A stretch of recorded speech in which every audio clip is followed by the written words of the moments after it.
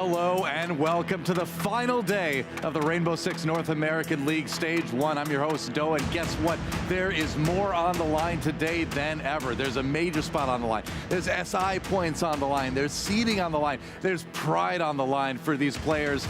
I think we're in for some great games. How about you? I'm ready to get started.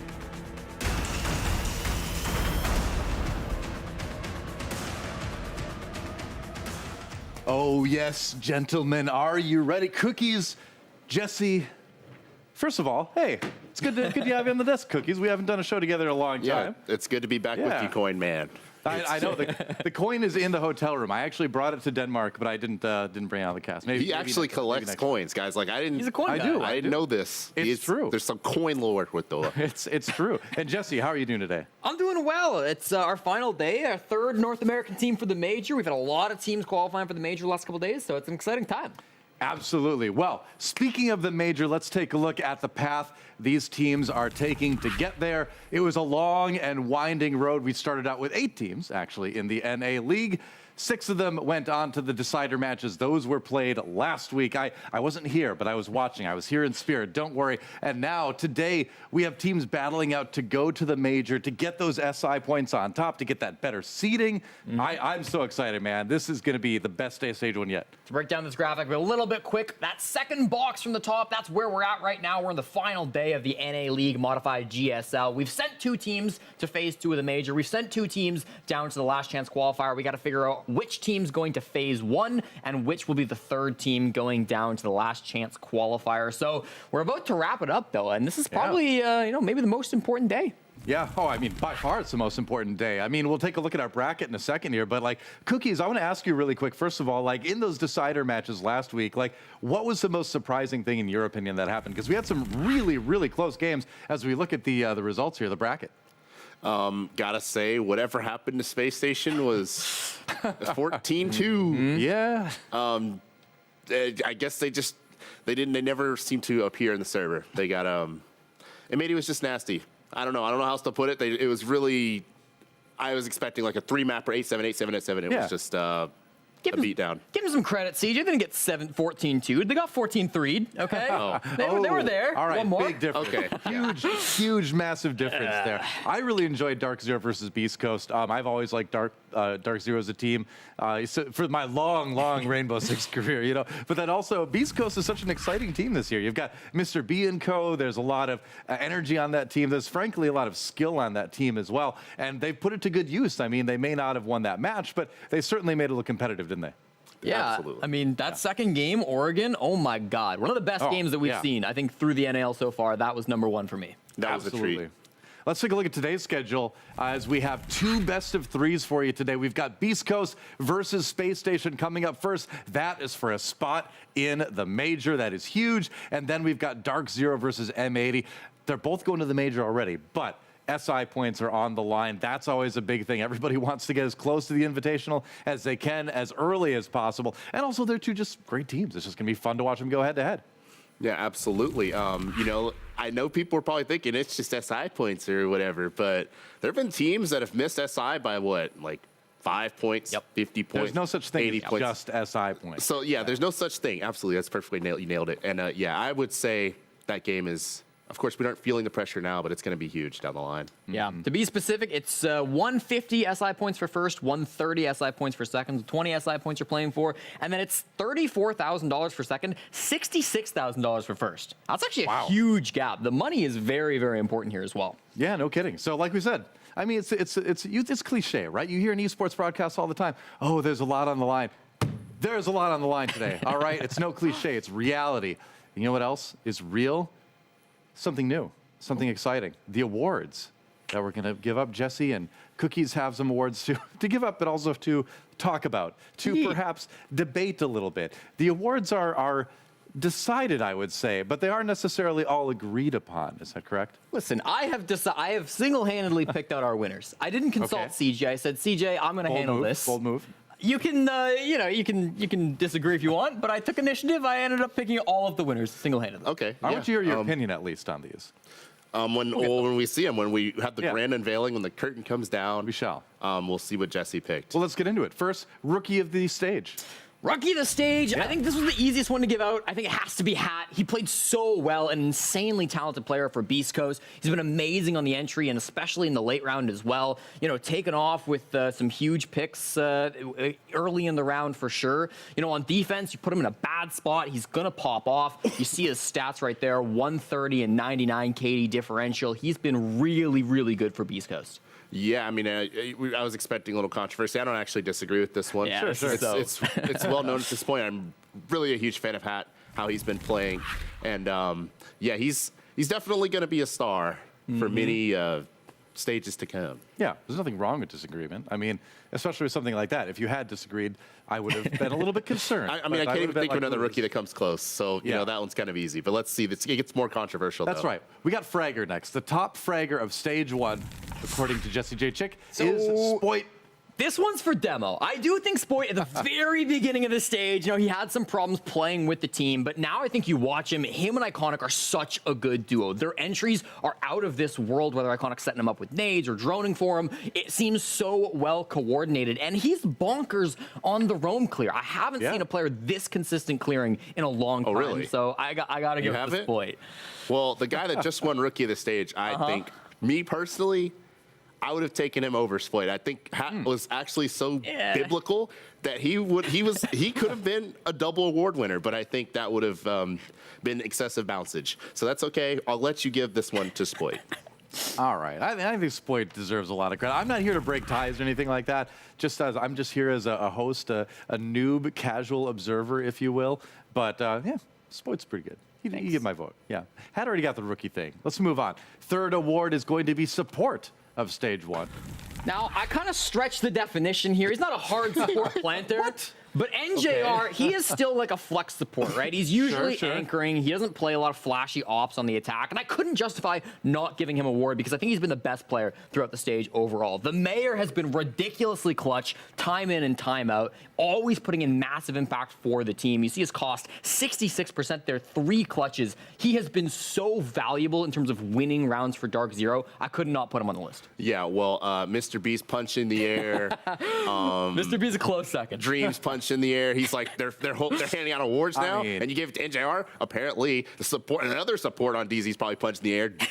Canadian's probably like, Canadian's probably mad he didn't get Rookie of the Year. So it's just like That again. Okay. a lot of controversy. A lot of controversy in this award for sure. But NJ, he plays near the site, and Yeah. you know, I guess that counts, Jesse. Counts for me. All right. Well, Jesse's definitions are broad sometimes, it seems like. But let's see how he does with coach of the stage. Who'd you pick Coach there? of the stage, I feel like the safest pick was Mintz, and I really do think he deserves it. Not a coach that people talk about enough, I would say. And some of these stats are kind of incredible. You look at this timeout against. So teams have taken 9 timeouts against Dark Zero, and DZ have won the round immediately after in 9 of those contests. 88% here. Right? He has been fantastic. 89% DZ are winning. They're only letting their opponents win 11% of rounds after they call their attack timeouts, which is incredible. Because That's a really interesting stat, actually. Yeah. It's been really, really impressive from Mint. You know what that means? That means the other teams, they played themselves. When they took time out, they actually like played themselves. You're just giving DZ time to strategize. That's your mistake. Apparently. But I mean, I don't disagree. I got mad respect for Mint. He got an ace against my team in Pro League like 6 years ago. But I gotta get some props to Fettuccine for Beast Coast too. All right, you just like the Twitter clip he posted. That was a good Twitter clip. I think he's been underrated. I mean, this is a team. He works in tandem with Mr. B. Okay, so like those brains, they're both melon brained, and I like the energy he brought. You all know me. I'm an energy guy. Max energy. That's if I had to describe you, that's what I would use. That's Really? Oh yeah, Of course. I would never lie to you. So we're going to take a quick break. When we come back, if I'm still alive, it's going to be SSG versus Beast Coast, our first match of the day, a major spot here in Copenhagen on the line. So do not go anywhere. The Rainbow Six North American League comes back in just a moment.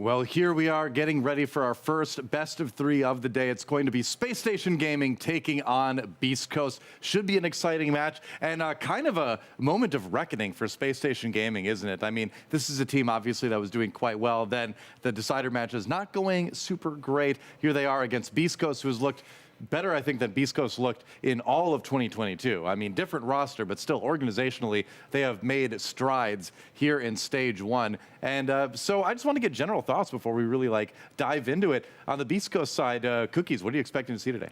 I'm expecting to see their best. I mean, they've every week, they've gotten better and better. They've shown more and more potential. Guys like Hat have gotten better and better, which is ridiculous to say. I mean, I think he hit 20 kills last week. Their net best of 3 was just, it wasn't enough. Yeah. But maybe today, as a team, it will be enough. And I think they're a great matchup. I think both teams have a lot they should be hyped about going into this matchup. Totally agree. And Jesse, Yeah. we got to talk about something. I wasn't sure if I was going to bring this up on the broadcast. We but don't have to. I mean, there's been some talk about some things you said, and I feel like it's important that we address it now. You were saying quite frequently, I believe, that Space Station Gaming was the best attacking team in stage 1. You made a very firm point on this fact, and then in the decider matches, they were pretty much non-existent. So I feel like I hate to do it, but I feel like I have to call you out a little bit. What happened? What happened, man? Come on. I mean, listen, I'm trolling, I guess, because maybe I owe an apology, right? SSG were the best attacking team through the entirety of the group stage. And I made a whole graphic last week. I jumped here on the desk. I said, Space Station Gaming, the best attacking team that we have. And then they start on attack, 2 separate maps, 12 rounds. They get a single round, and production is telling me that we have to play it. Let's roll the clip. They're a team that really have done well, I think, through attacking the last week that we saw them. We've got a couple of stats for you guys, right? Pulling it up. 64% attacking win rate. Now, that's through the entirety of the group stage thus far, but particularly that second week, they were probably the best attacking team that we had here in North America. Now, maybe I'm a clown, because I said Space Station Gaming were the best attacking team. They start on attack twice. They get a single round through 6 attempts. But listen, let me take the nose off, because this is a bit of a metaphor, too. Space Station Gaming, come here. How are you going to be the #1 attacking team throughout the entirety of the group stage? You're going to have incredible players on this roster, like Faults and Hot and Cold, who've been together forever. You've got one of the best entries of all times in terms of Merc. You got 2 supercomputers in the back lines, Call Out and Mango. And still, your attacks are so disconnected when you came into playoff. Your percentage on attack dropped from 64% to 8% attacking win rate. That's bonkers. And maybe I'm going to be a clown again, because I'm still going to pick you to win this game, because you are not that team. And I know you guys can play better, but SSG, I am begging you for this match, please get more than 1 attacking round win. That's all I ask. Wait, hold on, just stay still. All right. Yeah, I was going to say there's an issue with your wig there. Is my clown wig not up to par? No, your clown wig was clowning, man. It was I don't know how else to say it. You look great though. Thank Did you. You do something with your hair?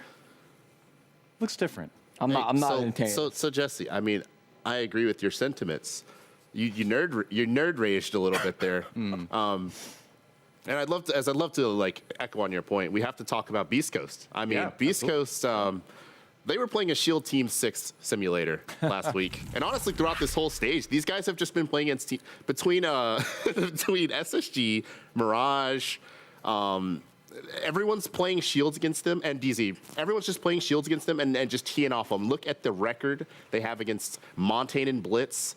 It's a nightmare to deal with. I guess people see Hat and they see Vertical and Hyper, and they decide the only solution to this is to just pick a shield. I can't get headshotted by them if I pick a shield, and it does create a lot of openings. It allows teams to kind of play extremely direct against Beast Coast, really risky and bubonic against Beast Coast, and they don't necessarily use that themselves. Beast Coast is really direct themselves, but they don't necessarily rely on Monty. I think the key moment with Beast Coast and Monty, Mr. B and Tower, he got Oryx Rush. I wish we were doing the standing desk, because I would I'd demonstrate it. I'd do it on you, Oryx Jesse. Rush right to Jesse? I'd like to see that sometime. Panba was crazy, but Panba basically just oh, here we go. He's like, he threw Mr. B on his back, and the Monty died. And that was the last time we saw Beast Coast Monty. They started banning it from then on out. There you go. Maybe we'll see it today because I know SSG's probably going to run a shield against these guys. It's been the theme. Well, the map vetoes are in, so the map may tell us a little bit about that exact thing. We are going to Villa. What do you think?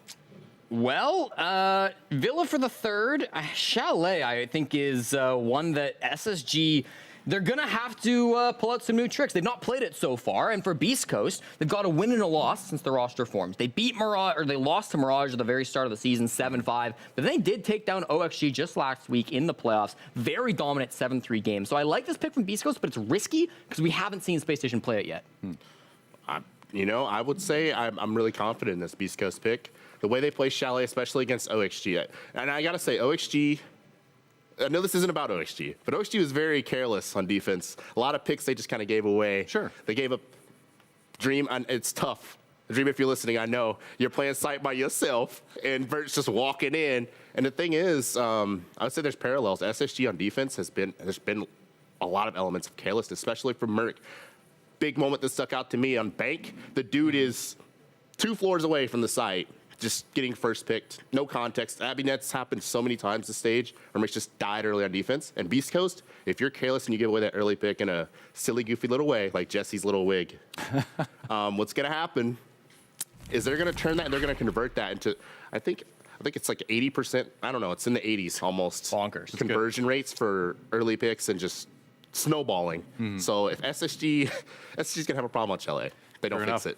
Well, the players are ready. They're in the map. They're set to go. And that means it's time for us to send it over to our casters. It's going to be Blue and Lynx to call the action.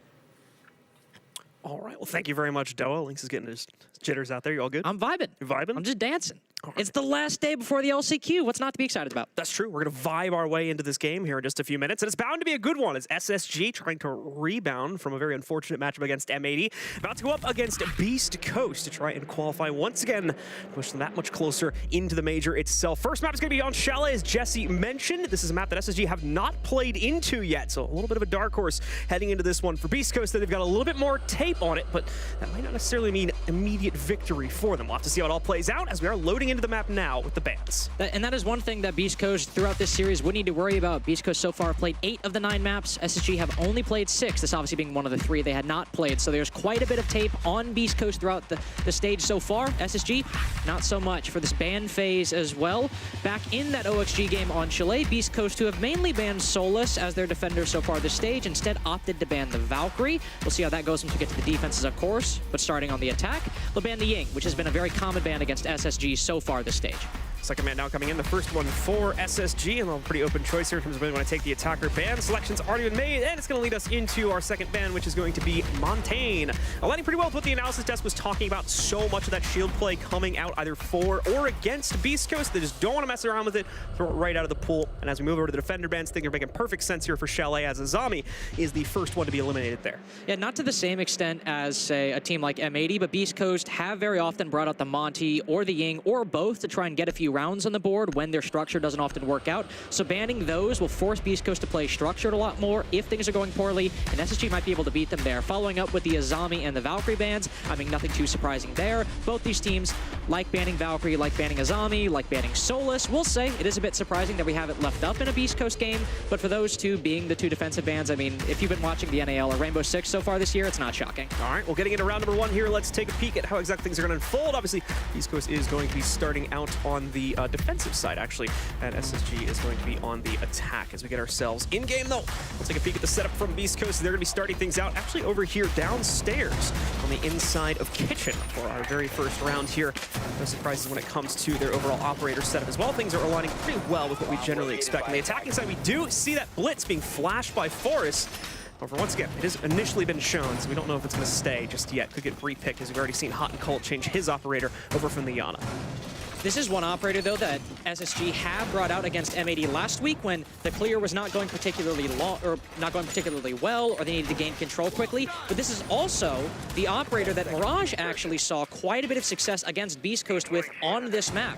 Mirage, when ran that blitz 3-4 rounds in the attack, and they gained quite a bit of control, not only on the roam clear, but on clearing this site as well. So if SSG have read into that, and Beast Coast maybe haven't adapted to it super well to get caught completely off guard, this could be a big problem, but it also depends where Force is going to push from. During that week, Mirage like to push that blitz through the office doorway across the office balcony, and here appears that SSG might be going for a full library clear instead of a very quick clear into the master bedroom and office part of the map. Merc already opening up access to the bathroom side of things will give him view on the inside, but as the drone works its way in, it will reveal quite a pretty heavy defensive setup from Beast Coast, so maybe seeing that Ash move to a different position as you were just mentioning there. Away from that, though, we're going to see Forrest actually line up to go for that very quick bathroom play. Makes his way in. The castle's blocked as well. Doesn't have a clean rotate path, but Hyper still able to steal one away from this assault on the back end of it. While Forrest has the initial success of taking down his first target. He's got a long-range duel to go for now, and it's not the easiest one to win. Kills are flying out all over the place, and it favors Beast Coast quite heavily as Hat claims the most recent one, leaving just Houghton and J9 up for the SSG side. J9 will have to consolidate with Hot and Cold right now, holding a very good angle to see if any of the roamers fall back during that push, but now that the push has collapsed, you have to join Hot and Cold upstairs. The one nice thing going for SSG is that they have established that vertical control. The one bad thing, Hot and Cold decided to bring Claymores instead of breach charges, so there's no opportunity for any vertical destruction beyond any holes previously made in the round or the hatch that he's looking at right now. Beast Coast have also typically played fairly disciplined in these 3v2 situations, and as Hot and Cold drops, there's already a crossfire established and diffusers dropped on the floor. J9 likely soon to fall after. Pat already asserting dominance, as we saw in the previous series from Beast Coast. He was the outstanding player there and is going to be the outstanding player right from the beginning of this series on round number 1, immediately getting a quad kill to start this series out against SSG. Yeah, really good reaction by Beast Coast, getting that kill on the Merc, very impactful, and very good heads-up play, because the moment that Blitz ran on in, Merc is going to hang back to make sure that he's covered from bathroom, that nobody's going to sprint up behind the Blitz and take him down as he's going for his push. Winning that gunfight there makes the clear a lot more difficult for SSG, because the Blitz is now the only one inside the building. His only support was from 2 windows. Now it's just from 1, and Beast Coast are in a much better position to then pinch out that Blitz and stop the clear. So great first kill by Beast Coast, and then great discipline in the 3v2 to close out that round. Beyond that, on a map that is typically attacker-sided, that's a very good pace to set for Beast Coast out of the gate. Certainly so, and now for SSG, time to respond to that one on a new territory, of course, as we move over to the secondary site from BC. They're going to be playing down here inside of Bar. Change-ups to the operators are going to come with that, including a dock pick from Hyper as well. We've been seeing more and more of this, over the course of the stage so far here, as players try to set themselves up a bit more aggressively and also have that nice capability to boost up some of their own teammates if things go awry on those more aggressive positions they try to establish in the early round. No Blitz either. No Blitz this go around to try and just immediately move into the building. I always like seeing the Maverick come out on this site, because ever since Maverick lost his nades, he's not gained that same level of play, but here you have a very nice application. Not only, if you wanted to, open up this garage wall that we're seeing, you could walk up those main stairs and cut a line in the bottom of that stock wall and deny that position inside of the site for the defense that normally could stop a hop in from the bar window or the bar double window, a drop down the hatch even to deny anybody, or even vaulting into that library double window. That's what this map is meant for. But Beast Coast, by reinforcing this wall, have delayed that control a little bit. So this won't, be a minute-long time waster for Beast Coast against SSG, but it's still going to delay SSG's initial clear for about 30 seconds or so, which could make the difference in the end. We're going to see SSG start to move in to take that small amount of control from the basement side. So mentioning there is a little bit of resistance to this one, mainly coming from Vertical, but Vertical's a little bit worried about topside pressure at the moment here. Is going to cause a problem for him as you see the damage immediately taken. It's not from the assault coming in through Snowmobile. It's in fact going to be the front stairs position that challenges him initially. Doc able to still hold back and claim the initial kill for the defense, however, as it takes down a J90 and retakes, I believe, some of that top stairs positioning here.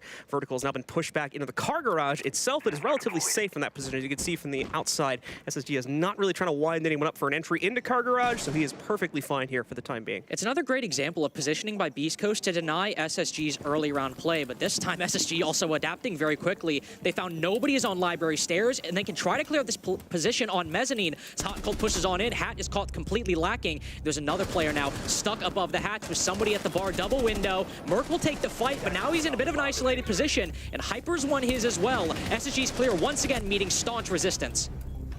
Fultz now trying to finish things off with the top-down pressure, still being alive against the members of Beast Coast. Hot and Cold as well. A little bit of an objective to try and spot around here as the Frost Mat's in the way. Didn't want to take it out entirely as it reveals his position, but needed to do so anyway. Fultz, though, beginning to creep downstairs, has spotted at least one member of the defense. Just doesn't necessarily have the winning angle to take that player down. It's Vertical, who's reascended from his defensive position in the basement a few moments prior and retaken some control up top. The drop goes exactly as he'd expect it to. Unfortunately, nowhere near enough pressure cleared out by the attack. And as a result, as they try to flood into the site, it falls apart very quickly, giving a second round over to Beast Coast. Beast Coast, again, just playing off of each other so well and making sure that anybody roaming off site has someone close by, even on an opposite floor, to try and trade them out. Because even though Vertical didn't die, he was pushed into big garage, completely cut off from the rest of the defense. The only way you can make it back is if he somehow ran outside and rotated around the map. But there are still players, Doc, for example, sitting inside of Dining, who, as Janano was pushing down West Main, was able to flank and then kill the Buck. So once SSG then make a good adaptation of their own, Beast Coast have stayed in their positions. There's still players playing in Mezzanine, playing in Library. Beast Coast are not leaving a lot of holes in their setup, and if there are some left, they can be filled very quickly. So back down into the basement with an immediate hole in the setup that can be abused, of course. We'll see if the attack's able to utilize it properly to get quick access to the snowmobile walls and start putting pressure on the site from that. It's only one step of this clear, though. You do need a second, if not a tertiary angle, or just position to push into, as it'll still be a bit of a rough take going directly from the snowmobile garage itself. We'll see how SSG tries to work their way into this one. Should be a quick opening of that primary wall either way, as obviously Fultz is going to be bringing the Thatcher on the repick, so that'll make that job relatively easy. Yeah, even if you don't want to push him this side, opening up the garage wall is something you want to do super early on, because you could just have one guy sit over here for the majority of the round, making sure that nobody is rotating for free through garage, that they at least have to fight for it. Hey, maybe you even get a kill if a defender is being a little too lax with the whole thing. But all else fails, you have a very nice angle, and you can also let the attack focus on opening things up, like the wine wall or the trench wall on the opposite side of the map. We'll see them do that right now. 30 seconds in, already going for the Selmas, but there's a bandit trick on the board, and it only gets one set. Just a Selma was placed on each side, so SSG will get an angle into the site, not only to hold, albeit a small one, but also if they wanted to vault in, go for a trash plant in the late round. If things don't go their way, they at least have an option now to go for a planting garage. We're going to see the Flores drones work their way to the backside. That one's not going to have taken out the two ADS drones sitting just around the corner from it, unfortunately. So those are still going to stay in play, but the shield has been dealt with. Initial kills have gone 1-to-1, so no one gains a player advantage just yet. And as you can see there, Forrest trying to place down. That breach is not going to initially work. However, thankfully, EMP in the area from Fultz, that should make it follow through. Opens up wine for complete access by SSG. This combined with the smaller Selma angle they have coming into Snowmobile should be enough to pinch out the rest of the pressure on the site. You can see Hat trying to roam around here, looking for any take that may have been claimed by SSG upstairs, but just not going to be able to locate it. That does need to be a little bit more worried about that window to his right side, but I believe he heard the shots coming out a few seconds prior, so he's not going to get tripped up by that too much, just playing onto that main stairs position to try and prevent SSG from taking that control, as that would be it right there. Beast Coast would not realistically be able to hold the site if they lose that as well. Hat also knows that there is somebody on that garage balcony window, so Colby should be able to move around, but the moment Janano drops, down goes Hat a little too aggressive, a little too liberal with the control he thought he had, but two huge kills go Beast Coast's way. Hyper might be low HP, but if he wins this fight, fortunately he doesn't. It's not going to 1v2. Shots coming in from SSG, and they complete the prophecy, claiming their first round here on round number 3, taking that full control of basement. Unfortunately, just not enough aggression coming out from the defense there to try and stop some of that control. Part of it because of the utility choices that were made by the attack and the lack of a counter from Beast Coast. Other choices because of what they did in the fights themselves. But either way, SSG giving us a nice, clean execution to finally get themselves on the board here in round 3. And SSG employing a similar strategy, ignoring the blitz round in round 1, I will say, but SSG employing a similar strategy to as they did against M80 last week, which is instead of full pushing into the map or trying to brute force control against the defense, they'll sit outside, they'll hold angles and wait for the defense to start rotating. On a map like Bank, that can be difficult to do. On a map like Theme, that can be difficult to do because the latter is a map that allows the defense to be very ratty, to hide, to try new things in every single game. And Bank is a map that has a lot of control and has a lot of avenues if it's early in the round for the defense to rotate back. Chalet is not the same story. There aren't that many pathways, and if you are able to, say, open up a hole in garage wall, open up a hole in wine wall, the site is pretty much locked down completely, and SSG just played off of that perfectly. Follow through from SSG to indeed take the site in such a clean way, but Beast Coast knew that was a possibility, so I doubt they're going to be too worried about that lost round just yet as they're making the rotation back over to where things got started on round number 1, of course, inside of Library. We do have an interesting repick there coming out from SSG, and the fact they're going to use the Sense for this assault operator. We still don't see all that often, despite them being in the game for almost a year at this point now. So we're going to see what SSG could potentially make of it here on this round. Ascends is in that same category of operators as, say, a Ying or a Monty, but if we're calling the Ying or the Monty like S tier, Sens is unfortunately, they're in the B tier. They'll be brought every now and then. This is actually one of the main sites that just in my head, with no data to back this up, that I feel like I see Sens the most often, and it's to do things like this, to cut the side in half, to give a lot of the focus and attention on the front side, likely with those ROU projectors will be thrown, to allow Merc to fly up that hatch and trophy and then go for some kills. Merc just waiting for the signal right now here, and thankfully it should work out perfectly too. No resistance immediately set up by the defense, immediately storms over to the stairs. Defender is ready for the fight, but not ready for the challenge, as Merc gets 1 and 2 as well with the shotgun in hand. Follows up with another pick against Mr. B, while Fultz also cleans up closer to the site itself by taking down Vertical. Just Hyper, never mind, just Hyper inside of the server now is Hat, also taken down by Merc. The play on execute works essentially perfectly, and now Hyper, a clutch in front of him, but he can't achieve it as SSG takes the round instead. That was just such a clean, clinical round from SSG. With that overhead view, which I'm glad we got, we saw the entire plan and how it worked perfectly. Probably even better than SSG thought it might, because Merc sends it up the hatch the moment that projector completes, and now when he moves up that hatch, all of the line of sight from dining, from kitchen, from west main even, is pretty much blocked off by Beast Coast. So he can rush that player on solar stairs, and now that solar take is a lot easier, because instead of throwing 8 flashbangs and 4 grenades at the player on the stairs, you've just killed him with the shotgun and bypassed all that utility. But then he gets the second kill as well. So now not only do you have to work a lot less to establish control on solar stairs, you effectively have a good pathway into the site, especially if you get a third kill, which they did, and that's pretty much the ballgame at that point. So Beast goes with 2 very one-sided rounds in the favor of SSG. Pretty straightforward, too, in the way they're able to execute the move. No, it is great to watch Beast Coast take a very much needed, I think at this point, time out to figure out what exactly has been going wrong and how they are able to stop these sudden plays that are unfortunately tripping up the defense far too much. Not going to be retrying the same site either, despite the relatively one-sided nature of it. And we're going to see them move over to their secondary site on Bar, where once again, they've had success back on round number 2 here. Going to try to repeat it on the second go-around, but so far SSG has been making great work of taking some of their own claims here. Now, of course, tying us up at 2-2 as we move into the second play now of Bar. Poor Chalet is often the attacker side of the map, but in a game as important as this, and with Beast Coast picking Chalet as the map and likely knowing that they were going to start on the defense as well, you want to make sure you get as many rounds as you can on this side, because this is your map pick, you don't just want to bet on getting some rounds on the attack when you switch. You want to get as many to start out, especially because this is the map that you picked, and you knew in all likelihood you'd get the disadvantaged side. We'll see the Solus from Beast Coast as well, Vertical opting to pick up the Operator, again with no Valk or a Zombie. One leg of that triangle will be available, and Vertical will pick her. I'm interested to see where he plays, maybe over in that dining position, not only to deny some drones, but also to provide an alternative angle for the defense.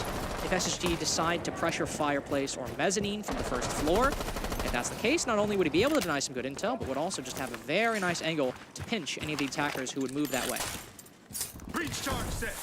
So Fultz quickly opening up a pathway to get himself onto the inside of Snowmobile here. Another pinch strategy slowly evolving. Merc as well taking very swift control over here towards Slayer. And with the shotgun still in hand also, we'll see if it finds as strong of a positioning as it was able to in the last round, as obviously he's already used the hop in here. So we'll see if he's potentially going to have anything else to cook up later on in the round, or if they'll be sticking mainly on that secondary weapon there throughout the rest of it to try and take more proficient gunfights at range. I really like this Amaru and what it's doing for SSG so far. And just the control it's established in the first minute, SSG were taking so much time to take control against M80 last week, even on an attacker side of map like Bank. And here, SSG are not wasting any time. Once they have the cutoff drones and once they know it's clear, Merc immediately sends it in, and in the first minute, he's taken all of Master Bedroom office control up to Piano, which is most of the control SSG need in the early round, and they also have the pressure to layer into this library position. We do have the dock in the corner, so this Capital needs to be careful. If those fire bolts are not placed in line or placed properly, that dock can heal himself to full HP and may be able to survive, but with an opening kill, it's even more dire for SSG.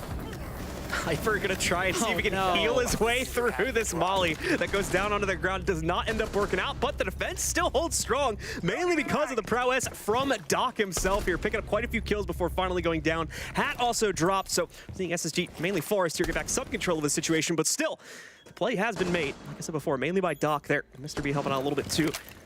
Now it's all down to just Forest here inside of the 1v3. Gonna be using one of the Flores drones as well to see what he can potentially suss out down below him. Not gonna reveal all that much.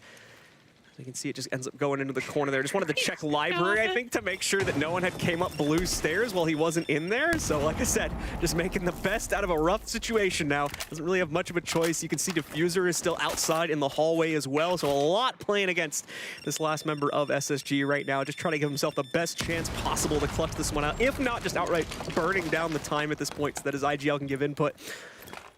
But we're going to see him still try to play this very, very slowly on top downs. More than likely just make a commitment around like the 20-second mark or something like that. And if it fails, then it fails. They gave it the good old college try. Forrest, unfortunately, can pick up the diffuser. Very difficult to pick up the round. Knows someone is likely in stock. And there are 2 people, in fact, in stock. So maybe a lucky pre-fire can nab 2 and make this a very clean 1v1. But unfortunately, it's seeming a little unlikely. A little low intel, low time, and low morale.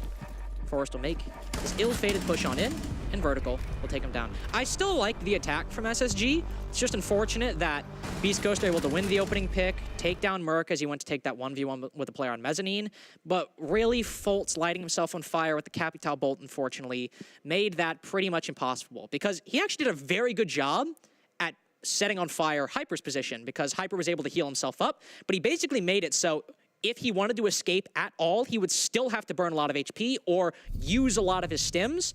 It just so happened that he unfortunately also set himself on fire and ended up ending his own life. So unfortunate, but if that hadn't happened, maybe it would have been better, but it still was a very good play by Beast Coast just to shut that down immediately. I agree with what you're saying in the mid-round about the Omaru as well and how it's able to take that much control away from the attackers here. So hoping we get to see more of that when it is able to be brought back in. More than likely not for this specific site though, just because obviously we're back in the basement here, so a bit more limited use to come from that potential setup.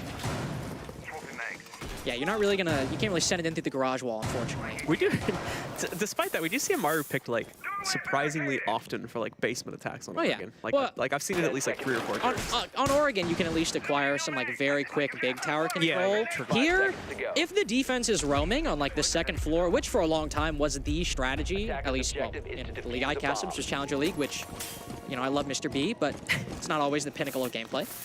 The main strategy was to like deep roam on basement, send a couple people up on the 2nd floor for the first minute to back down, and Amaru could be very useful there to establish some early control. But Beast Coast so far, there are some players roaming around, but they are all in positions where they can rotate back fairly quickly. So no Maru this time, but the strategy from SSG was also very solid before. The first round they got on the attack as well. I don't see any reason to change it up. We're going to see the follow-through happen for the early round in the same way here, too. Just quick control, at least as much as they can attempt to get. Over here by the snowmobile garage, so expect the same results. Doc will stop. Oh, the second one gets stopped this time as well. A little assist comes in there. I believe that's Hat playing Legion in the corner. He's going to be able to sneak an impact out through the drone hole, and it's just far enough to where it actually successfully stops the second Selma as well. So nicely done there, Hat. Fultz still has 2 EMPs, but they have decided to completely rotate their This one would work for sure, too, because yeah. both the impacts got used. I don't think another defender has a second set of those. No, they do not. But see, now they're concerned about this wall. Doc, unfortunately, can't bandit trick it as there's a cutoff being held by Merc. Oh no, he's still going for it. Very impressive play, but Forrest has held it. Nade goes in. He can now open the wall. So good try by Doc, but a smart rotation by SSG will now result in them opening at least 1 wall. And Forrest, never mind, I was about to say, had an exothermic, but now he's on the floor. Great timing on the aggression there from Hyper. Perfect opportunities. You can see SSG is not expecting anything right there, but SSG responds in kind. A very well-placed nade from Merc gets the trade onto Doc, eliminates the bandit. Should make the process of trying to open up Snowmobile if they still want to do that a bit easier. Unfortunately, they lost Fultz on the clears. They're not going to have the ability to just EMP that out anymore and open things up for J9O. So that has actually probably stopped that from happening in its entirety. But SSG still finding some success here. Merc able to take out Mr. B, but one of the flanks has also been spotted in advance. Hot and cold immediately.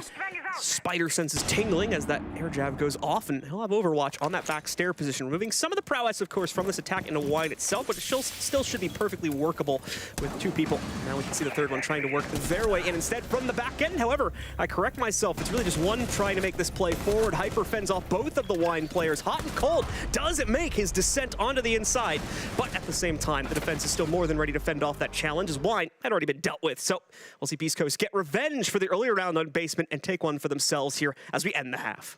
End the half 4-2, and with 5 of the 6 opening duel victories for Beast Coast. So starting out on what typically is thought of as the weaker side, Beast Coast are going to be very happy on this initial pick of Chalet. Of course, let's see what SSG have planned. Again, they have not played this map so far in the stage. This is their first time playing it in the start of the Blast North America League.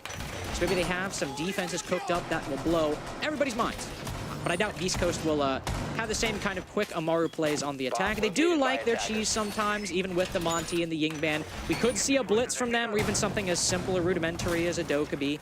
But I do think that this will likely be a bit more of a standard half between these teams. I don't think we're going to see anything mind-blowing or anything new, like the Amaru we saw from SSG. We did get that Dokkaebi you mentioned. However, it's been repicked back out, just as I mentioned it, as is almost always the case for some reason. We always do it? Why do we do it? I get so excited. It's like there's certain operators I won't talk about. Dokkaebi like used to be a safe one, but I don't know anymore. Now Dokkaebi's getting 6-picked or repicked a lot as well. So rest in peace, 6-pick. yeah, I still instinctively say 6-pick. Technically 6, 7, 8, 9-pick. Yeah. You just gotta remember which number it is. Exactly. It's get 11-pick if somebody's really inside. Of course, right now it's a kitchen dining defense to start out. Beast Coast looking like they might go for a solar. Maybe a solar take, perhaps. We've got a flash operator and a nade operator on this side. But of course, nobody actually playing solar stairs at the moment, though that very quickly changes. As Fultz has now taken the position, he's got the 2 ADSs. So no Amaru sent into the trophy hatch here. Beast Coast will try to clear out Fultz the normal way with some flashbangs to run the 8 ADSs and a nade to land on Fultz. They've also opened up the dining wall very quickly. No thermite to speak of, only the ace. That will make walking through that hole a little bit more difficult, but similar philosophy to Garage. Just open up that angle early on so you don't have to worry about it later. Nade's going in, but at the same time, counter has come out from Fultz. That'll stop any of the follow-through aggression from working its way in, but the nade's still being chucked at Fultz. He's ready for the challenge, though. Just takes the duel outright here. Now we're going to see Hot and Cold actually contribute a little bit to this, but he's fighting somewhere else on the map inside of the kitchen there. Is able to find the pick against Doc regardless, removing the ace from play. Pretty big pick, too, and you consider that he is currently, well, actually, no, we do have the Habana, so there is still going to be follow-up hard breach from Mr. B, but Doc certainly would have been a cleaner way to accomplish that same hard breach task, so going to make it a little bit more difficult now for Mr. B to try and set the same things up. Yeah, you gotta make sure that you keep Mr. B alive right now if any of those X-Kairos you want to use, maybe on that solar window to open up some angles. The Beast Coast are looking like they're realizing that the solar take might not be as clean as they would like. Even though they've used 2 toxic canisters, Fultz still has 1, and they haven't been able to make any inroads on the solar, so we'll start to see a rotation over towards Piano and Master. But SSG are watching. Not only is now Mr. B down, Case dropped on the floor, they're also watching the library jump in, so both Hat and Vert have eyes on them. Hat continuing to move forward now. He will take some control up towards Piano, but doesn't feel the confidence to move forward past that point. And there's good reason, too, because even downstairs, his fellow teammates are in very much the same position from a vertical plane. Hat, though, the patience pays off. Moves forward just a little bit towards Piano. Hopes someone from SSG comes wandering out to check for it, and indeed they do. Mark gets spotted out, the first one to go down for the defense. If Beast Coast can claim a second kill without trades, they'll even us back out into a 3v3 here. But that second kill is going to be evading them quite heavily, as you can see once again on the downstairs clear. Vert is not spotting anything as he reaches the bare precipice now of Dining Room. Hyper indeed feels the confidence to go for the plant. Hot and resist that entirely, though. Takes out the remnants of the entire attack, and very quickly this goes from a contested round to one fully in SSG's hands in just a second or two there. I think Hat might have pushed a little bit too aggressively right there. I understand why. You want to establish that control, and you also, if you get to that hatch and nobody fights you, that's such a good angle if you were able to get in the attack. But that's a big if, because Beast Coast were never able to fully clear top floor control aside from the kill that Hat acquired, and there were still C4s and toxic canisters on the site that could deny the plant, and did end up denying the plant. So maybe Hat could play a little bit more passive there, maybe see if there are some angles through the floor, but it was really a situation that was won by SSG in the earlier round. The fact that they were able to deny any inroads for Beast Coast to gain solar control, the attack had to rotate their entire take, and then SSG didn't play aggressive, didn't give up any free picks, instead taking 2 freebies that were given to them by Beast Coast. Very disciplined by SSG, and a great defense to start things off. And so, round number 2 will take us to a fairly expected site as far as SSG is concerned over here inside of Bar for the second hold. Quite a few repicks coming in there now for Beast Coast, including the Brava, the Capital as well coming in. So a whole lot of flavor being added to this spicy little sauce that Beast Coast is cooking up. We'll see if it's enough to take control. Attackers are heading out to defuse a bomb. I want to see how they use this Brava. We didn't see it against OXG because, like Every other team in the NAL that plays OXG, they banned Brava against OXG. So we didn't see it during that game in particular. Could see it, just hack some default cams, set up some, or take some flank cams away from the defense to use for them, or even hack some utility, maybe a Mozzie Pest, maybe a Magnet. There's not too much, though, on the defense right now that if they wanted to, they could hack a few utility, you know, some prox alarms, even if you really are starting to stretch it. But there's actually not a lot of immediate defender utility targets for that Brava at the moment, and one will unfortunately be shot the moment it enters the fireplace door. The Oryx will then run away, as Beast Coast are setting things up for a library clear, and just like we saw in the dining round, they're not trying to reinvent the wheel. Aside from the Brava, this is a pretty standard way to clear this setup. The second Brava drone had been thrown over the roof side to try and help out with that library clear, but once again, I believe that the assault team is just going to go for it anyway here with not a whole lot to clear out. Merc actually gets downed right before he goes down the hatch, so his downed body does fall through.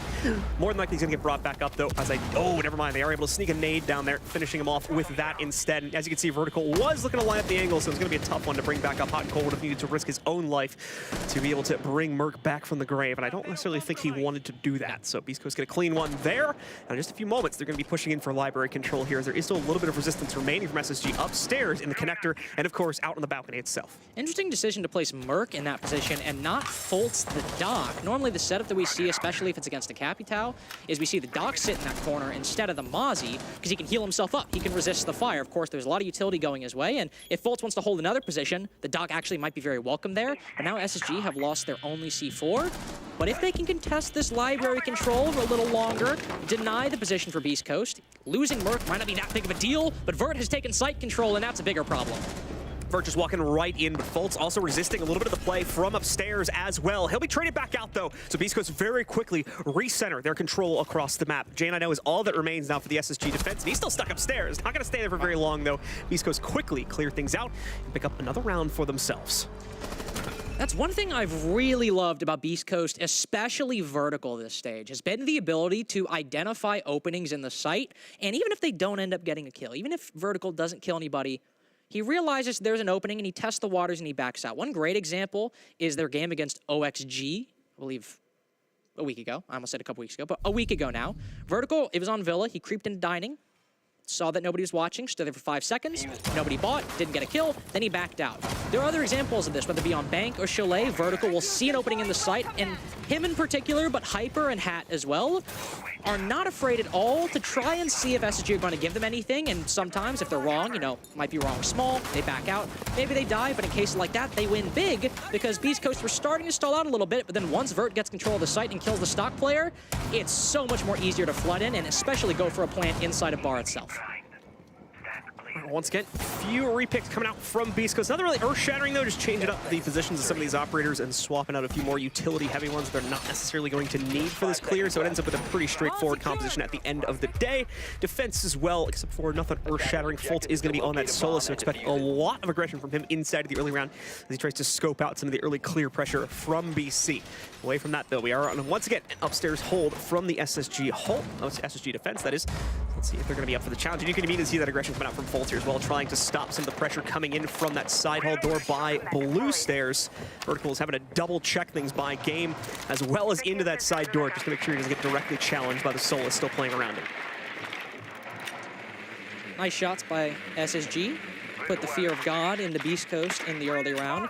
They'll go with this library clear, though there are some players looking to contest this early. A very aggressive and very forward shield by Merc, but he does have to be careful. If somebody goes that piano window, that will cut off Merc's rotation back, though they do have head holes to challenge that window.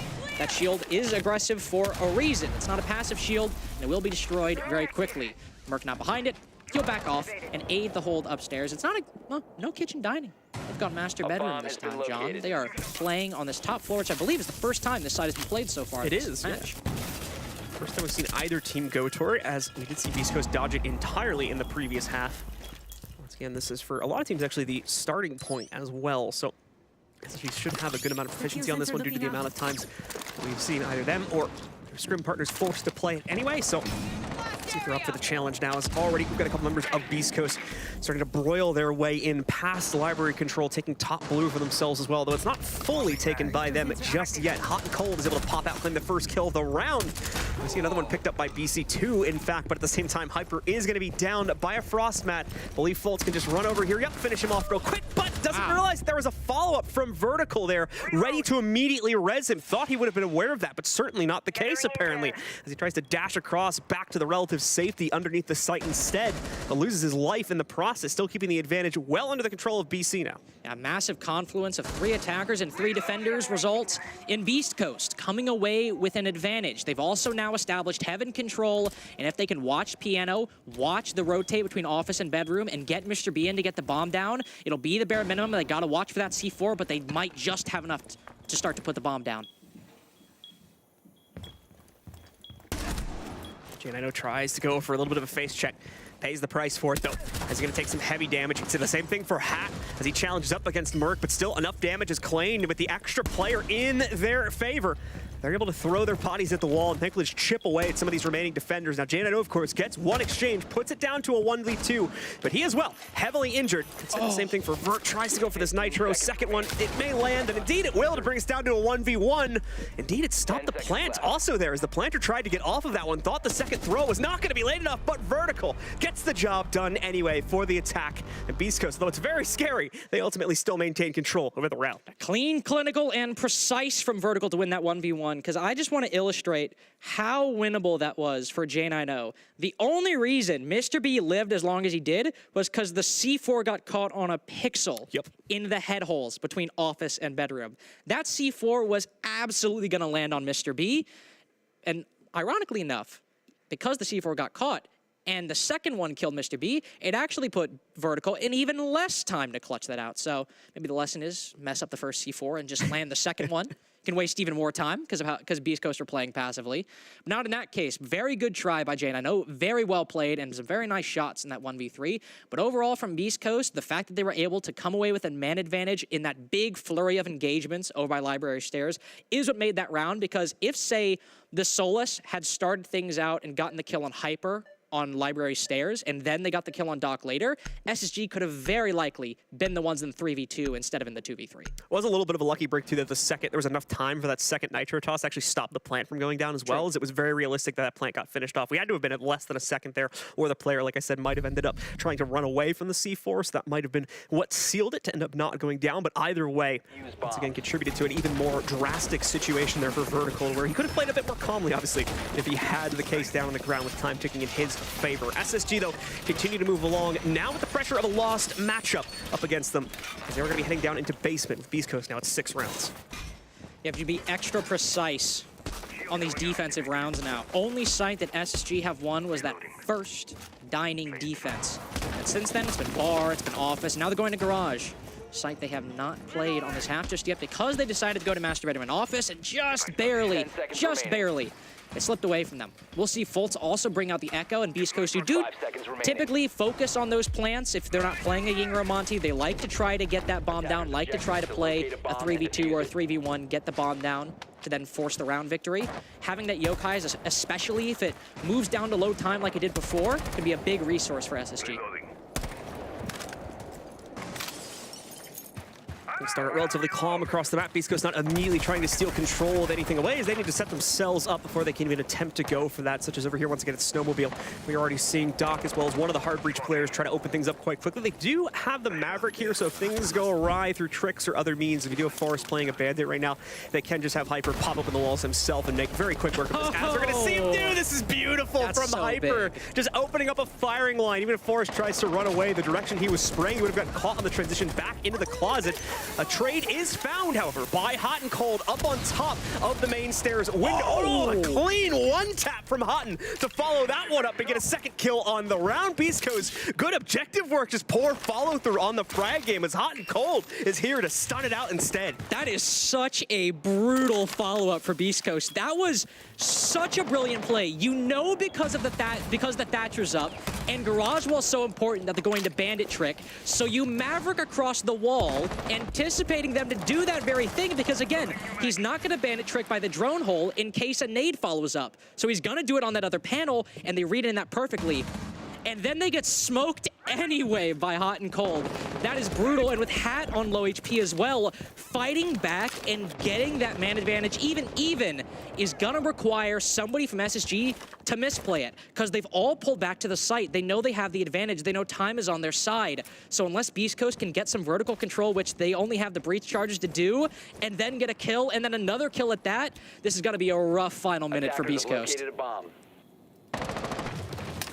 Beast Coast trying to find some way to make up the difference now. As you can see, Hat even moving in here, just chucking the Selmas down on the hatch to try and open up an angle for vertical to play into. Now that he's cleared out most of the second floor. Another player now lost somewhere across the map here, as Mr. B is going to get found out instead. There goes the only other hard breach available on the team, and as we've just seen our observer point out, Case is now down outside of Snowmobile Garage. Hat's about to be dead, and there he goes. Love that from Fultz.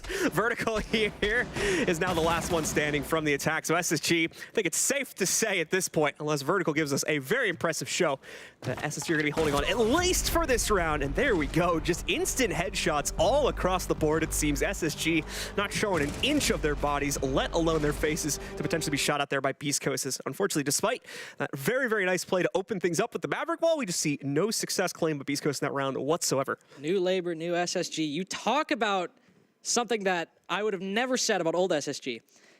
In the face of a very smart play and a very smart reaction by Beast Coast, SSG simply just shot them better. That's it. You always think of SSG as this team that outthinks their opponents, that outstrats them. They literally won that round. They literally won that round and stopped that clear because they simply just shot them better. It's like 2019 SSG at that point, where they just had like all the Yeah. gunners on their squad. SSG That's how they won on so many events. Old SSG had the team to do that, don't get me wrong. Like Rampy, he can certainly outshoot people. Bosco has outshot people in a 1vx many times. But SSG were outplayed. They were outplayed strategically, and they just killed their opponents. And sometimes it's as simple as that. Specifically Houghton just ripped the heads off about 3 of them there too, so beautifully played by him, but the rest of the team great on their own follow-up as well to that initial play about the snowmobile wall.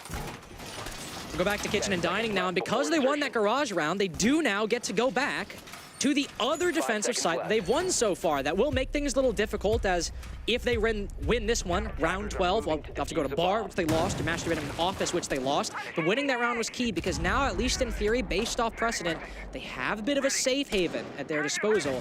In this round, they were able to stall out quite a bit of time early on, and Fultz maybe on red in this position. He's got the ERC to cloak himself, shield himself from any drones.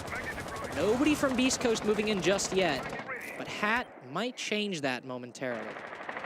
So overtime, certainly not impossible here for SSG as they continue to try and bring things back. Hat, of course, looking for his first pick if he can find it. Has not gotten the full vision on the Fultz just yet. Certainly knows that he's in the area from those little lines he's seeing on the bottom of his drone. That indicates that the Vigil is somewhere in range of this drone. You just can't tell exactly where, but it looks like they've been able to figure it out anyway. The swing going to come through here, as we'll see the Thermite establish positioning just on the other side of this one. But unfortunately, Fultz will, unfortunately for the Beast Coast attack, that is, we will be able to see that Vigil just barely escape the angle from vertical here as he sneaks down the hatch and even further past that out towards the main stairs. Yeah, Beast Coast will have their suspicions confirmed, and good foresight, but also Fultz wasted a minute, a Dokkaebi call, and a flashbang, which might not seem like a lot, but still wasted a minute and some utility off of just standing in a corner with the ERC activated. Still certainly impressive for the early round, in which he got away and can still flank later on alongside Forrest, who's gaining a lot of the attention and the focus inside a bar. Unfortunately, he will end up falling. So very good clear by Beast Coast so far, and that makes Fultz's position a little bit more precarious.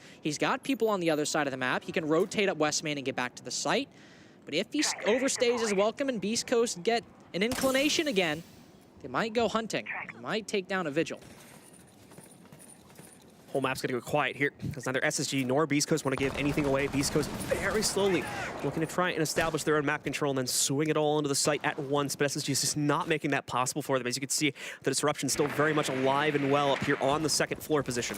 And also, Beast Coast have still not established any vertical control whatsoever, so with only 50 seconds left, this might just be a straight push into dining, and even with man advantage, there's the Vigil behind them and utility in front of them. This is going to be a difficult one for Beast Coast. It seems like they're aware of that factor, though, but still, Hat's going to get found out as he tries to go for the hop in. Confirmation comes in very quickly from Fultz against Mr. B. And now Vertical also been dropped. Technically just 2 alive here now for Beast Coast. The hat may still be retrievable. However, they may just not have the capability to do it now. They get hat back, but the entire inside push has died at this point, with Hotten's most recent pickup. Case is even down on the ground here. Like you said, far too difficult of a take given all the defensive elements that were still left alive. And it continues to show that way as we are now down to the final player. Hat alone inside of the 1v4 here, trying to clutch this one out, and it's just not going to happen. Hot and Cold claims yet another kill, and SSG now puts themselves 1 round away from overtime. Beast Coast completely disoriented by that vigil on the roam because they were very clinical in taking down Forrest. The moment they spotted him in bar, Hat just sprayed through the wall and then killed the Legion. Job done. All good. But Fultz wasted an entire minute. Beast Coast then take another 30 seconds to clear the vigil. That's half the round spent on the roam clear, and none of it actually resulted in control gained by Beast Coast beyond Fireplace. And go back to that dining round that we saw earlier. Beast Coast opened up that wall in like the first minute. And now we've reached over half the round in. They haven't opened the wall, and they've just acquired first floor control. Even though they got the opening pick and it wasn't traded, SSG basically stalled Beast Coast's entire attack on dining that already failed by an extra minute and a half. That's the kind of plays and the kind of coordination you need when it's this close to the wire on your opponent's map pick. All right, so as you mentioned before, things are a little bit tougher here for SSG, now returning to these final 2 potential sites, or rather just going to be this final one, of course, given the circumstances here. Have not had the best of luck in trying to defend this before, but on the follow-through overall, things have been looking much more prominent for SSG over the course of these past 2 rounds or so. So we'll get ready for the correction on this one as well to trigger the full set, take us to a full-on overtime. Beast Coast, though, is still looking for the outright closeout. They have the capability to do so for the past 2 rounds, but it has evaded them as SSG has dominated on their defenses. Now this is it, the final opportunity to win it inside of regulation. Like this adjustment by SSG as well. Bring out the Mira and make acquiring this library control a lot more difficult because Beast Coast have not brought the Hibana. They've only brought that Ace. So that means if they want to, say, open up a hole below that mirror window, it'd have to be with a Selma charge thrown from the window and not just a couple X Kairos opened up beneath it. They've also got those magnets to put inside of library as well, and Beast Coast, at least initially, are biting and buying in to this library clear.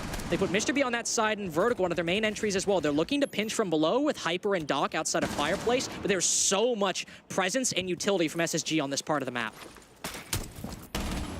BC trying to get that pinch in against Bar now as Forrest attempts to contend against it here.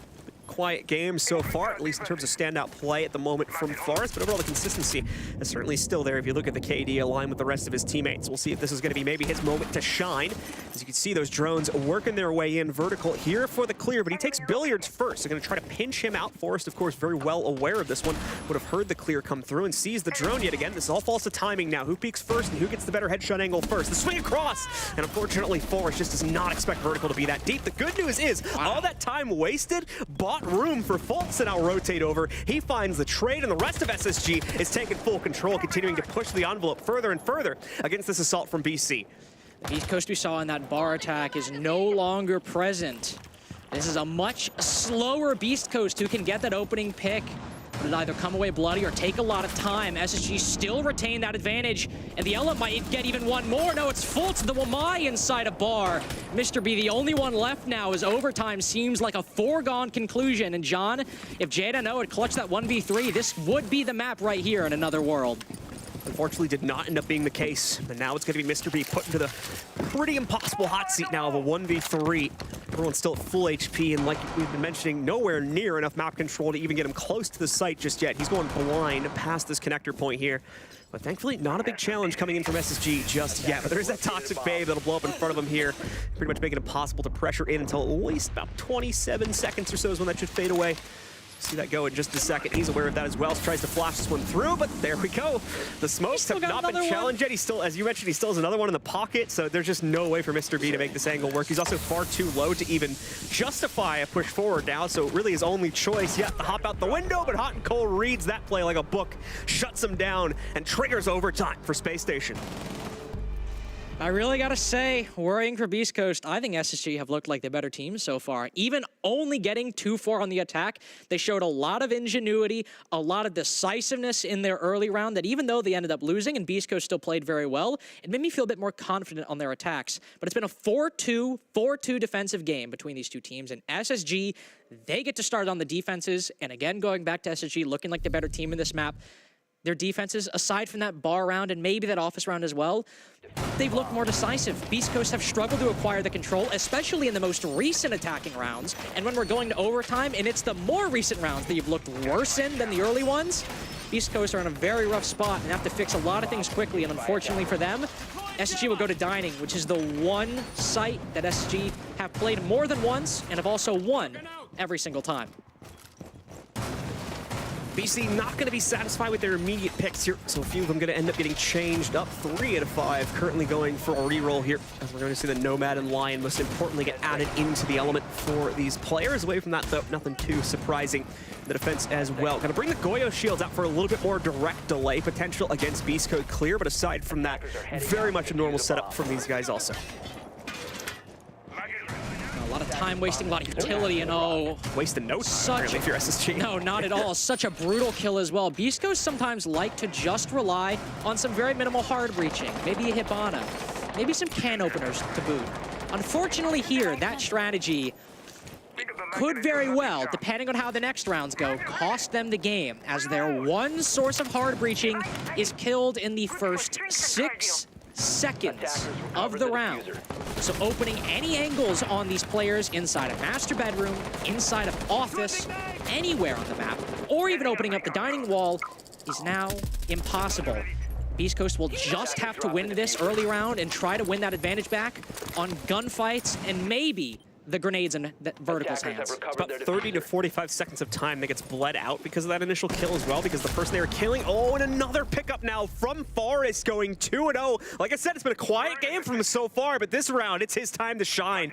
The initial pick is beautiful, and the follow-through on the Nitro is even better. But to finish my point, off of that initial kill, still, you had a massive amount of time wasted as Vertical had to go all the way back to the top of the mountain where they spawn at and pick up the case. Now, Hat finally ready to fend off some of this pressure, but apparently the boil from SSG is a little bit too much. Their fault still with the ever so reliable M590 shuts out the only attacker that's been able to make it to the inside so far in Hat and leaves it all on Vert and Doc now to claim it from the 2v4. Fultz is putting up a, dare I say, a Kino level performance on Smoke today. Not just with the shotgun, of course, but the SMG-11, especially that 3K in the last round. He's the top fragger for SSG so far and is looking to send them to match point. Doc and Vertical, only 2 left. Doc has some good positioning.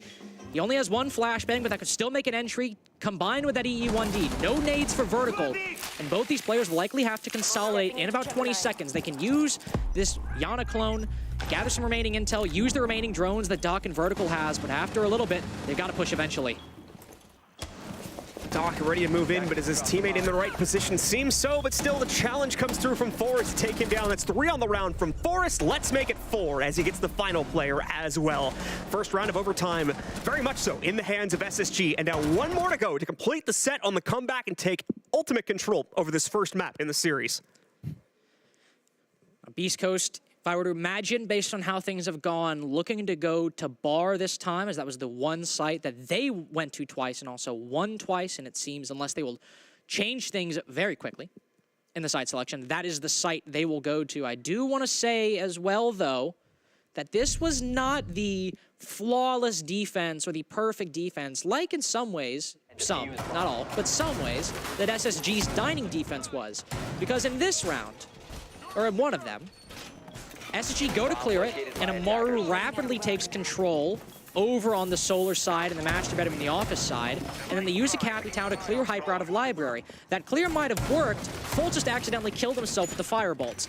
But if he's able to land that third, Hyper is in a very dire position, and I want to see if they do the same thing, if they have the Amaru, if they have the Capital, they go for the same thing. But not to mention any names of operators beyond the Amaru. Maybe SSG have something else in mind. 4 more seconds, then we'll say it. 4 more seconds. It's sticking around. All right, they have a blitz. No Capital. They have a blitz this time, John. You saw a blitz in round number 1. It didn't work out for SSG. This is a different site. This is a new SSG. This is a match point SSG. How are they going to use it here? a very slow walk up initially. SSG are a bit worried. Beast Coast might want some revenge from the previous round there. Thankfully, no one from Beast Coast showing that face early on, but we are going to see, of course, Forest. They're ready to move up. Ready to take some of that initial control here, wherever he's going to make his first entry. And it looks like that may be over here inside of Trophy, while a few more players are able to quickly knock out the snowmobile panels and allow access from that position. Fultz moving from the Capitao to the Flores, still an operator. That can clear out a lot of utility that'll be placed over on this bar side. Noah Zombie, but can clear out that deployable shield. Clear out even Hyper in that position. You put a Rotero drone right there. Hyper's got to move at least a little bit. Could be a good position for a frag grenade, but there's a Gara hook somewhere. Yamaru launched in.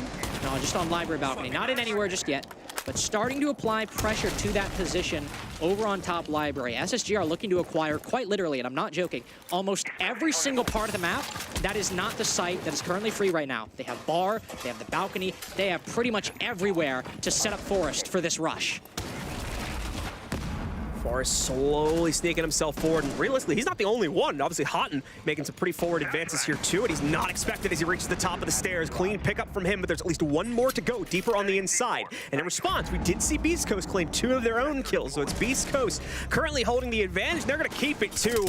Hyper able to fend off Hot and Cold's clear up towards Library. Fultz going to try and find the trade on the inside of it, but J9O picks up one first. Fultz does successfully find the kill on Doc, however, so we're back to an even field. A 2v2 now between these remaining players, and as well, a little over a minute to go, so SSG can still play this quite slowly, given that remaining time.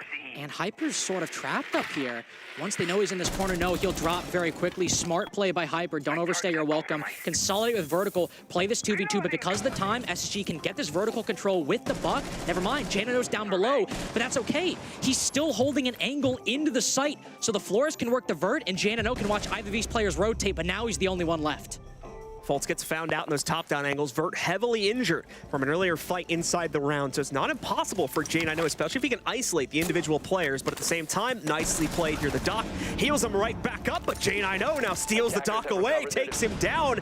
It's now a 1v1 with 30 seconds to go. Plenty of time to play this Vert, getting flashed out, ducks and dodges his way back into the inside of the bar. J9O realized this, but doesn't see him hiding behind the chassis, so round 2 of OT goes to Beast Coast instead. It's up to the final round of round 15 to decide who takes this first map of the series. 2 times now, Vert has outplayed J9O in the 1v1, and it just might save Beast Coast's map pick if they can win an attack. But that's the question. Vert has been so clinical. These attacks from Beast Coast have not been up to par if they want to secure this out so far. Again, they had bar, but their other attacking win came down to that other vertical 1v1 against J9O. Bar has been the only round that looked the cleanest for Beast Coast, and there's not a large sample size to choose from. SSG will go back to Master Bedroom and Office. This is the round that had that initial 1v1, and that SSG won to send into overtime in a round, John, that frankly did not look close. All right, well, let's see here. Who ends up topping it out on the final play? Already at least one repick coming out for the attackers. There's the Bravo just getting swapped in quick and casually by Beast Coast. Away from that, though, no huge surprises on either team. I doubt either of these squads wanting to take a risk given what's at stake on this round, so expect some very straightforward play, at least initially. I have seen things get quite crazy, though, especially as of the halftime point and onward.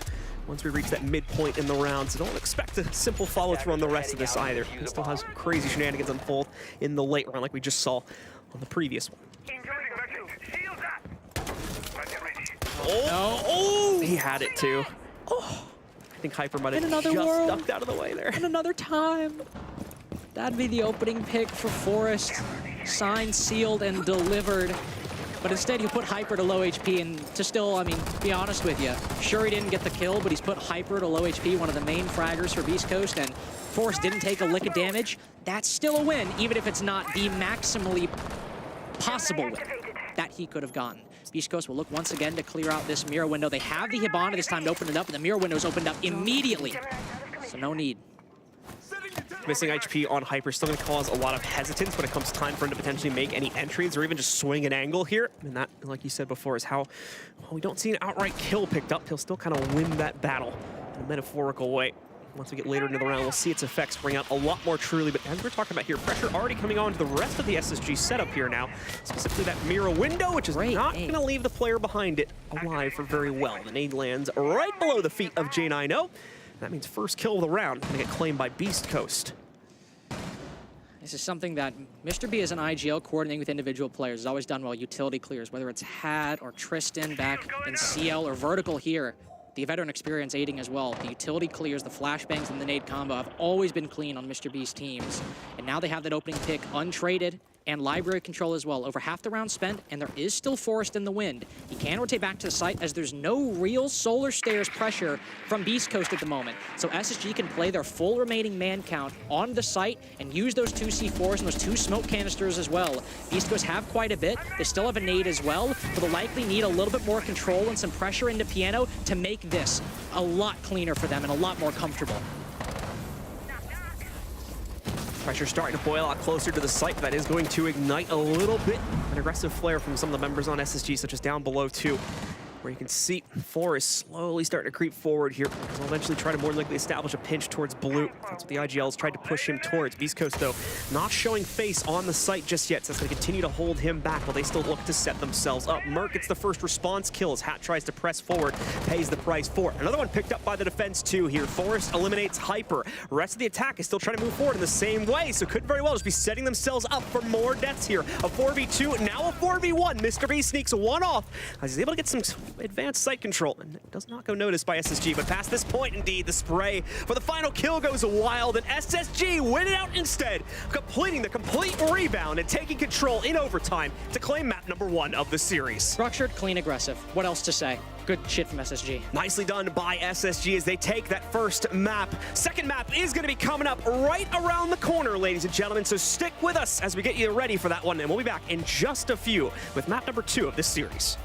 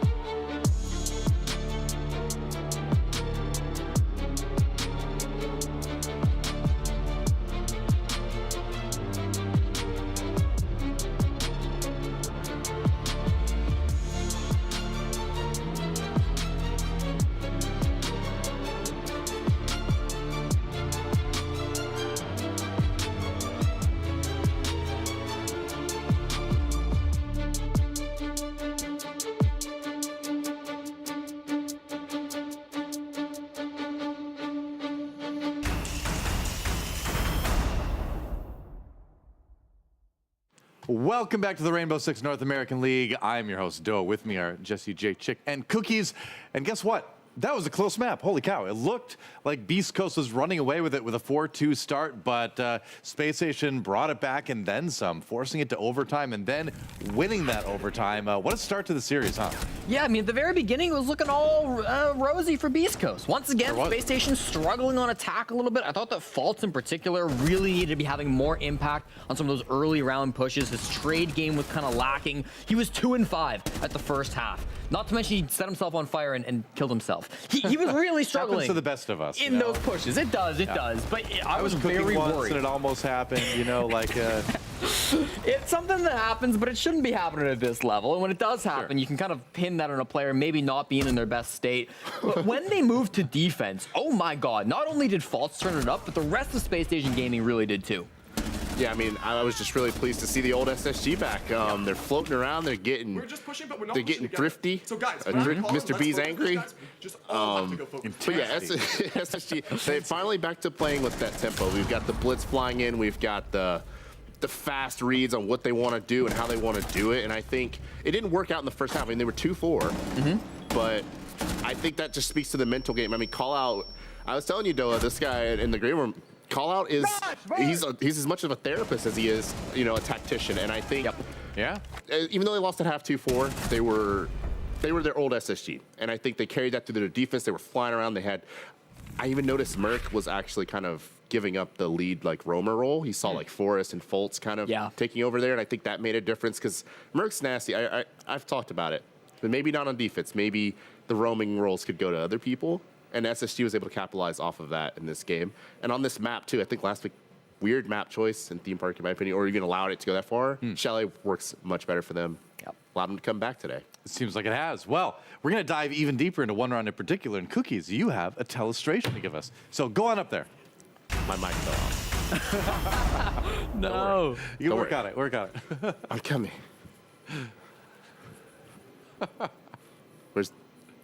Guys, this was crazy, okay? This was absolutely bubonic. Okay, so feast your eyes here on the on the Amaru. This is just this is absolutely nuts. My mic's going crazy. Hold on. Over here, man. There you go. You got it. Okay. Yes. Okay. Okay, we'll get through this, guys. Don't worry. Okay. Amaru. Merc's 0-3. He's got a supernova. He's running Amaru. It's not ideal, okay?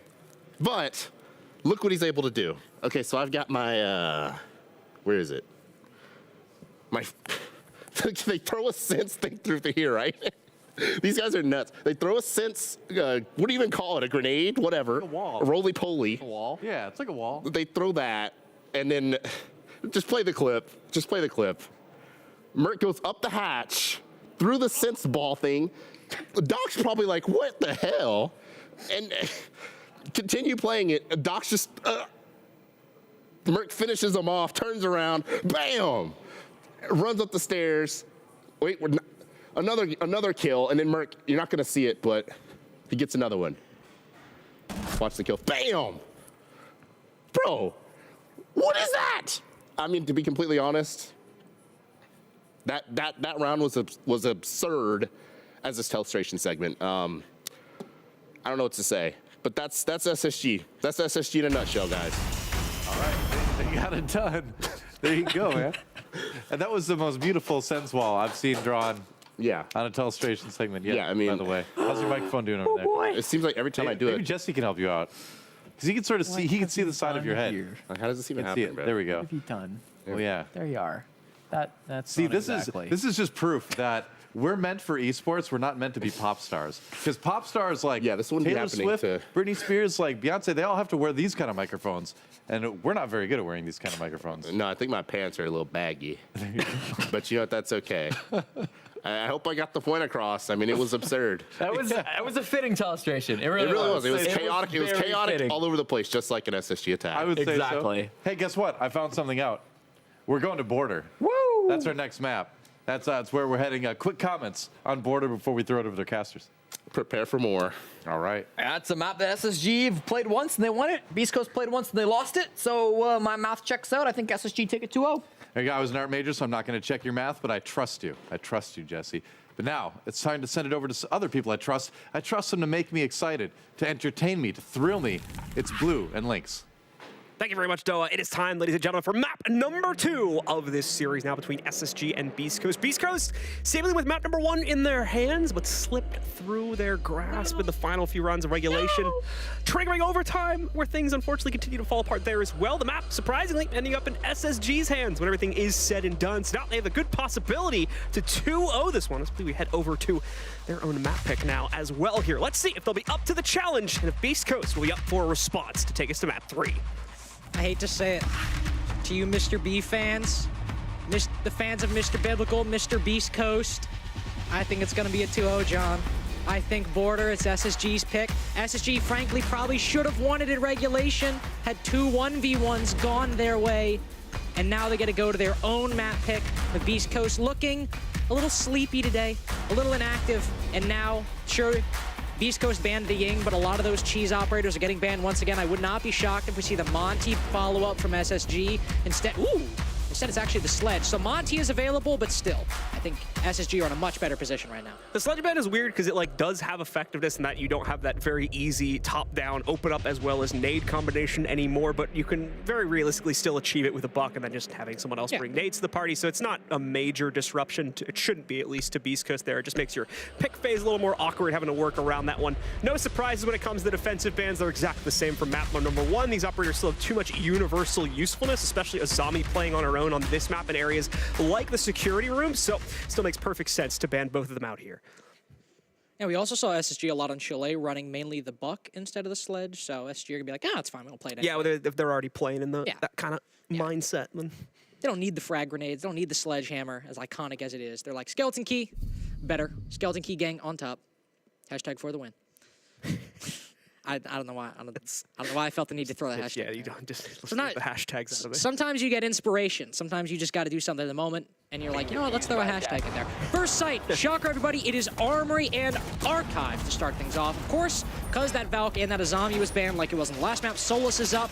We might not see a lot of her initially. What we will see instead is the Mira, which usually when we see teams bring that Mira, it could be to aid the CCTV hold, especially if Azami is banned. It's a lot harder to hold. What could be also used is, as you're seeing right here, to fend off any east side pressure. The attack takes Fountain. You can use that Black Mirror to recontest it later on. You could also use a second if you wanted to put it on the single panel that you see the Jaeger reinforcing right now.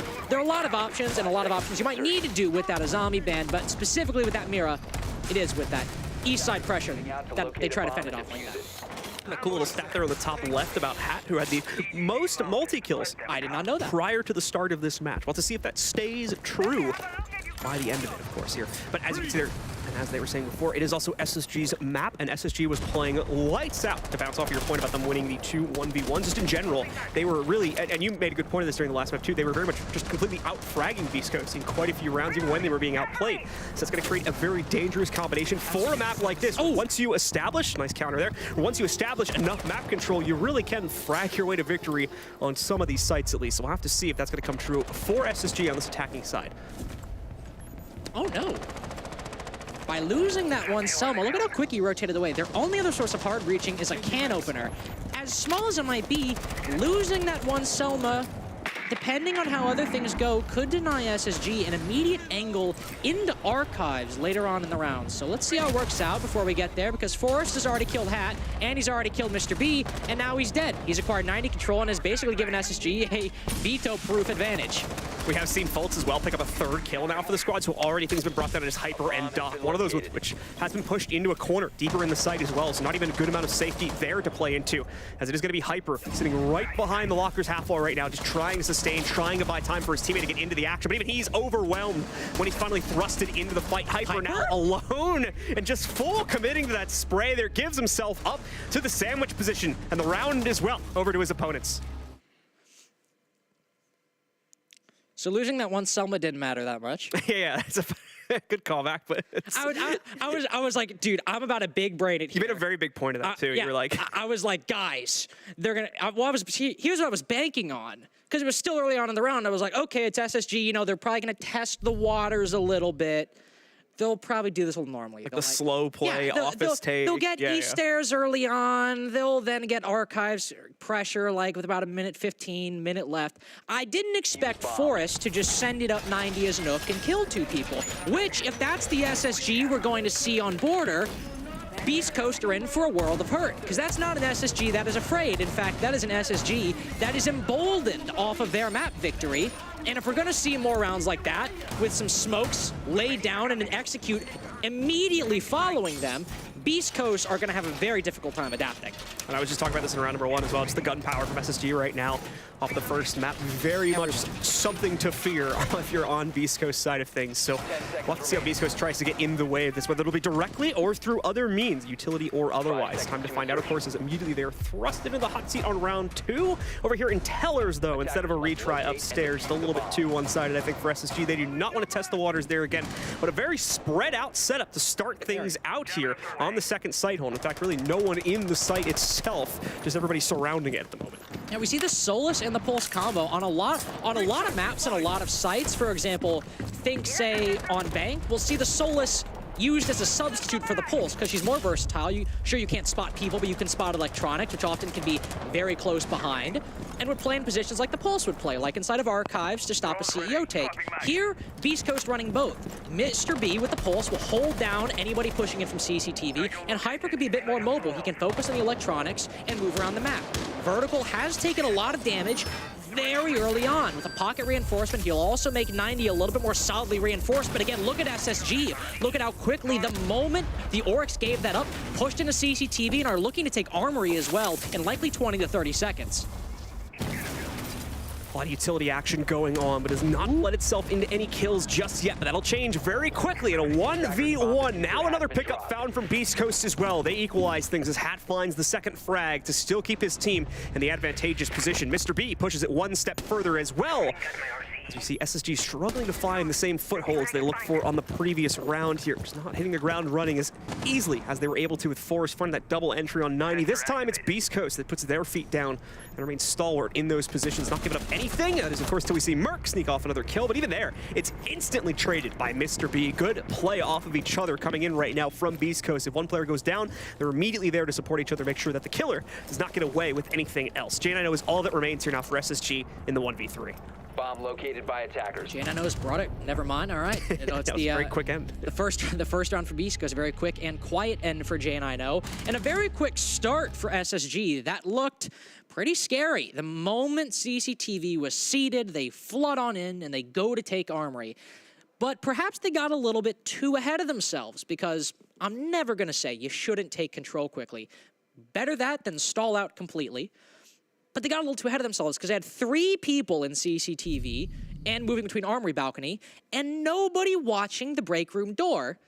The position right next to where the Oryx just left CCTV. He was playing there. He fell back to 90, reinforced it off, and I know SSG heard that reinforcement. Those things are not quiet. But they got a little lax. They had nobody watching the break room, despite CCTV being the first position they entered on the map. Just a little sloppy right there. Even though, you know, Vertical didn't get a 3K, he still started that sequence of trades on a good note for Beast Coast, and it led to them, instead of being in a 3v3, being in a 3v2 by the end of things. So as SSG fails to find their footing on round number 2, we see an immediate time point coming in for both of those teams. Has equalized it. Now we go back to that Armory hold, it looks like, for round number 3, as Beast Coast try to find success here in comparison to round number 1 here. A little bit more of a direct hold against things as well. We're going to see the laser gates get brought out this time to put a little bit more resistance on areas like CCTV. Create hopefully a little bit more of a band-aid solution, at least for now, to hold back SSG on those very quick clears. Sola spotted very quickly by a drone. Her worst nemesis will be pushed back. J9 shooting open the doorway with it combined with the Z-ping will force the Solus likely back over towards the break room. SG taking things a little bit slower to start out, mainly because Beast Coast are in a lot of these forward positions, but with an excellent bit of intel on that Solus, they know that Hat is pushed a little bit far forward. They can't just push it straight on in, as Beast Coast have someone watching the break room door right now, and there is that laser gate in the way. There are a lot of players that SSG, if they want to maintain that aggression and start coordinating, could pinch out if they wanted to, or even use some utility once that Aruni gate is burned. Nice nade goes in, a little off the mark though, so it's not going to get the full down against Hat. A second one primed and ready to go. Are they able to adjust it this one? And not looking like it there, as we do see Hat still claim the first kill for Beast Coast in a separate battle here. He'll lose about half of his HP from it, but still is able to successfully knock out. I believe Merc pushing him from the other side of security there, as where he gets the down against him. So nicely played. Forrest now going to kind of back away from things, try to pressure up through East Main instead. But even that, I believe, does have a little bit of a defensive setup sitting in the way, so Forrest not even fully confident on that, as now we're about halfway through the round. No trade has been picked up yet by SSG. Only just now are they starting to take some of that map control away. Here, once again, over by the east stairs. Oh, a big peek from Forrest as well. Goes directly into multiple players from Beast Coast. Hat is the main one ready to frag out there. He's going to get one more on top of that for 3 on the round. Jam, I know, with a good adjustment here, gets the call out from his teammate. Quickly flicks over to Hat to end his wrath as far as this round is concerned, but still far too much damage realistically has been done. The remaining 2 attackers are stuck by those east main stairs where, as I've mentioned quite a few times now, they've been just stuck here fighting for the last 30 seconds or so. And everyone on Beast Coast is already well aware of this. That doesn't necessarily mean they're going to be able to stop the flow coming through. As J9O picks up a second one on the entry, tries to go for 3, but Hyper has his angle locked in, trades out, and Fultz is unfortunately lost as he swings the corner. Very quick closeout once again from the single shot rifle, and that will give the round over to our defenders. And this is how Border can go sometimes. People like to say it's attacker-sided, but often, and I think this is actually, I think I saw Nick say this on Twitter, it can often be based on what the defense gives you. And that's an important part right there, because SSG were very well set up in that early round. They had somebody on east stairs to make sure that nobody could flank from the top. They had somebody watching the break room door to make sure that if Hat were to try to rotate into or deeper into CCTV, that he was cut off. Hat was effectively isolated completely from the rest of his team based off these angles, and Forrest had the nade from below. And yet before that second nade landed, Hat was able to get the second kill. Forrest even pauses using that nade, and then Hat is able to get away. That very nearly, had that first nade landed, been a man advantage for SSG, that likely would not have been traded. Likely would not have been traded even close. And SSG on Border could maybe win the round off that. Get CCTV control, you push the other guy back. That could be it right there, at least in the early round. But because one small little difference was made, the second nade didn't land and Hat got that opening pick, it basically snowballed for Beast Coast and got them that third round. And so move over to ventilation now for Beast Coast, having those 2 sites locked in. They have to follow through on their tertiary one, which is going to be, once again, a site that there should be plenty of familiarity on the SSG side, so doubt they're going to be reaching for too much here to execute upon. Initially, we're going to see the Bravo get brought back out, but that is an initial pick, so we'll have to see. Still could get repicked at some point in the next 30 seconds or so here. Very intel-heavy setup, wanting to try and clear things out and establish a game plan well before they ever set foot into the building, let alone the site. And when they are finally ready to go through with it, it'll be one swift motion to attempt to take full control. I think you also might be an interesting pick to try and hunt down that Solus a little bit more effectively. Of course, there is no Solus on the defense right now. And Forrest, there you go, will change to the Buck as a result, because they've likely droned it out and realized, hey guys, considering the fact that our drones have not been hunted down and shot within the first 15 seconds of entering the building, there's probably not a Solus on the board. So now they can switch off pretty easily. They did pick that Buck for a second. Of course, there's no sledge, so it's your main source of vertical destruction, but they'll instead go with the Ash. Very minimal right there. The only set of soft destruction available right now for the attack that might indicate maybe they're only looking to go for a plant on vent door, where you run through that main double door and just plant on the doorway to ventilation. Might be the case, could be a little too early to call, but with how little vertical destruction they have, that's at least what my mind is going to. But there's still plenty of time for them to change it. 31 gadgets stolen away is going to prevent any additional aggression from the defenders working their way out towards the kind of the east main lobby there on top of the stairs. As I believe that was a Banshee stolen away by the attackers, so it now works against the defenders instead. Away from that, though, not a whole lot of follow-through just yet. Like I said before, SSG is building up a very intel-heavy comp right now, so they want to try and set things up before they ever set foot in the building, so it's going to be a little bit of an actionless kind of early to mid-round here. Merc, though, giving us a little bit of excitement, but at the same time, I believe an impact comes to the very same hole Merc was just shooting and leads to the death of all those X-Kairos. Such a big impact from vertical. All Hot and Cold has now is some X Kairos to open up angles with, which is great. I mean, that's one of the big benefits of that buff she got so long ago, the 2, the 4, the 6 X Kairos. You can open up so many angles. That's all he can do now. Hard breaching is down to 0. Stock is at an all-time low. So you'll open up a very good angle. This is it. That's a great line of sight in the office, but as you said, that's it. No other angles possible to be opened up. No can openers present for the remaining players as well. So this will be the only cross angle they're able to establish for themselves. The good news is, again, the wall is soft going into the actual site itself, or at least the area above it here, so they could still knock that out. But Beast Coast more than ready for this challenge. Hat goes for 2 against both Fultz and Merc. J90 also going to get knocked out here by Vertical. Hot and Cold sneaks through the chaos, and Vertical claims the second one as well. But Hot and Cold looking to trade this out very quickly. Not going to end up working out. Vertical controls the situation instead for BC as they continue to dominate so far on this defensive side of Border. Again, just look at how quickly these rounds are going from 5v4s, or maybe not necessarily quickly, but look at how dominantly these rounds are going. From 5v4s to 5v2s, or 4v2s, or 4v1s by the end of it. Basically, every single time one of these teams has either, gotten the opening pick, it has been very quick to move into the fortunes of the team who got that first pick. On Armory, Forrest walks up 90, gets 2 kills. The round ends like 20 seconds later. And then every round after that, Beast Coast have gotten the opening pick, and the round has ended at max, it feels like, a minute after that opening pick. If we're being very generous and taking things very slowly. By Beast Coast getting so many of these engagements, they have not wasted the control. Beast Coast are not at all, as compared to play to number 1, confused about how you play Border. If you're able to keep that advantage and keep that control, you do not give it up. You keep playing it, and there's no falling back to sight. You get in the attacks phase, and you try to hold out as long as you can. 10 seconds remaining. So, as the time comes to a close, just some small adjustments. In fact, really only one adjustment coming in for SSG. Just change over to the floors. They have greater capability to knock out some of the insight utility. Makes perfect sense considering that we're going over here towards Tellers now, which is a very interior site. It's not going to necessarily give the attackers a whole lot of opportunity to bank nades to take care of that one. And of course, the ability to open up some of the top-down destruction as well in kind of a worst-case scenario. But Merc will more likely be doing most of that work. So will Forrest, of course, with the breaching charge. They have Hot and Cold to neutralize. They actually have 9 breaching charges between all 3 of them. So quite a bit to take care of the top-down work. Fultz, I believe, landing that shot against Vertical. Thought it was a headshot, but apparently not. That or the wall ends up eating up enough damage to not fully kill him. So he'll end up at half HP instead. That would have been the shot of a lifetime right there. I don't think it wasn't even open at all. That was just like a crazy pre-fire, I think. And Fultz has seen a thing or two. He's been around the block a few times. apparently it was partially open. Well, still, even if partially open, closed, open, I don't care. He was holding a pixel right there. Might as well have been effectively closed. Merc also holding a tight angle, but shots and damage exchanged, or shots exchanged, but no damage exchanged either way. Instead, SG will exchange those early gunfights for maybe some control as they'll make their way into the building. Of course, a little down below and a little above, but both on that west side of the map, into CCTV and into jail. But for the first half of the round, haven't gotten much more than that.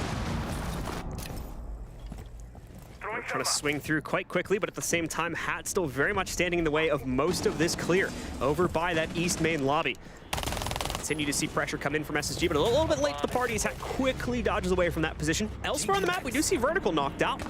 It's going to be the first kill of the round as well, so SSG gains a slight advantage upon that and going to be able to push it even further now with this nice little wrap from Hot and Cold onto the inside of Passport check to knock Hat out, but Doc finally claims some revenge here. Puts it back down to a much more palatable 3v4 for himself and the rest of his team. Kept that spray going for a little longer. Might have picked up another one, but instead, it's the headshot coming in from Hot and Cold through the wall.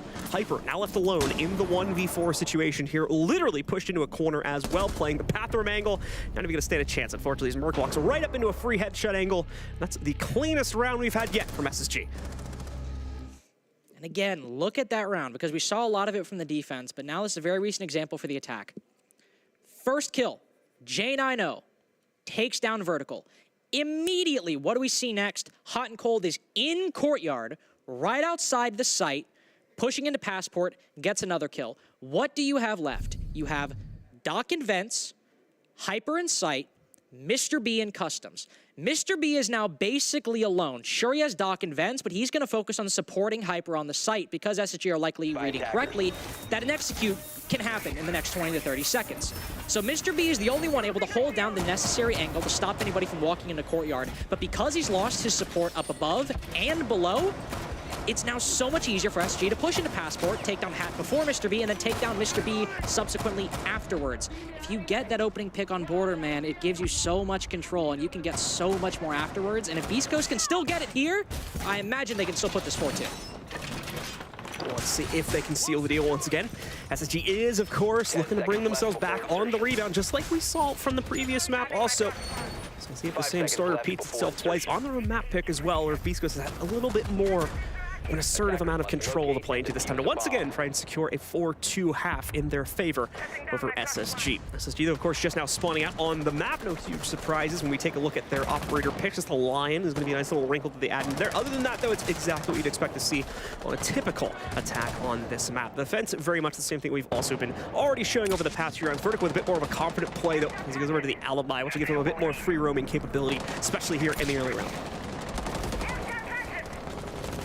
SSG will use some of those air jabs early on, deny some of these runouts. Here's the nade. It missed the other round, and ooh, the first one misses again, but Merc still has that second, but Hat will rotate out to the courtyard. He's got to be careful with that window, though, because again, players from SSG are cutting off some of his rotations back, but there's nobody at the break room door this time.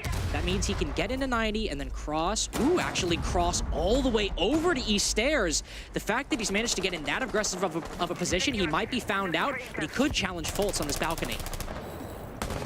Fultz certainly aware of the fact that the rotation has worked its way into that east lobby, but it's hot and cold that seals the deal on the actual pickup, forcing him out with the opening of the barricade and then taking him down, assuming we're just going to be one player with an Overwatch on his angle. It was two instead. That's enough to knock him out on the rotate here. Vertical expecting there to be someone right next to the breach. He actually, believe it brings a player very close to being down, but he's not going to be able to complete the set, unfortunately. He himself is brought down to just a tiny sliver of HP in the meanwhile here. 5 or so to try and play off of, but he's still maintained the position behind this hard breach. Well, thankfully the hatch, although unbroken, sits right next to him. He's got the shotgun pistol. That's an easy escape to get out of this situation. Doesn't last for very long beyond that, though, as downstairs control is still very much in the hands of SSG right now, and they take him out quite quickly as he tries to rotate back over towards the main lobby. Yeah, SSG right into that perfectly the moment it happened. If you saw the moment Vertical dropped, SSG or Merc hopped down as well to shut that down. Now with it being a 5v2, Hyper can't really stop this entry into Archives because they can walk up the balcony, get the control. Mr. B's got to win this flank, and he's got the first kill at least. More pressure coming back in, though, and both of the remaining defenders just fall to pieces a second later. SSG really starting to come into their own, it seems, over these last 2 rounds, and it is going to end the half on that one. So a little bit of a side reset, maybe exactly what Beast Coast needs, but at the same time, this also is where SSG really started to take control of the previous matchup on the previous map. So we'll see if the same thing unfolds again here, and they try to run the gauntlet straight up to 7 from this 3-3 halftime scoreline. And keep in mind, again, no Azami on border, so when SSG goes Armory Lockers, it'll likely be a similar setup to what Beast Coast were doing. No solo hold of CCTV. If anything, maybe even some loose control if they want to play a little conservatively and play a little safe. First half was very much a tale of who got the opening pick. We see in the rounds SSG won, they got it. The rounds BC won, they got it. Pretty one-sidedly after it happened. Let's see if it continues right here, because I want to see what Beast Coast do. SSG started off very aggressive and ended the half, I would say, still very, very decisive, but a lot slower by the end. Not rushing into the buildings in the first 45 seconds, but taking their time and working off angles. This will be a good time for Beast Coast to set the pace, because this is their opponent's map pick. It's a 3-3 half. They don't have a decided advantage. For a team that is young in terms of the roster, and needs to get the momentum to win this series, they need to start this off on a good note. I want to see something quicker here and not say an execute with only 30 seconds left. So let's see if that's what we shall get from Beast Coast as their lineup now locked, and they are going to be trying to use that buck. And we saw SSG trying to take care of the top downs a little bit more with utility in the previous half, kind of ignoring the buck, I think, for quite a few of those rounds because of that one. So Doc and the rest of BC are going to take a much more direct path. That obviously not going to see a huge amount of usage out of him in this round specifically, but as we move deeper into the site pool, we'll probably see a bit more play come out from him. Hopefully make or break some of these angles when they get closer to the site, like areas in Tellers. Away from that, the relatively quiet start to both teams here, as SSG doesn't want to directly challenge anything from break or otherwise, but at the same time, it's a very tepid step forward here being taken by Beast Coast as well, as they also don't want to trip up here in this first minute of play. A lukewarm first minute. Mr. B outside, holding his angle. Hyper looking like he might open up that east stairs door or lurk outside that archives door. Nobody gonna get aggressive from SSG really in that part of the map anyway. There are some players on the east side, as you can see the Oryx right there, and ooh, somebody down below. Does Hat have that Gone 6? He's playing right on the hatch.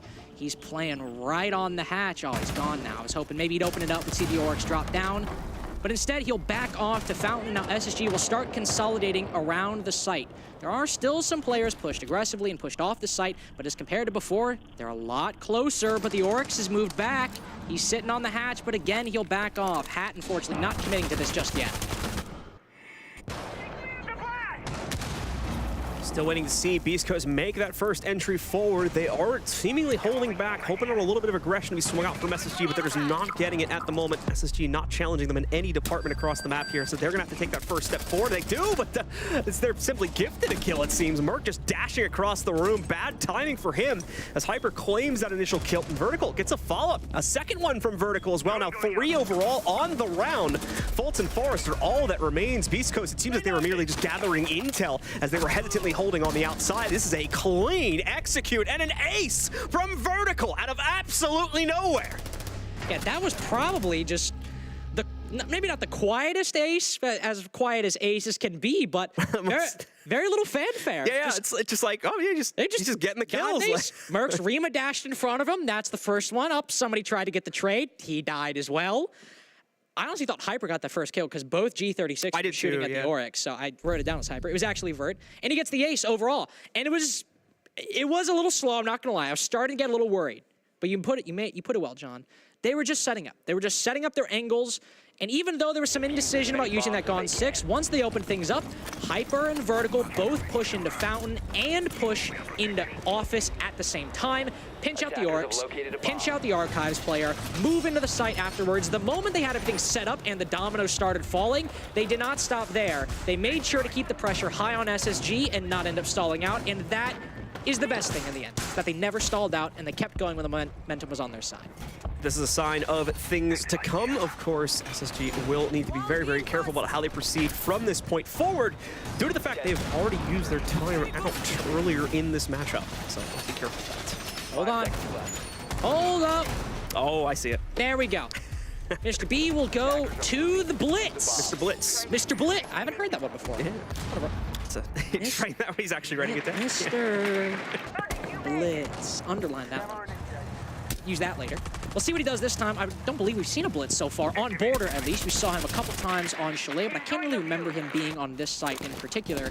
It was the impressive Nook Rush from Forrest in round number 1 instead of the Blitz, which he sometimes likes to take up. And on a vent push, will Mr. B send it through jail? Will he send it in through vents? Will he do something else and get the bomb down on a different part of the map? It's looking like a main door push, John, and it doesn't look like they're about to waste any more time. Once this reaches about 2 minutes, they get the necessary intel and the necessary utility, and Mr. B will start sprinting.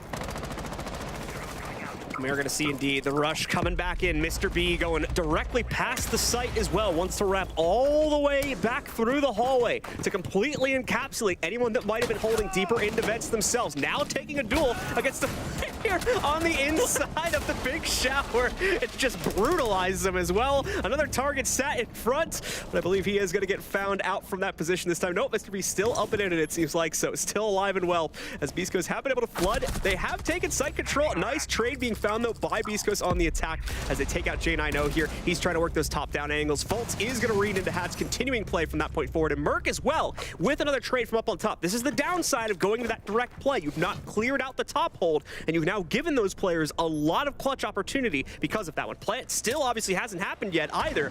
So there are some issues with this attack showing up now for Beast Coast, though finally feeling enough safety to go for that plant. Let's see if it lands down onto the ground, and nicely done by Hyper. At least has the overwatch for his teammate here. Takes out Merc, but Fultz trades that right back. Sends us into a 1v1. A Blitz 1v1? A Blitz Eyes on the diffuser. and a Malusi. Oh boy, what do we have here? Oh! Fultz just snipes the head off instead. Mr. B lost the position of Fultz trying to wrap around there, getting the flash out, and as a result, Fultz gets the clutch going instead. Man, look at this. Wow, he is angry. He's just really testing his crouch key up there. I have to say, I don't think in my 3 years of casting Rainbow Six, I have seen a blitz post-plant 1v1. I think it's the only time I've seen it. I've never seen that before. I've never seen that before either. And Monty, maybe. But. And I don't know if it's a good idea for it to happen again. Because as we saw, the blitz really, a lot of you don't need me to explain this to you, but the blitz really works if you carry after his namesake. If you go quickly, you establish the control early, and you get the bomb down fast, which Beast Coast almost did. But as you pointed out, you have to be wary of that vertical control. You've left it. You've ceded it to the defense. And maybe a floor hole goes unchecked. It happens. But Vertical's standing below an open hatch. Definitely not the best situational awareness, unfortunately. Vertical maybe getting caught up in the moment. But once it fell to the 2v2, and we have a break from the pattern of the opening pick winning the round, Beast Coast really struggled at that point because Hyper has to watch the hatch. He's got to watch the vertical angles, and those are some tight shots to land. And because it didn't work on that initial play, and Blitz just happened to be one of the only people to survive, that's a much more difficult 2v2 to play than a 5v5 early on. Beast Coast coming so close to success on that rush play with the blitz, but not able to control it inside of the 2v2 clutch when everything is said and done. They drop the round. SSG finds footing yet again to tie us back up now. Time to see if they can push it one step further. Another successful defensive round. This time going to be played upstairs here. We do see a little bit of an opening being made here now by Hot and Cold to try and impact trick out this opening, and he's going to stick around for it. Here's the X-Kairos, who's got his opportunity, but so landing this one going to be a little tough given the amount of vertical distance between himself and those X-Kairos. So immediately we'll see another 4-pack of the X-Kairos follow up the 2 that did explode. And the impact actually gets all 4 of them this time, it looks like. Oh, it's a little messy now as we look on the inside. I think once again, maybe the bottom 2 made it. It's a little weird because the impacts are taking out the soft breach as well, but there we go. All the impacts are now gone. I think most of the X-Kairos have been wasted. The goal of not having that be open is completed either way, so that's a win for the defense no matter which way you throw it. The logic of that, by the way, was Mr. B was like, all right, they gotta be out of impacts now, right? I mean, there's no way they rotate another guy over. He's used the 2. And, well, he did use the 2. And an SSG were like, no, I got one more in me. This is worth it. Exactly. And honestly, it is.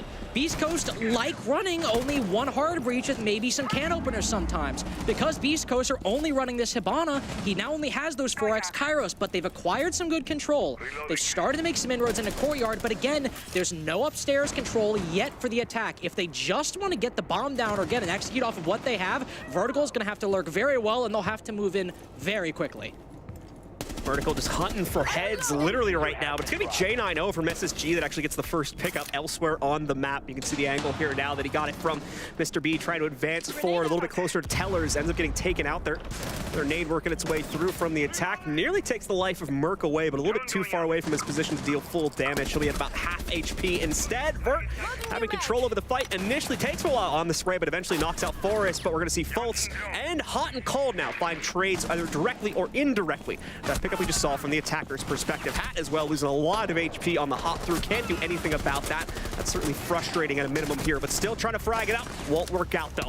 J90 shuts him down outright, and Doc's position is far too easy to counter angle, so SSG get a clean closeout to this Teller's hold. Just hold their positions and kill Beast Coast as they come to them. I mean, Beast Coast getting quadruple impact trick on that Jer wall is actually pretty representative of the entire round if you extrapolate it and look at the kills, the control that Beast Coast had, because just like they tried to put 14x Kairos and every one of them got impact trick and only a small hole was opened up. In that round, Beast Coast had players in CCTV. They had players outside the site. They had players inside of Passport. They had players in all different positions, even pushed into Courtyard with seemingly a small opening into sight, maybe if the cards go their way. And SSG was also completely there to meet them. They had people inside of office, inside of armory, inside of tellers, bathrooms, still in all these positions. They had never been cleared out. They never felt any semblance of pressure. So there was no need to rotate back or even really rotate at all. And Beast Coast was left standing there No hard breach, no control, just going for kills. And so far, SSG have been hitting their shots in a way that I think has honestly been one of the best so far that we've seen this stage, despite the first map being 8-7 and it still being 5-4. Yep, definitely the case. The score doesn't necessarily show it. That's an interesting factor here to be fair about it as well. Beast Coast and SSG are actually relatively close right now in the kill department, but I think it's just in the moment. SSG is taking greater capitalization of those kills and is able to follow them through to get deeper into the site, or of course push their opponents out of it if they're on defense a bit more impressively than we're seeing Beast Coast do on the attacking side right now. It's also specifically, if you want to look at the scoreboard, Forest has cooled off a little bit since Chalet, though it took him a little bit to even get warmed up on that map. Right now, we've got a triumvirate, at least with close, or starting to reach double digits, 7, 8, 9. Fultz, Jane, I know, and Hot and Cold. But as you said, Beast Coast also decently close in the kills. They have another person with 2, but Vertical, the only one with double digits in the lobby so far, at 10. And all of these rounds have been very quick and very one-sided once somebody gets that opening pick. But so far, now SSG gathering the lead. They've been able to win out 2 of those defenses, albeit one of them in a 1vx and in a post plant as well. Going back to arm rates is the 1 round Beast Coast won, and they won it fairly quickly once they got that first kill. This is where I want to see things change for SSG. Let's see them get aggressive. Remember how we saw Forrest start spawn peeking last round, or on Chalet? I don't want to see him start spawn peeking, but I want to see him start getting active. Let's see now as Beast Coast work their way forward, taking that initial control over here towards the front door lobby. Not going to see much of a disruption come in there, as there's not much of a defensive setup from SSG in that part of the map, but it's only one small step of things here. They're also trying to move for quick jail control. Vertical will be taking that for himself and able to proceed forward past that point. Overall, the initial emphasis is on that downstairs control. They will have to eventually move this up, but unfortunately, the downstairs control is going to cost them quite a bit. Fultz is able to still freely, because of all the pressure downstairs, play things out on that new balcony, leading out towards South Main, and as a result, currently levies that pressure into an opening kill against Mr. B, now forcing Doc to wrap all the way back up on Repelt and take up that position at least so they can retrieve the case. 2 rounds in a row now. The main hard breacher dying. This time there is some backup. Doc has 1 can opener of 2 remaining, but no advantage gained by Beast Coast. Nothing even remotely close. Mr. B and Hat now cut down. The best player on Beast Coast in this map so far, Vertical, still alive. But in the 5v3, now this is the position when you can start maybe pulling back a little bit, but no retreat by Hot and Cold. He's finally taken down. But Beast Coast are in such a strong deficit. Sure with some flashbangs, sure with an EU1D, but no control. This is looking like an SSG match point. SSG, like you said, even with the 1 player down, not a whole lot that can stop them from finding success here. It's going to take a big amount of entry power from either Hyper or Doc to make up the difference. Although Doc gets us off to a good start, just can't carry it forward. That was the problem we were hoping they would not run into. An immediate trade shows up in the favor of the defenders and indeed pushes them that much closer to match point as well. And for Merc, it's an easy closeout as he swings the stairs. His opponent apparently none the wiser to it. Shuts him down outright and sets up a 6th round for SSG. And the one site, Beast Coast won on their attacks, now has a win for SSG as well. No safe haven that Beast Coast can bet on. Even with this rush, they ended up losing. It's the 1 round that's broken with the pattern that we've talked about so far. But I don't think we're going to see another blitz this time. I don't think we're going to see another cheese pick from Beast Coast. Maybe they'll switch to the Monty and the attacker repick. Who knows? But the last thing they need right now is a slow attack. The last thing they need is something artificially stopping their pace, even if it gets them maybe some more control. Because 2 rounds now, basically all these defenses, except for that 1vx, have been tsunamis washing over Beast Coast the moment that initial gambit for control fails. And SSG are setting up in a similar way to the way they have in previous rounds. The Mira to hold upstairs control, magnets to deny those projectiles, ADSs now as well. There's so much utility staring Beast Coast in the face that the last thing they need is to put limits on themselves, hopefully see them start to progress a little more, and maybe Hyper going to the Nook, maybe that's what they need. The change-ups have been made now. So we'll switch up for Hyper to potentially add a bit more of a sneaky play into the roundup here for the Beast Coast lineup. It'll be downstairs, of course, here inside of Vents. Time to see once more if SSG, up for the challenge on 1 final site hold, or if Beast Coast as well can still bring their own wits to bear. Just claim those 2 response pickups that'll be needed to trigger a 2nd consecutive overtime here. It's SSG now. Hopefully get their own set of revenge to trigger map number 3, which would end up going to Villa if we do need it. You can see them over there at the top right of your screen. want to see how the map's going, and of course, the score for map number 1 is up there too. Pepper will take his normal position regardless of the operator over by East Stairs. When they want to clear out this top floor, he'll lurk there early on, then provide some support. SSG may be realizing that Beast Coast are looking to take CCTV. They'll reinforce it and fall back off, but they're still able to contest 90. No, actually, they might have fallen off that reinforcement.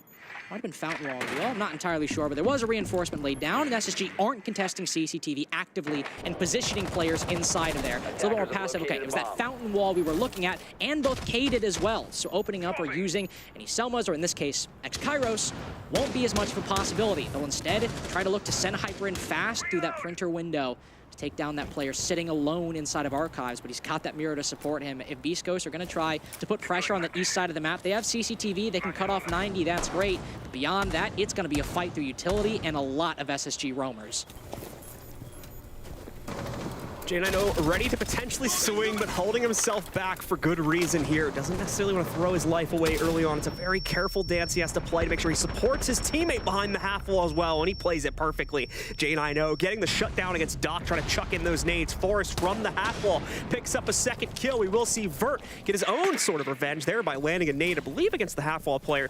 But either way, another member of SSG having gone down. Hack to try to proceed forward past Beepers here, and should be able to indeed catch Forrest on the cross. Good timing on the play from Hat there.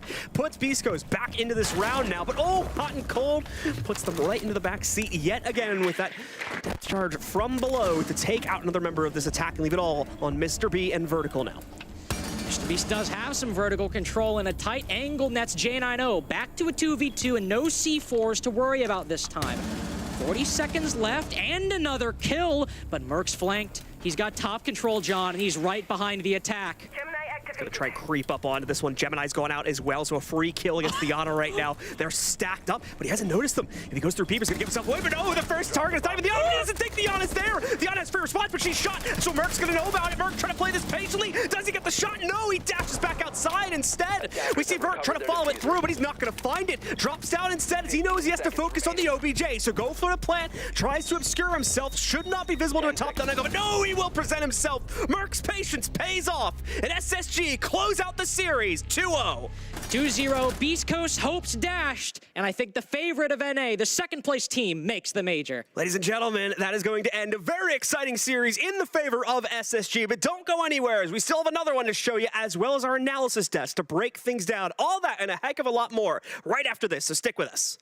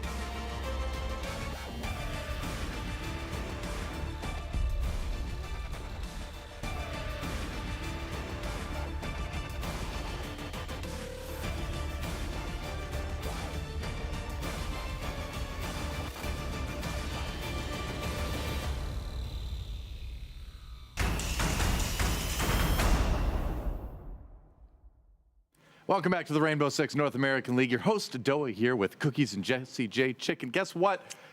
They only needed 2. They only needed 2 maps to get it done. I thought for sure we were going to a third one, especially after the way map 1 went, going all the way to OT, but Space Station Gaming says, nope, we're going to close it out in the second map. We're going to punch our ticket to the major. They got it done. Let's take a look at some highlights and kind of break that down a little bit. Yeah, I think looking at the attacks from Beast Coast in that second half, I think we really needed to see them close it out on Chalet. This one really does hurt to see going the way of Space Station Gaming after the season that Beast Coast have had, but of course they still have the LCQ. Space Station Gaming, particularly in that second half, really did a fantastic job blocking down those defenses. I felt like some of the times Beast Coast, they were just like struggling with that opening pick. This is a very frag-focused map. You need to be able to get those numbers, and oftentimes it felt like they just didn't really have that intel, didn't have the coordination to win those early fights on the side of Beast Coast, which really did hurt them later on down the line. Yeah, I mean, how many times throughout this stage, you know, these defensive clutches that did go to favor of SSG finally today? Yeah. How many times throughout this stage did that go the opposite way? And it was just some other team hitting a highlight clip. Finally, Merc had his moment on defense as well. I mean, I feel like the guys just getting... I mean, speaking of what happened to Merc, I mean, there was an opening that stuck out to me. He was in office. It was around Vert Aced. I mean, Merc got spit roasted. 2 different people are just coming from 2 different directions on him. It's just like, how in the world are you supposed to, like, fight that? It's just, I think both teams played really well, and I think it really just came down to the play you're watching right now. Dude, this is the goofiest way I've ever seen a game Seriously. end. Merc literally comes across 2 guys having a picnic top floor over the hatch, and he doesn't expect there to be 2, rightfully so. Yeah, no kidding. And then Vert panic shoots. That's kind of a goofy way to secure a major spot, but they got it. Yeah, I mean, they got it done. And what a difference between last week and this week, too. Like, maybe this week wasn't, like, the cleanest ever, but it still was an improvement on what we saw. You don't have to break out the clown kit, I think, for the next one. No, I don't think so. I think SSG, they've rightfully deserved their spot at the major. Their attacks today still were a little shaky. They were not, I think, they weren't winning to the extent that we saw them in the group stage, but they were better, and their defenses really carried them through. Yeah, I mean, I would say we saw the exciting SSG back, and I think that's the story to take away from this. I can't wait to ask them about it. I can't wait to ask, like, what changed between these 2 weeks, whether it was Beast Coast giving them the openings. I mean, maybe M80 just didn't give them openings that they wanted to be able to play the way they wanted to play. But I got to say, today was just a treat. I mean, we're watching since roly-polies. We're watching. I don't even know what round I could pin down as like the defining round or whatever. It was just back and forth chaos. Well, let's talk to Forrest a little bit about all of that. We got him standing by. Forrest, hey, congratulations on winning the match, obviously making it to the major. How has it been for you, really? I mean, the changes since last year were pretty huge for you as a player, right? Different org, new team, kind of getting used to the new squad, but you've made it back to the major again. How is that all sitting with you right now? I mean, it's saying good. You know, we've put a lot of work in with the guys, and putting the time in, having the support staff really just putting the extra effort, like making sure like we lock something like this in. I think it's a good goal for the team, but obviously you want to do way more. So I guess I kind of expected to be here, but like, I'm proud that like we also accomplished it with this amount of time. Yeah. Forrest, I want to dial in a little bit on your attacks because you guys were the #1 attacking team throughout the group stage. You guys were really, really coordinated. It felt like your entries were on point. And then last week, you guys went 1 for 12. You really weren't finding a lot of success there. So, what do you think happened? What was the difference in your attacks that week versus previously? And do you think that got better coming in through this week? I think our attacks against M80, we're just playing like pussies. Like we just I don't know. Like they're just gunning us. We're just playing shy. Like we're just playing like we had nothing to hang anymore. So like we waited to bust it out, let it hang again this week, and I think it showed again. Like we still got it like back in the bag. So you look just beat down, exhausted. Are you just emotionally overwhelmed right now, or is it like a job's not finished moment? Job's not finished, I mean, I think people are thinking like, oh, it's good that we won it all, but like, I think it's just a start. That's all. Yeah, fair enough. One last question before we let you go. I want to ask you about the impact that call-out has had on the team. Having him there, obviously, you worked with him previously. This is nothing new for you, but how has it been having him sort of adjust to this new squad? I think he's adjusted pretty well. I think it's more so getting everyone else accustomed to the squad. Yeah. Like, get everyone accustomed to call out, and so far they've been really receptive of it and, like, pretty good. Like, shout out to Mango too. He's also, like, just as good at working to really help call it, make his job easier. So he can kind of focus more internally for us.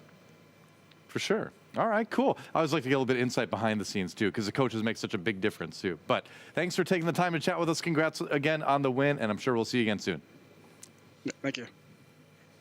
All right, there you go. Forrest from Space Station Gaming. I'm still getting used to saying that. I know the whole stage is done yet, but I'm still getting used to saying that smoothly. But it went well for them, right? They got the job done.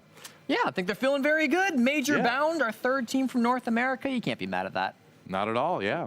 So I believe that means we've got time for a little bit of telestration here from Jesse. So Cookies and I are going to go take a seat. You'll take it away in just a moment.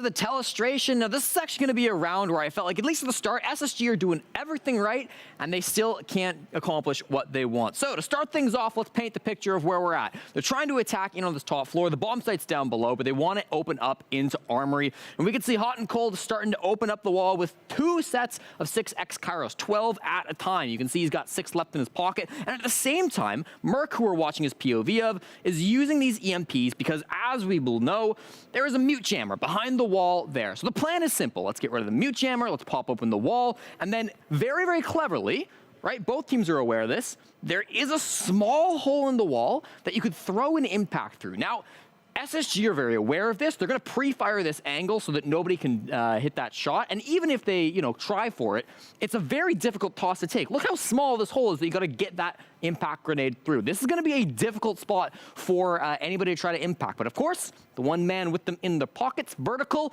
sometimes he does some crazy things. Let's play this. We'll see the EMP toss go out. There it is. Here's the pre-fire, which should prevent this, and still it goes through. It gets all 12x Kairos, and immediately SSG are like, crap. Game plan has to change. They're going to now try to take this top floor through the office side of things. They're going to take some time to move over to that side of the map. Really unfortunate that that didn't work out for them. And such an insane impact grenade throw to come out from the Wamai. I had to highlight that. But again, Space Station Gaming, they're a good team. They make this rotation over. They're going to impact this mute jammer once again. They've got their last set of X Kairos to open up a beautiful little angle there. Everything's great. The problem comes right as they start to push on in. We'll pause it here, and they've got the right idea, right? We've got a player inside of the bomb site. It's Hat. He's playing behind this mirror window. That's where you expect him to play. But knowing that his movement and his position is going to be expected, he's going to rotate around into the fountain side of the map and hide in the corner, rat away. Usually what stops this is, of course, the fantastic utility coming through from Merc and Faults, but there's a problem. Merc's utility is on cooldown. The Lion EE1D has already been utilized, and he can't use it again. Faults just stops his call. We'll play the clip. He's going to start to call on the phone. Get ready for it. Here's the call. He stops. Not sure what's going on there. Clearly they're panicked. The 2 players rush on in, and they miss the angle anyways. Hat guns them both down. It's a beautiful little adaptation there to come through from Hat. And then Vertical, of course, our player who was tossing out the impact grenades, finds the cleanup onto 1, gets a second pick as well for his troubles, and it's a great little round there from Beast Coast. A round where really SG didn't do a whole lot wrong, yet still they were the ones that fell. Nice little round from Beast Coast. Unfortunately, not enough. That second half, again, was killer for them. But Space Station Gaming, they qualify for the major. Now, we've still got one more game to watch. Of course, the #1 team in North America has yet to be decided. Dark Zero versus Beast Coast will be our next match. So let's call it a quick break. When we come back, we'll break down that match.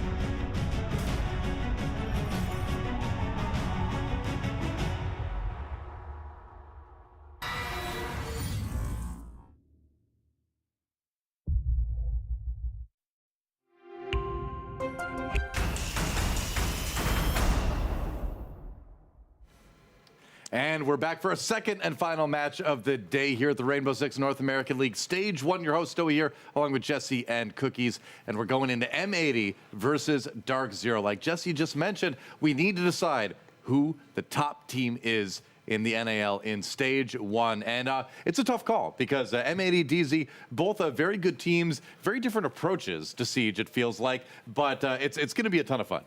I think so. I mean, Dark Zero have been pretty dominant, I think, throughout the stage so far, right? They managed to get that top 2 spot throughout the group stage. They were looking very, very good. M80, I think, started a little slow. They weren't all there at the very start of the group stage. They didn't get a top 2 position. However, they won both of their matches in playoffs. They didn't get that free bye. Now they're here in the finals, and them as well are looking very, very good. Yeah, both teams have, like you said, slightly differing philosophies, but I think DZ's actually got, they're kind of like progressing closer to what M80 is, I guess, if that makes sense. I think you're right, actually. Like, they're playing like some maniacs all of a sudden. Remember, we called DZ like a bunch of slow pushers and fork and knife and whatever. Maybe things are changing a little bit. Yeah, they're playing fast and they're playing fearless, and that is, I mean, it makes sense when they've got all this talent on the team, like all this special new talent. I mean, achieved. I was trying to think, a round comes to mind where this dude just walked up red in the middle of walked up red in the middle of a cafe, like as if there was nothing he could lose. This man played like he had no fear in his heart or in his mind, and to me, that is what DZ has always needed, just that little bit more. Because Panda was always that guy, but he needed a little help, and now he's got it. Well, but last year, we kept describing DZ as methodical to a fault sometimes, right? Where it's like sometimes it would take them too long to get onto the site. It would take them too long to set things up. And but they backed it up, They backed it up with really, really good strategy. Once they got there, it was very hard to get around what they had planned. They had it locked down most of the time, right? Now you combine that with a little bit quicker of an approach, that's becoming an extremely deadly team. We've seen them do very well the stage already.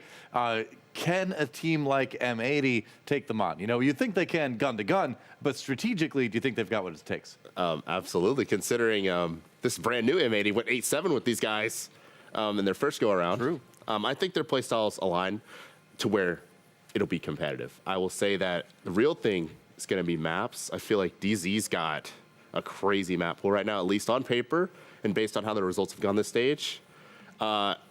I can't believe I'm saying it, but M80 seems like they're almost on the back foot in that regard. Yeah, it feels like what we've seen is they've done really, really well at like playing against these aggressive teams. I know that you were thinking about this, Cookies. You and I were talking about the aggression, but Dark Zero, their star players, have done really good in some of these tight games. Yeah, I mean, just pure fragging power here. Panba, okay, where do we start? I'm going to start in the middle, actually. We're going to start with Panba because in the game, I guess last week, Panba just literally took over rounds single-handedly. Whether it was running into the Monty, we talked about earlier, had a little bit, or on Theme Park, match point, runs up the arcade stairs, just takes over the round, dominates. Gavini just appears in sight, appears in the middle of roams, and clears it out single-handedly. You've got NJR who's just doing just about a little bit of everything. Yep. Yeah. He's, like you said, Jesse, you had him as your highlight support. Stage. Yeah, I mean, he's kind of playing like a support fragging like mix, and it's just like, dude, that's what you need to beat these teams that are, a little fluid. Yeah, I think especially in the defense, like DZ is so difficult because you have to go like fast enough that you're not dying to NJR in the last second of the round, but you also have to go slow enough that you're not rushing against Pamba and dying to him early on the roam. Sure. So it's really easy to beat Dark Zero. You just have to play fast and slow at the same time, and maybe easier said than done, but that's what teams are struggling with at the moment against DZ. I mean, it's definitely Pamba party time. It has right? been. I mean, 22 entry kills, only 11 entry deaths. That means 50% of the time, he's getting that kill and he's getting out too, which is huge. Yeah. You're happy if your entry trades, right? But you're even happier if they don't. 2/3 of the time, he wins those duels. That's what's important. 2/3 of the time, it works every time. He wins the duels and gets multi-kills too. Pamba has just... Remember, people were calling him an LMG crutch, like after Thinking got nerfed. Yeah, of course. And then people were like, I don't know if Pamba's got it. And then people were doubting Gavini, whether Gavini is even that good from CL. I mean, clearly that's all hoopla. Coming into stage 3, when I was interviewing the players in Vegas last year, coming into stage 3, everyone was saying that about Pamba. They're like, LMG crutch, but come clearly on. not. Yeah, clearly not. Come on. Clearly the cap on this app is out of control. That's right. I believe I heard we've got the map ready to take a look at. We do indeed. We're going to Chalet. All right, Chalet 3, Theme Park first. I hate it when teams pick Theme Park. We saw last week Theme Park. two separate teams I kept looking pick at the end. Theme Park, and it frustrates me to no end because Theme Park is the hardest map to attack in the entire pool, and you'll know your opponent's picking defense. You see there, Dark Zero starting on attack on Theme. DZ have put themselves in a tough position. Now, if anybody can do it, if anybody can win Theme Park starting an attack, it's probably Dark Zero. They've got a 5-1 record on this map since SI started. 2 of those games were played just this season, an 8-7 win over Parabellum and a 7-4 win over Beast Coast. So DZ, they love this map. I get it, but I'm always hesitant when I see a team pick it because you know that you're going to be up against such a tough task for those first 6 rounds. Yeah. I mean, that's why you're so upset. I mean, the DC theme park I've watched, sure, even if they only get like 1 or 2 attacks, their defenses are just purely stupendous. Just the roams they have going, there hasn't been a team yet that's cracked it. So, Well, they got the half to roll. I'm going to find out. I mean, we don't have too long to wait. Yeah, We're gonna let's throw get a to quick it. break, and when we come back, the map begins. M80 versus DZ. We're going to theme park. Don't miss it. Rainbow Six North America League comes back in just a moment.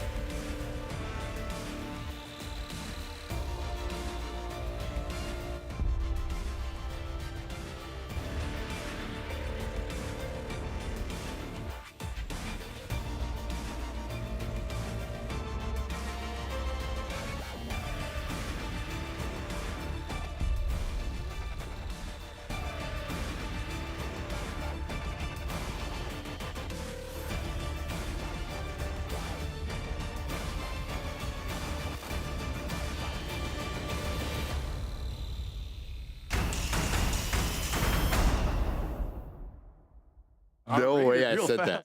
No way I said that. Again, getting ourselves ready to hop into the first map of our final series of the day. It's M80 up against Dark Zero. Both these teams already, I believe, qualified for the major, but looking to push it one step further and claim some SI points. And more importantly, as Jesse mentioned at the beginning of the show, quite a bit of cash, about a $30,000 upgrade if you win this matchup.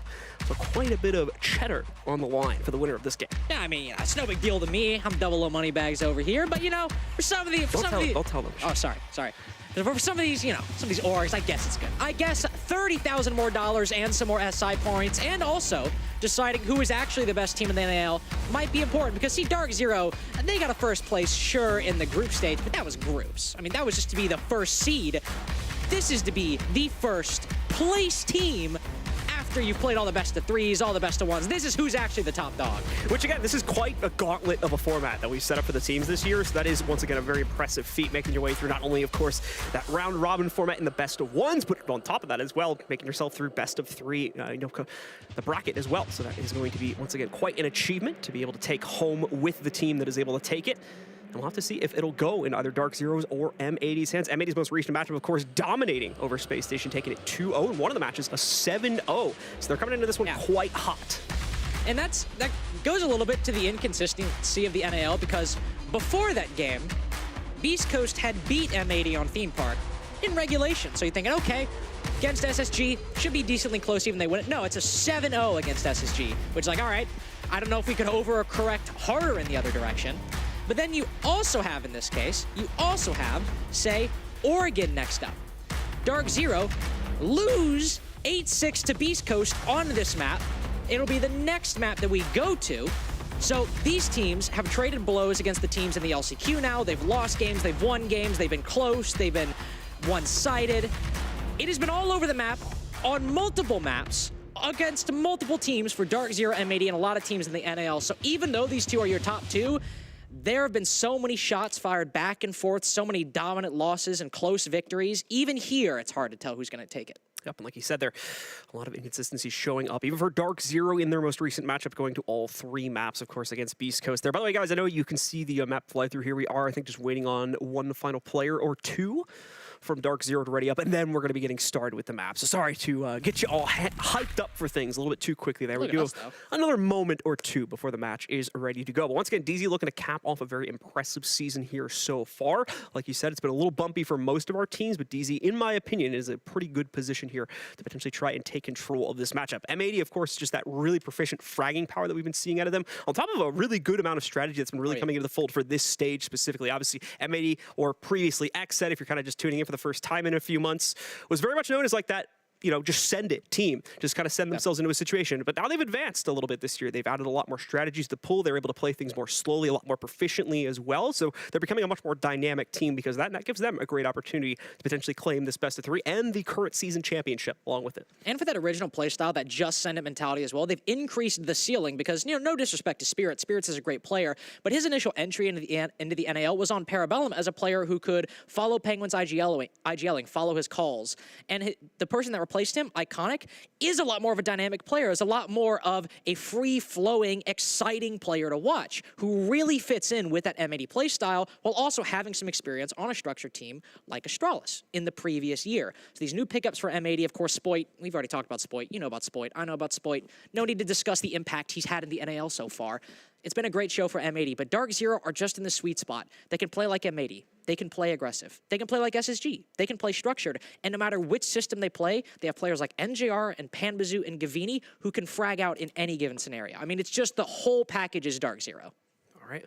Well, I think that this map is also going to be a pretty interesting one to start the series off with because it can test, I think, a lot of what we were just talking about there, both the aggressive and the more structured side of teams. Obviously, you give that aggressive kind of side of your team a chance to showcase on that defensive roaming capability. You have a lot of room to spread yourself out, play your own way at the beginning, but then when it comes down to those more advanced site takes at the end of the day, that's where the team needs to group up, work together, coordinate their attacks, and play as one unit for the entire map to fall under your control. Like I said, it's a mastery of both of those sides that will end up being the better team in this one, and more than likely that will end up controlling the map when everything is said and done. And likely who could get some of those attacks, as you said. Of course, you can play aggressive on the defenses, but I mean, both these teams, they have very good defensive win rates on Theme Park. I think both in the 80% of the theme parks they've won so far, and that's what you expect. That's what you hope for on a map like Theme, but it's those attacks. It's who can say on a site like Throne, get out the one attacking victory in 2 or 3 different attempts of Throne. That can often decide these theme park matches. I mean, that's how it was for Dark Zero Parabellum, for example. That was an 8-7 victory for DZ over PB. Or it could be a game that stops it from being a dominant loss, say in the case of a 7-3 loss for M80, or at Beast Coast last week, losing 4-7 to Dark Zero, who took the victory in that map. It can be those attacks. If you're just a little bit more clinical, or maybe even you could send Panbazoo up arcade stairs and get a rapid 4 to 5K. That can often decide things on Theme, and that puts you 1-0 in the series. All right, well, we're going to have to see if that can come true. It looks like we've got both of our teams ready to rock and roll now. Looking at the chat in game, so I think we should be good to start things out in just a moment or two here. Folks, your patience is appreciated. We're going to get things started very quickly. This is our last matchup of the evening, and important to note, too, is the NAL has been live for multiple days the past few weeks. It's just today that we're live, so no additional games to follow things up this week, at least after today, but we'll make up for it next week as we're going to have the LCQs, and that'll be 3 broadcast days, I believe, between the 10th and, or rather, yeah, the 10th and the 12th is when those days are going to be. So make sure you're able to catch up with me. What's up? I can't even count that high. It's a struggle. All right, we just got confirmation, folks. The game is ready. So let's get ourselves into it. Let's see who takes control of the very complicated puzzle on Theme Park and who gets the lead for this series to put them that much closer to the title for Stage 1 here in the NAL. And again, to remind you all, both these teams have made the major. These were our first and second teams to qualify for the Copenhagen Major. But this is for money, this is for SI points, and most importantly, for the clout. And in my opinion, that is the most important part and the most important thing they are fighting for today. Bragging rights. Exactly. Monty Ban starts things off. M80 likely saw the Dark Zero game last week and thought, you know, these guys are running an awful lot of Monty. Perhaps we should remove that operator and stop Canadian from playing it. And I also love this ban from Dark Zero. M80, I don't have statistics on this, but just from the eye test, seemed to me to be the best Ying team in the NAL, or at least the most exciting and flashy to watch. I would not want to play against them with a Ying on the board. Zami is going to be the first ban for the defensive side. Once again, we've already seen that twice in our previous series. She is once again going to be lined right up for the ban in our next series too. Still incredibly universally useful, especially when she's able to set herself up on her own. This is a map where she could do that quite proficiently. A little bit of a curveball though for the final ban, as we're not going to get one of the usual suspects to fill out that last defensive ban. It's going to be Echo instead, but Echo sees quite a bit of play on this map, especially interior to the site itself, so it makes pretty good sense when you consider that. Both these teams have actually played a little bit more Echo, maybe a little bit more than the mean that we often see in the NAL, just because Echo is sometimes foregone for certain reasons, though in this year, I will say, we've definitely seen an uptick in his pick rate across the board. But the first play day in Dark Zero versus M80, we saw quite a bit of Echo play from DS Lucas, albeit that was on Bank instead of Theme Park. We've also seen NJR, that anchor on the site, that second support that Jesse was so impressed by, gave the support of the stage award to. He'll also play that Echo inside the site, and I would not want to face him with an MP5 1.5x. I also just wouldn't like to face him in a gunfight at all. Starting out, we'll have Lab as our first snipe, and this is something that I believe it was M80 did on their Theme Park. Instead of going from Throne to Bunk to Lab, they actually did the reverse. They started on Lab and then went in accordance with the sites that are more played by the defense. They went with the reverse instead of the normal one. 10 seconds left. All right, let's get ourselves into it. See how exactly Dark Zero are trying to take control of this first round for themselves. Away from the initial picks, we're not going to see any huge surprise when it comes to the repick. Pretty typical lineup here as far as the attack on Theme Park is concerned. The Dokkaebi even as well, kind of an expected addition near this point, considering the intel that she provides, and of course the carefulness you need to provide your entire team on the attacking side to make sure you don't get tripped up by those early roams we were talking about in the pregame there. M80 are a team that if you let them lurk or you let them rat in a corner, you're going to get flanked. And even if you know they're there, one of you guys is probably going to die. The max you can go to be careful, whether it's bringing a Dokkaebi or setting up 8 flank drones or what have you, you should do that against M80. If you're going to do it against any team in the NAL, because if Spoints somehow gets behind you, one of you guys is going down, even if you end up trading him out. Likely Dark Zero will also start to look to maybe establish some throne control early, but Pambazoo now rappelling up as well. Might be mainly on the east side. Dark Zero, I think right now just sending out feelers, because no, instead, Pambazoo will rappel up, but he'll join the Thermite and the Sledge on the top floor to try to pressure these roamers inside of Bunk, Daycare, and Break Room before moving on forward with the rest of the clear. Quick little mini EMP to try and pop open the main wall, getting themselves into the room, and indeed it will succeed. No counter to be seen from the defense. No, they would have had one anyway, as the X-Kairos are already used up by Gomez. That would have been the only thing they could have potentially done, and obviously a little bit late to the party anyway, with the quickness that DZ followed that through with. So first opening is made. I see a few players across the map start to reposition, mainly just those extensions upstairs now falling back to the actual site itself, as they can no longer maintain with that breach. C4 prepped by Iconic, currently standing, I believe, underneath the Daycare floor.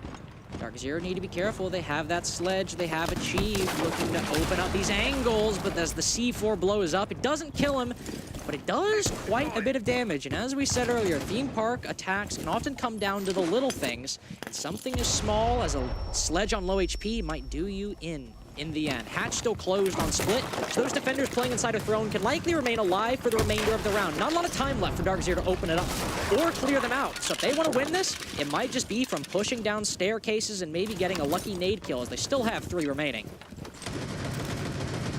Achieve with a wild nade going down below, probably taking out a few pieces of utility, but nowhere near any members of the defense here, as that's starting to become a bit of an issue, and especially so now that the rest of the execute is following through. 2 immediate, now 3 defensive pickups from the side of M80. 1 trade was found, but it was only utility-based from a nade, and while of course that's great to see, it's really a sign as well the team hasn't necessarily found the confidence to go for the full amount of map control yet. Canadian goes wild there in the final few seconds. It steals away 2 more kills, but the result is still ultimately the same. M80 control most of the pacing here once the gunfight gets started, and never really trip up along the way to take the round.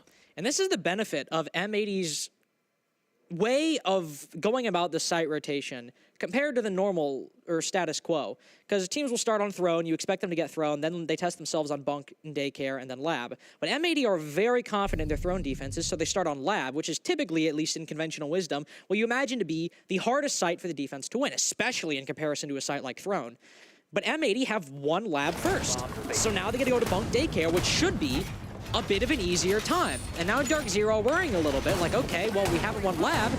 They're going to go to Throne at some point. We really need to try and win this on Bunk Daycare if we want to be a lot more certain in the attacking rounds we're going to acquire. This was also the site, though, of that very quick Panwazoo 4K almost ace to end out the map against Beast Coast last week. So if there's any team in the NAL right now who I think has the roster and the strategic acumen to get a very quick round on the board, especially on Bunk and Daycare, it's Dark Zero, and it's with the lineup that has now just been locked in with Panwazoo on that note. They're heading out to defuse a bomb. So we've got Dark Zero out on the board yet again. And you're going to see them once again start to move forward, take that initial map control away. M80 not really throwing a whole lot of wrinkles into this one with their own setup. So it should be a pretty straight follow through for the rest of Dark Zero. Just spotting out those early players is going to be the difficult part here, as we can see. Once again, expanded outwards into areas like Initiation. We have M80 more than ready for the initial challenge. We got a stat too so far in the NAL. Spoit has gotten kills in 72 out of 129 rounds. Out of those 72, he went on to get more kills, 32 of them. It sounds like he's pretty good. Yeah, it sounds like he's a gamer.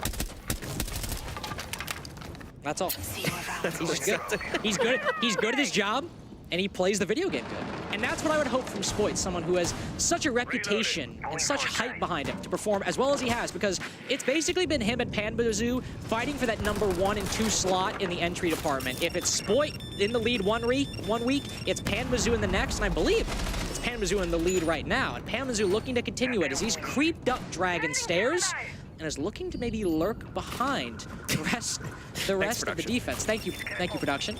Glad we got clarification on that. We can confirm this boy is a gamer here. He is a gamer. We're going to see that Gemini run into one of the defenders. No kills, of course, be found just there. That's just Gavini's utility that gets shot out in the top left of your screen a few seconds ago. Rest of DZ continuing to move forward, though, with the clear now being found on the inside of Initiation. They can deploy the Selmas to start getting windows into the site, and M80 will have to respect that as they'll back away from the angle slightly here. Start to set up for more passive positioning to actually challenge the aggression once DZ are ready to flood through. Very slow minute and 50 seconds so far. Dark Zero have pushed their way up, as you said. 1 inside of Initiation, now 1 inside of Office. But looking to push for some more. Over by Yellow Stairs, there's 1 at the top. Panwazoo, he can very well see that he's here. Might be able to get a punch hole, maybe an angle, but it's a little too tight of an angle, unfortunately. I think that was more wishful thinking, unfortunately. But that's what the Selma's for. Now he can open it up, and now he can challenge to even get a nade through this angle. Well, the dodges, he has to chuck the nade out mid-spray from one of the defenders, but unfortunately not going to find much fruition from those nades either. Gave him way too much of a warning, and maybe he's able to get out of the way of those pretty much immediately, but we are going to see NGR find success on a direct play. Short-lived, though, as he's immediately traded out by Gomez. Panba now trying to follow this one up after the earlier unsuccessful toss of the nade. His teammate chucking in another one. This will prompt an opening for him to swing forward, and thankfully a free player just sitting on the ground. Gomez, of course, not able to spot that as it goes completely around his cone of vision, and all the unfortunate unscope there from Pam as he tries to dash closer to the wall, sends him down the river. Achieve will pick up one more trade, but M80 responds in kind to still keep us locked in the 2v2. And now Dark Zero takes the edge with a nice swing from Gavani out towards the arcade hall. That impact, it's surprisingly little damage, actually. Not really going to find a whole lot, just a bullet or two onto either player here, but it makes it that much easier for Diaz now. Try and clutch this one back out. The two remaining players on DZ stacked quite heavily as well at the moment here. Setting up a potential clutch for Diaz if he has the right read on the situation. Tries to go for the headshot, but Gavini's just a little bit quicker. Beats him to the punch, and DZ will claim the round because of it.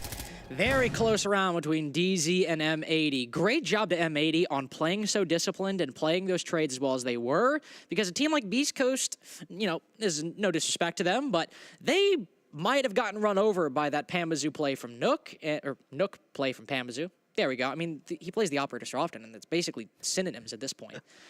They could have gotten run over by that and completely collapsed, but M80 are able to play the trade, take down Panmazoo as well, and it really came down to covering the plant, I believe, from NJR, if I am correct, but able to just sit and take down players as they walked up that balcony or walked through the site. M80 very easily could have won that if maybe NJR was even looking the wrong way or had poor game sense, but he doesn't. He's a damn good player, and because he's able to seal that out, Dark Zero have gotten their one round on these on their attacks, and I feel like we might make a big deal of that so far, but let's see if they can get more, because if they can even get another attack on the board, and this is a close game, that could be the difference maker. All right, well, once again into round 3 now, where we move down into the depths of the first one, as we are going to see. They're going to get played out now by M80. They're really working themselves over into that one after they've seen the style from DZ over these first 2 rounds. They feel ready to go on to what's usually the home point for a lot of teams on this map, but maybe the tertiary one this time for M80. So we'll see if they find just as much prowess from it, or if DZ once again has the formula ready to try and beat them out on this defense to set up for a second round, and a lead, of course, along with it. Likely see the cache clear from Dark Zero, take control of top Dragon.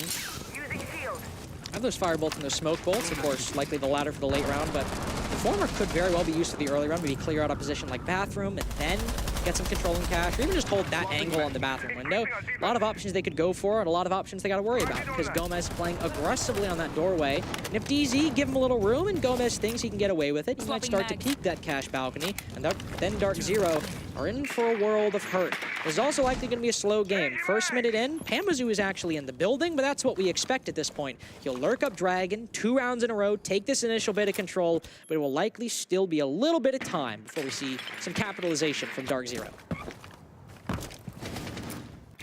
Gavani and the rest of DZ still wanting to try and establish initial positioning now, as they're going to get over here towards Dragon's side, but moving into an area that M80 control just yet. The real challenge is still yet to show its face, but I believe it may be popping out soon as Kino is being pushed back a little bit further now, all the way into the depths of Bunk. Arcade hallway as well. Still wants to try and play into this if an angle presents itself, but he's a little too worried about drone presence, and he's right to be worried about it, as there we go. One rolls right up to his face, and that'll probably send him completely away from this position, potentially all the way back downstairs.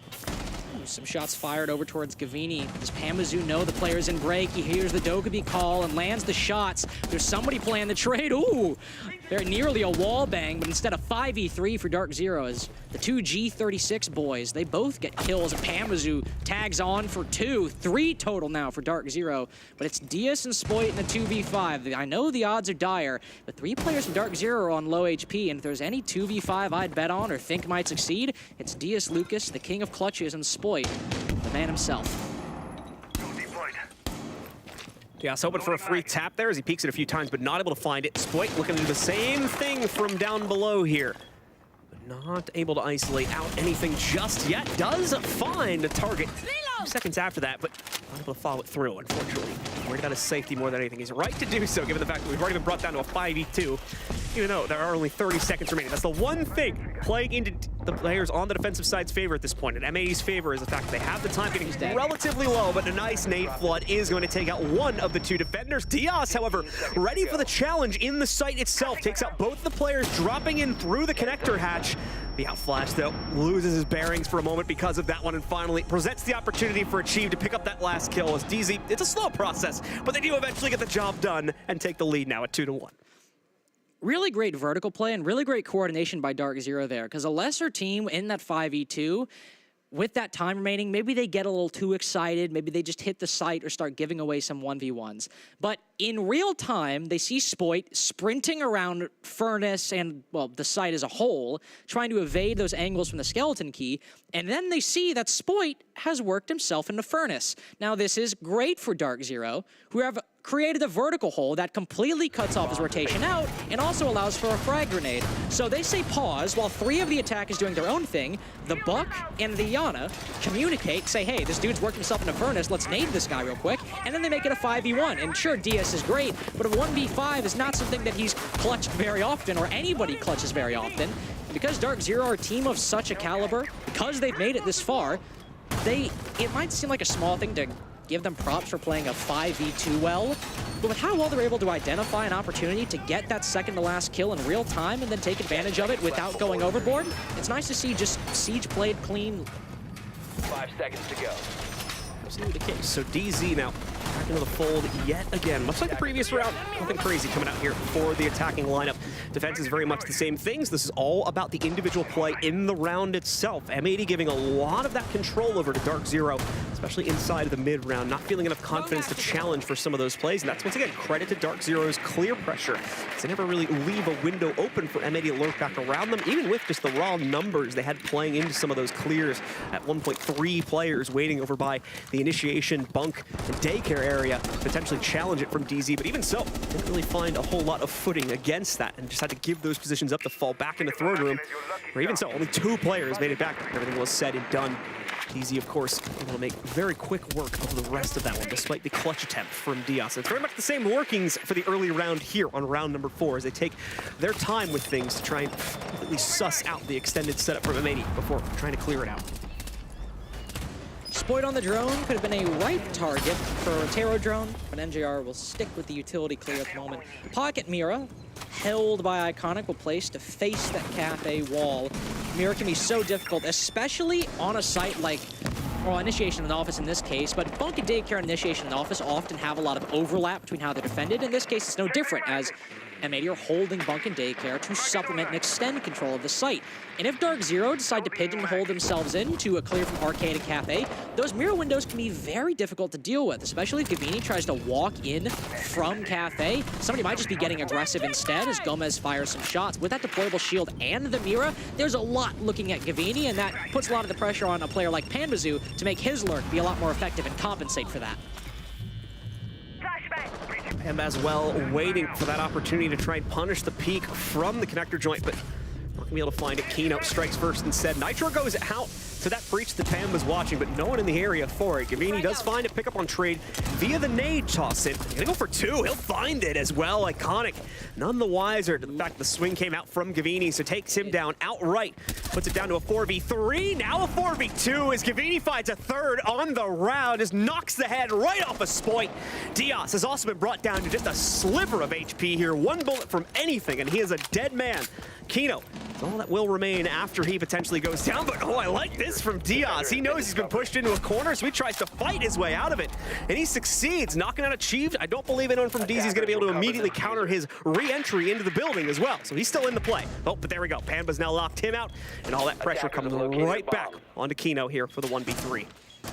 Might just be spotted as well, but he's so lethal with his shotgun. If he can get this SMG-11 kill, this will be a lot more manageable, but Dark Zero have found their way into Initiation. Almost lands the pre-fire, but a 4K from Gavini, and the other kill only stolen by 1 HP.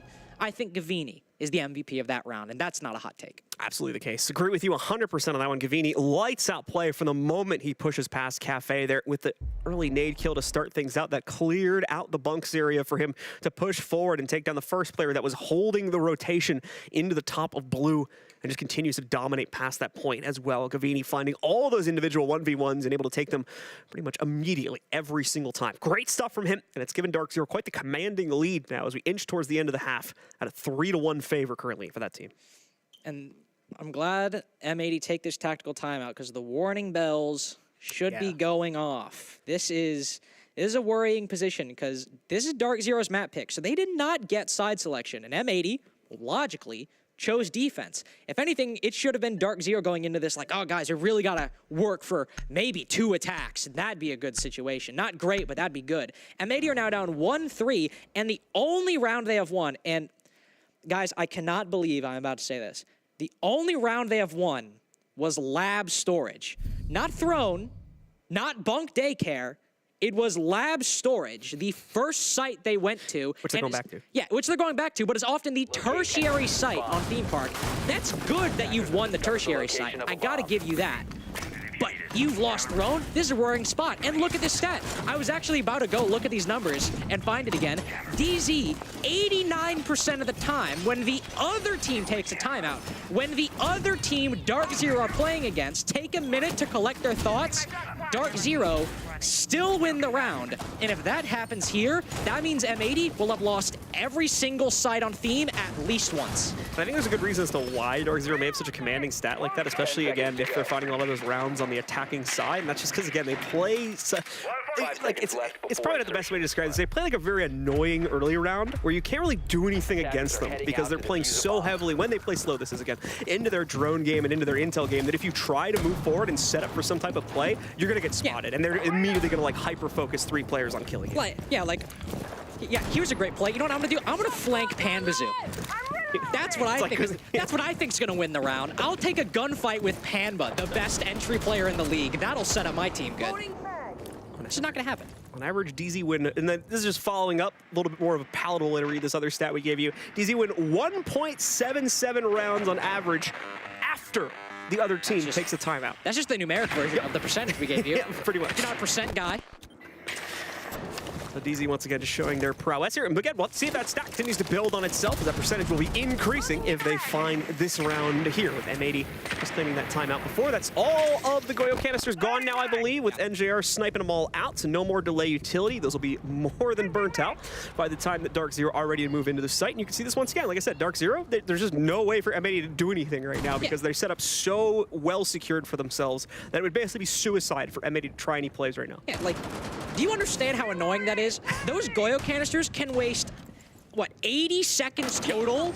And they've all been popped by a Twitch drone within the first minute of the round. Now you're banking on DS getting a kill here, and he does. He actually does take a gunfight with Panbazoo early on, and this time it works out. Not only does Panba fall, but they also get away with that pick untraded. DS can push back to the site, and even though they give up throne control, that's about as good of an exchange as I could get. You lose all your Goyo canisters, all your late round denial, at least in terms of utility. You still have the C4s, of course, but all those Goyo canisters, but you take down Panba, that's as close to an even trade as you're going to get. Attackers dropped the Did not end up flanking him out, but still took care of business, it seems. Panba is the first one to be routed out by M80 on this round. Dark Zero still with a lot of work to do, and unfortunately not a whole lot of time to do it as well. Down to the final minute and only just starting to take this map control. This is the other side of the coin with how passively DZ tends to play things, but usually when they're moving, it means they've built up enough of a solid intel bank, and once things start moving for DZ, they very rarely slow down past that point. So expect a pretty quick follow through now that they are taking that map control for themselves. Some room being left open for M80 to navigate the map as we see Spoit nearly find that kill against Canadian, but Canadian ends up coming out on top of it instead here to re-equalize things down to a 4v4. They also now can start pushing down yellow stairs as well, but there's still Gomez in the bathroom, so it's going to be a hectic one for Dark Zero. No real clear entry into the site. This is going to be one that comes down to gunfights, and Dark Zero will likely take every second at their disposal to either get a kill or get some more angles onto the defense. JR, grenades getting chucked in here, trying to obscure the vision. Kino playing this out with the shotgun as well. One going to be spotted down below. It's a bit of a distraction. Two is achieved, is being shot at by a completely different member of the squad. Misses that player's transition, but where's the plant? 2 seconds remaining. Someone's got to throw this on the ground. No, we're just not going to see it happen. M80 bleed out the remaining time, and they end up winning it out here. So that 89% going to be dropping down a bit, as it seems they've gotten past the curse. In the 11% instead of the 89, M80 will be very happy to hear that that stat does have some bit of a downside and is not completely 100% for Dark Zero. M80 also, while it came down very close to Dark Zero, again, this is not a team that gets over-aggressive. They have a reputation for getting in your face, for taking gunfights. They're also a very intelligent team. They're not just going to give free picks, well, most of the time. Maybe in like a 4v1, some people get aggressive, but they're not a team that's going to start running at you in the mid-round when there's actual control and advantages on the line. And that's exactly what they did there. They pulled out a throne once DS got that opening pick, and they recognized, hey, this is one theme park attack, and also, there's only 1:30 left. Dark Zero still need to start pushing across the top floor. They're going to get vertical control because they always want to get some semblance of vertical control, whether it's throne or lab or whatever site you have in mind. Let's just wait out the time. They'll be slow, and if it comes down to 20 seconds, sure, they could still win the gunfights, and Dark Zero almost did, but M80 held out, and that was the smart decision, and in this case, the right decision. We'll see if M80 change anything up now as they move over towards throne room. They tried to set up very aggressively on the last defensive play here, but Dark Zero made mincemeat of those extended setups really quickly and left not a whole lot remaining on the site. Basically a 2v4. They had to try and fight it out from. So we'll see if they're going to double down on that, which looks like it may be the case, at least partially here at the start of the round for M80. They're still doing a little bit of setup, so we'll have to wait a second for the full picture. But again, if they're going to end up full committing this exterior setup, they'll have to make sure they can actually make some impact this time, as Dark Zero, like I said, dealt with that without too much conflict, and then the actual site hold itself was left really weak because of that.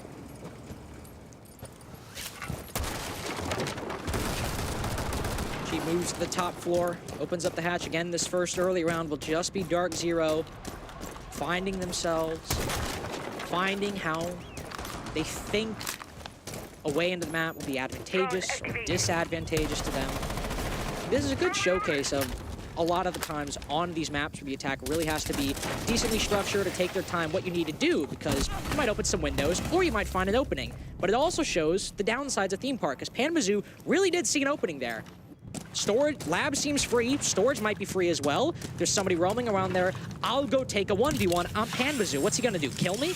And unfortunately there, M80, a team that is so good on winning these fights, that is so mechanically skilled, that's not something that Dark Zero can bet on as easily anymore. It can't just be Panba go kill a lot of the time, because M80 could fight you and strike you back without any opportunity for recourse, and that's what happened right here. An opening pick, untraded by DZ. DZ still attempting to make up for it. A few of the other angles they're holding, such as we see once again their Yana being played by Gavini, trying to set up for something there on the arcade window, but a little bit detached from the action, and this is going to be a bold one if we see DZ go for it, considering it's just these two players as far as I can see. Gavini on the other side, the third one might be with them as well here, but not seeing it on the silhouettes just yet here. And yeah, they hold it back after a little bit of thought to the process. I think that's the right choice ultimately. I do like the thought, though. Both have Gons. One was going to burst open the door. One was going to destroy the barbed wire on the other side to make that rush as impactful as possible and as quick as possible. But they'll call it off for the time being, likely because Gavini and JR are not really close in position. And M80 could very easily rotate back if they have that split hatch open or even sprint down yellow stairs to deny anybody lurking on the other side. And Dark Zero in a rough spot. No vertical control like they had before, but Canadians found a kill. DS Lucas cut down, and he might now send it into the site if he's found his opportunity, and I think that might be it. Kino responding to some of this aggression from M80. Gomez picks up another frag as well here, but NJR doing massive amounts of work to keep it even right now. Spoit, however, on the rotate back to the site, catches NJR, leaves it all in Achieved, and Achieved not even in the site as well, as Canadian had already been dealt with, and he was the one to make the entry. Now I'll have to try and go for this connector drop that has the position on Spoit, but you just can't close out on him in a 1v1. He's too consistent, and that flash, unfortunately, is not really affecting him in any way, so he's more than ready, as you see here on the replay, for the challenge when the swing comes forward. M80 re-equalize the equation now and bring it back to a much more palatable 3-3 scoreline for halftime. Really like that decision-making from Achieved as well. Flash the player who can cover Spoit. You know he's outside a split, so you take the fight with him. Just overall, even though he lost it, I really liked the prioritization of engagements from Dark Zero on that one. So it's a 3-3 half. M80 win lab twice and thrown once, and Dark Zero get a nice little smorgasbord of site wins, one on bunk, one on throw, one on initiation, but the headline Defenders, in all protect your caps bombs is from that being Darkzero were able to defused get by 3 attackers. attacks. That is normally a huge warning sign for the team's starting defense, and in this case, it is for M80 as well. I mentioned earlier, and it's been mentioned multiple times so far, they're a team that very much favors relying on the Ying or the Monty or those other cheese ops or facilitators, as Nick and I tried to spitball a different name for them. And when those aren't there, they're still a good team, but it's a big part of their strategy to use those ops, and both have been banned now. So what are they going to do? Likely rely a little bit more on the structure. We'll have to see how those attacks on Theme Park pan out with these 2 operators banned. Let's see now how M80 takes control of their own attacking side. A few repicks showing up for them, but it's changed up the hard breach more than anything, so it's not really earth-shattering. The overall utility players are remaining exactly the same. Dokkaebi, Jackal, as well as the Lion. I think go for the triple threat here on trying to hunt down the exposed players from DZ. They can track their feet, they can track their phones, and they can track their direct movement as well. So Darkzero has to be very careful with any sort of exposed play they try to go for on this round. It's literally 1984 in round 7. All angles covered. Big Brother's watching you. And you gotta be careful, lest you give intel to literally 3 to 4 different members of the team at the same time. Spoit trying to look for some roamers up inside of Radar. There's not one in Radar, but there is one playing in Initiation right now. No footprints and seams, but still some control held by Darkzero and some aggression as well. M80 will very quickly move to open up Maintenance Wall, which you've not seen get a lot of attention from Darkzero, it feels like, or at least not a lot of the bulk of their push focused on it, more focusing on maybe the yellow wall or split. But M80? No, don't go with the old reliable. Open up maintenance very early and now try to focus on acquiring top dragon control and clearing these players out from initiation. Spoit the first to drop himself in. The smoke safely covered his entry, and then he follows it through on an apparently unsuspecting Panba around the corner, waiting outside of Dragon Window. Canadian also going to get down now by an aggressive Iconic, moving directly forward into Office to take him down. Good amount of map control stolen away, and on top of that, DZ not really able to pull anyone back from this to the site. So clean entry so far from M80 to take that solid control in the mid-round.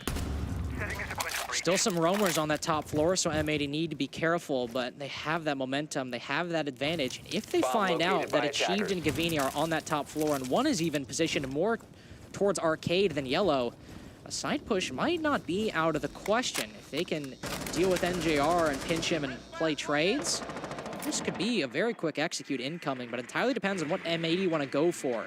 They don't have a sledge or a buck, so unless they want to use that secondary hard breach, there's not going to be much vertical going their way. Maybe some breach charge as well. But look at them. They're consolidating bottom dragon. Gomez looking to join his team outside maintenance wall as well. M80 have read it, and as the roamers rotate back, M80 are going to start fighting the players on the site. As they try to push themselves forward, Gavini and the rest of Darkzero here, seemingly ready for the test of aggression being thrown at them.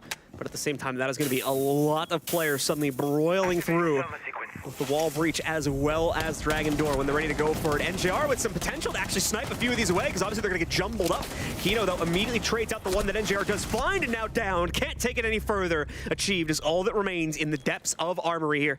Gonna have to try and play this one out, but immediately Spoit once again shuts it down. M80 really coming into their own here over these last 2 rounds, taking the lead along with it now to push forward against DZ. A great win to start out for M80, showing that even with Ying or Monty ban, or even against Darkzero's 3 attacking rounds, especially this second part, that they're still able not only to get them on the board, but they completely outplayed Darkzero in that round. Spoit immediately drops down Radar, smokes off the initiation angle, not so he can push, but so he can take a fight with Panbazoo and make it more difficult for the defense to trade him out. And that is the 3rd in the past 3 rounds of Panbazoo dying early with no trade for Darkzero. That reliable entry, who leads his team in entries, by the way, by a wide margin. It's not like, oh, Gavini's a close second or something like that. Panbazoo literally has over 50 entry engagements, 33 opening kills. The next closest is NJR at 11. It is a drastic lead with how effective Panbazoo is in the early round. In 3 rounds now, M80 have basically slapped him and swatted him away like a fly, and Spoit with that excellent played early round was just the start of an overall beautifully played attack by M80.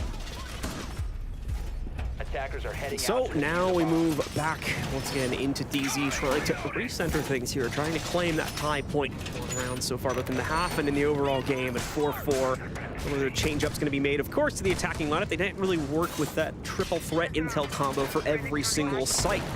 Last round's pretty simplistic when it comes to utility clear.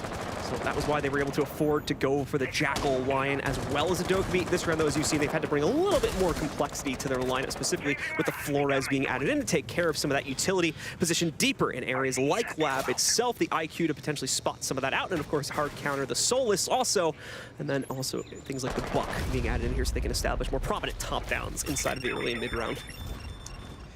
This is also one of the games with a team playing against Dark Zero that has broken from the predominant trend in the NAL, which is banning Soulless against Dark Zero. Jesse brought up all the way at the beginning of the stage. First play day between, I believe, I think Dark Zero and Mirage was the first one, but then Dark Zero M80 was the second one, at how often Canadian played Soulless at Invite. And that is part of the reason, aside from just her general annoyance as well, why M80, or why most of these teams have banned Soulless against Dark Zero, except M80 today. Now, Canadian has her on the board, but what's he gonna do with her? At least in the early round, M80 have gotten a lot of their control, but they see the Soulless down below. Canadian could see the drone as well, but now they know he's down below in throne and can contest them from this split hatch. So potentially something that could have tripped M80 up on this clear as they move from one side of the top floor to another might not be as powerful for Dark Zero anymore with that bit of intel, despite it being destroyed by the Soulless. Flash in, hopefully the enter to follow it up from M80, and indeed we do see that. They'll flood back in, that'll completely overwhelm the member of DZ that was holding the arcade balcony a few seconds prior. They immediately leap back down and rejoin their teammates on the site. Well, that's not necessarily going to save them. Panba, yet again, the first player to go down, which builds on what you were saying before. They need Panba for some of this early aggression to stem the tide against M80, and they're just not going to have it here. Now 4 rounds in a row now that Panba has gone, and basically now, that's the point where it would have counted as a trade or not if Dark Zero were able to get a kill. But there is still time to even the man count. Gomez is pretty much on 1 HP, maybe 1 or 2 bullets. Now Spoit has just joined him as well, but still, M80 are dominating the scoreboard and dominating this top floor. With Spoit positioned already low on arcade and some of these Goyos being popped, it'll be low on time. In fact, only 10 seconds if they want to push that front side once that fire dissipates. But M80 have the advantage, and if they're gonna bet this round on gunfights, they have the gap to do it with. Let's see if they have enough pressure still built up with the 2-player advantage they'll have on entering into this site. Good. Dark Zero, are they ready? This is a nice rotation opened up by Spoit to bypass the Goyo canister. They move in. Gavini immediately taking on some heat and just cannot sustain. 2 more pickups being found by M80. Leaves it all on Canadian now. And he's upstairs inside of the 1v3. We actually do see a Frostmat kill come through as well. It's not the spray from Canadian up on top. It's Diaz walking into the mat. Plant is going down though, so unless he can spot the planter, is more than likely going to seal the deal on the round. And there we go. It has been secured. Canadian unable to stop that plant from being found. Still kind of desperately hunting for top-down angles, but he's way off the mark, way off the intel specs at the moment here. Just going to have to try and jump down and guess his way to victory. Even has kind of a weird, unaccounted for wrinkle. And oh, wow, we got the freeze frame of that one. So they had a weird bug or something. But either way, Canadian gets decked as he tries to fall back down. And that will very quickly lead to the end of the round in M80's favor. Get another very, very excellent round by M80. We saw that 3-3 half on attack against Beast Coast earlier on in the stage. I thought here, ooh, didn't get the dominant defensive half. Maybe it'll be different, but no. 2 very good rounds. Dark Zero smartly taking a tactical timeout again. If you're just tuning in, this is Dark Zero's map pick. And I was hyping them up. I was like, 3 rounds on attack. Oh my God. These guys are the GOATs. They're the Dons of I was thinking the Park. same thing, to be fair. But I know, but now M80, 2 in a row. They win 1 more and get match point. They basically match Dark Zero's record in this map. M80's found a solution, and it's very simple. Kill Panba first. I mean, listen, it's a little reductive, but it's a damn good solution. I mean, lie to you. It doesn't get more complicated than that, really. Just choke him out, and from that point forward, DZ seemingly don't have a lot of aggressive power to throw out there, falling back pretty quickly. Even other players that are committed to this roam are very rarely finding opportunities to succeed, and when they do, there's usually too much utility flooding in, or there's too many players flooding in from M80, so they have to give respect to that and back away from it. So it's just not leaving any opportunities open for DZ to find solid footing in the early round. They need kind of a snowball effect, too, with Panba constantly being the one, as you said, I think 4 rounds in a row now that he's been picked off first. Defuse bomb. Hopefully with this tactical timeout, he will not make it 5. As if that would be disastrous for Dark Zero's fortunes on Theme Park. Throne and Lab did not work for Dark Zero. They'll try the third. They'll move up to Bunk and Daycare. No Solus on the board, but Valkyrie also unbanned. So Achieved will pick her up, and Canadian going instead on the smoke. No lurking on defense for him. He often likes to be that solo player playing around the map or playing away from the site. Not this time, unless he's gonna roam on smoke, which don't do that. I mean, you could, but it'd be kind of weird. It'll instead mainly be Canadian on the site, holding things down alongside likely NJR as well. Gavini, Achieved, and Panmazu will be the main aggressive force on Dark Zero to deal with the players on M80, and I'm getting nervous because I know she's not as powerful as she once was, but I still see a Finka and it's like Pavlov. It's just, I start shaking. Well, let's see here. If M80 can continue the set forward here, find another opening pick against Panba. Follow that snowball effect through into the site as we've been seeing for so many rounds in a row here now. M80 really kind of stealing control away of this matchup right out of Dark Zero's hands after they had a really stunning start to this one. Massive lead on attack, seemingly was going to set them up for an ultimate victory, but we have not seen that same success carry through on the defensive side just yet. Maybe this round is the one where they finally hit the ground running, but still, M80 actually given us quite a passive start to the play on this round, only just now starting to see them move in and take some serious map control as Spoit continues to navigate through the lab area. Dark Zero need to be careful. They'll know he's down in lab now as Spoit shot the default cam, and somebody will move to play a little bit more aggressively on that landing soon after. Oh, but what a great Valkyrie cam. Dark Zero have anticipated this position and through the floor. No opening death this time with a Z ping and sheer force of will. And a little help from his friends. Panmazu has taken down Spoit, taken down one of the main early round lurkers from M80 that they were betting on getting either an advantage or just some passive control with, and a man advantage as well. Now Iconic will have to fill this position, and he can get some nades from below, but Dark Zero, they can sit pretty on the site because it's now M80 who has to play catch up. M80 finally put into an unfamiliar situation as far as this half is concerned here. And DZ, that'll be the same for them, even though it's advantageous to them in this specific scenario. So we'll see how they potentially try to carry that forward from M80. It's a lot of restraint, as we've been seeing in the early round too, but there's good reason behind it. How they've been able to circumnavigate to find these few kills in the past. Iconic will get the one trade, but he's now been found out as well by NJR. And as you can see here, as players attempting to work their way in through Arcade, just get decked completely by NJR with a nice combo of the Toxic Babe coming in there to help out. That was from Canadian to make sure that those kills could be found easily. Gavini with another one for DZ, and then Canadian will finish things off against the Cafe push. That's what we've been looking to see throughout this half so far, but it's been evading us. This time, they do finally find that solid footing, and DZ finally gets a round on the board for their defense. Great positioning from Dark Zero in the late round there because it wasn't, I wouldn't say it started to get worrisome, but M80 had something. Once Iconic got that kill on Achieved, that was the main player on Arcade Stairs. Now, again, it'll be hectic, as these kinds of executes always are, but you can push up Arcade, you can hop into Arcade window, you can push through Cafe as well if you want, as you want to, and just try and gamble the fights, try and win them with the 4v4. But Dark Zero realized that that's what M80 were going for after killing on the Spoit. They likely saw Iconic as well, fill that position on that same Valk cam that got Spoit killed, and they say, okay, let's just play our positions. NJR, keep an eye out on Arcade Stairs, so if Achieved loses that fight, you can trade him out. And Canadian, prep those smokes. Well, Canadian's actually saying this to himself in this context. He's like, Troy, you gotta land those smokes, stop them from hopping in the window, and that's exactly what he did. Because the moment NJR trades that out and puts it back into a 4v3, the entire execute, the entire push, basically choked off. 10 seconds remaining. So now, Dark Zero, like I said, finding that footing, being able to finally choke out some of the early aggressive swings from M80, limiting their options to an aggressive degree here too. Let's see if they can find that footing on multiple sites. Obviously, M80's options were limited in how they could realistically approach the site there. And more important than that, they never really decided to ever actually try and change things up on their own regard anyway. So continue to rush directly into the DZ setup, regardless of showing signs of fatigue there inside of the mid-round. Now, obviously, moving back over to Throne Room, the options swing open pretty wide for M80 to try and play out this site, so that should hopefully give them a little bit more leeway to take this control away and still not lose the lead, which they've worked so hard to achieve here against DZ. Gonna go for the far left opening of the wall, just so they can hopefully slink back over behind the relative safety of Throne Wall, and no disruption to that. So a pretty quick opening here, and actually, no, just to avoid the mute jammer, it seems, is why he does that one. So it's a bit of a limited angle, but hey, it works. This might be a little bit of a tangent, but I want to talk about it, so I will. we didn't see Dark Zero go for that maintenance wall at all against M80. And part of that reason, which also maybe ties into the zombie ban, is M80 have an impact trick that DS Lucas cooked up, where basically from the split door, he can impact trick an exothermic on maintenance wall.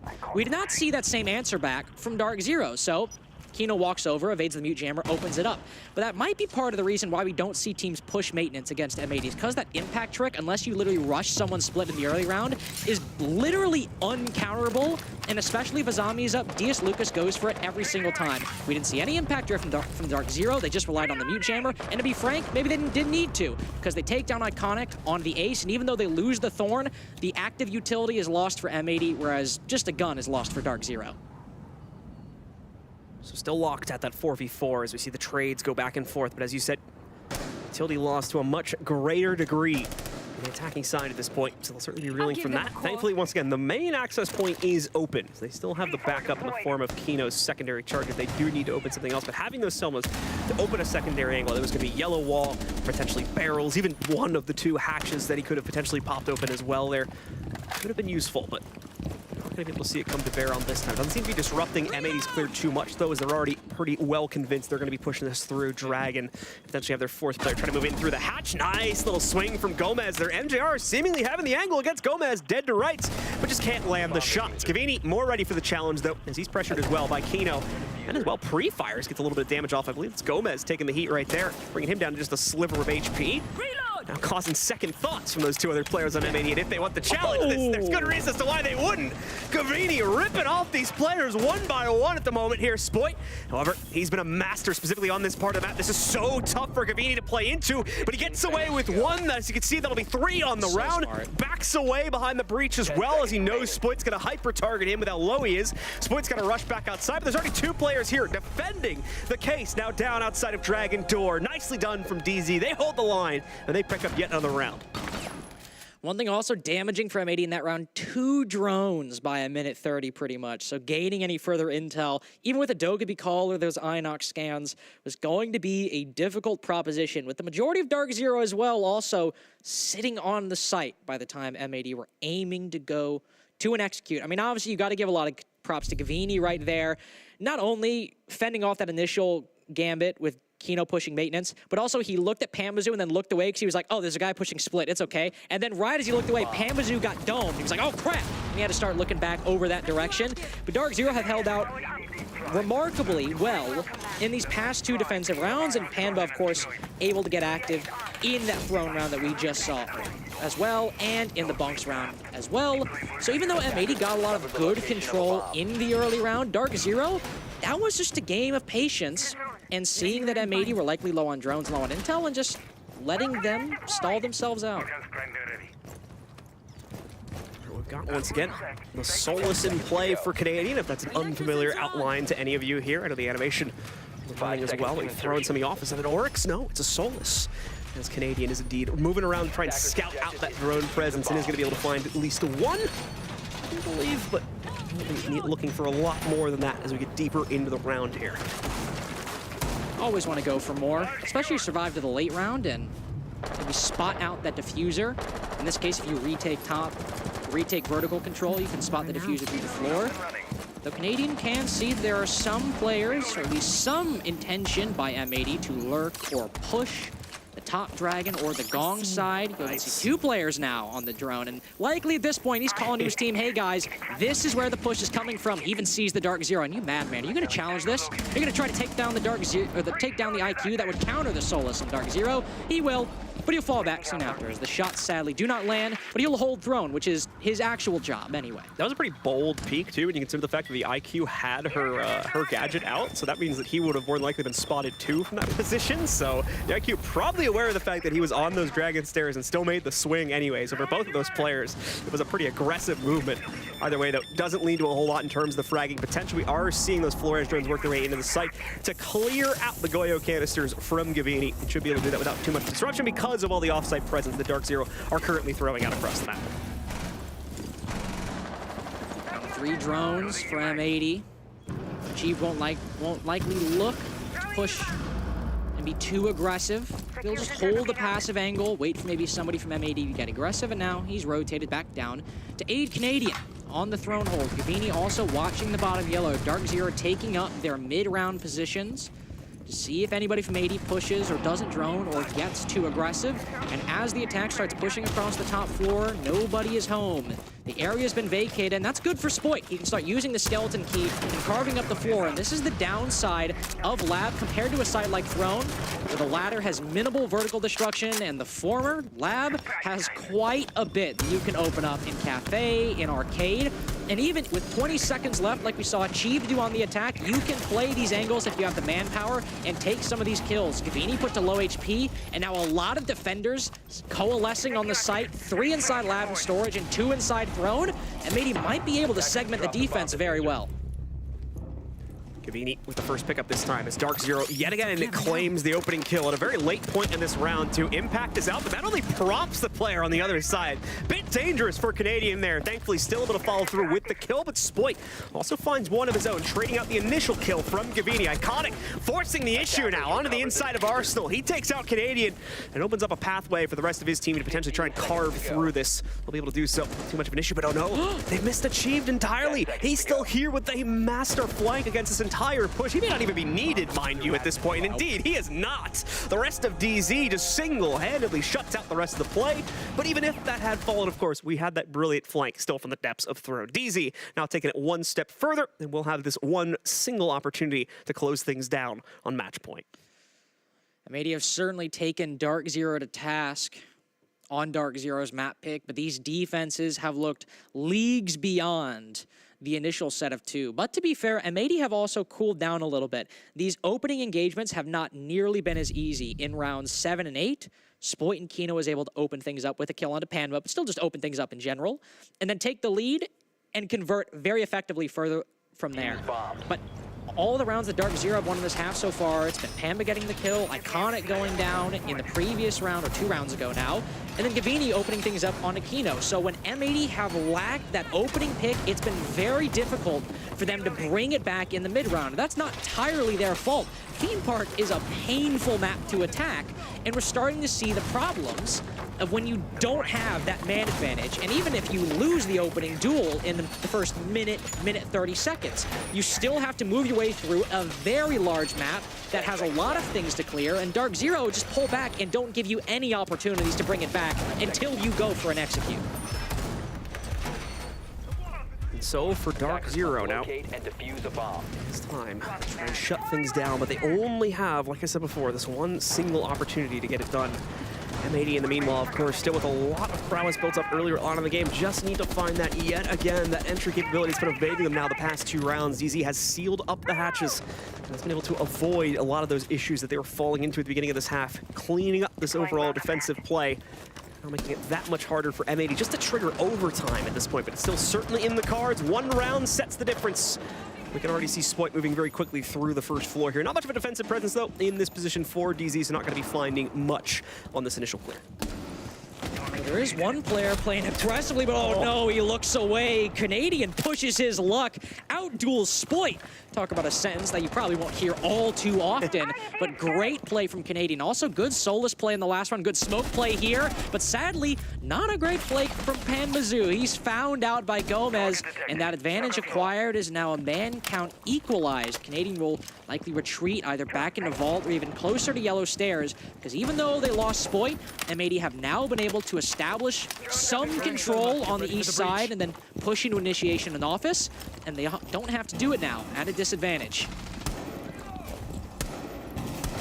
You know, a little bit of a problem trying to take out this Valkyrie cam. There we go. Only took like half a mag to get it done, but indeed prevents the intel now cut out from DZ. DZ did spot this before. He got a little view on the cam before it got shot, so they, of course, know that there's like 5 people now standing over here by Dragon Balcony. It's all about setting up the counter. You can see Gavini already in position to do so by initiation. The rest of the team, though, with a pretty passive stance, still keeping their mind out for any potential rotation that may occur to the other side of the map. We want to see another fight unfold, but it's a 1-to-1 trade between both players. Gomez and Canadian killing each other.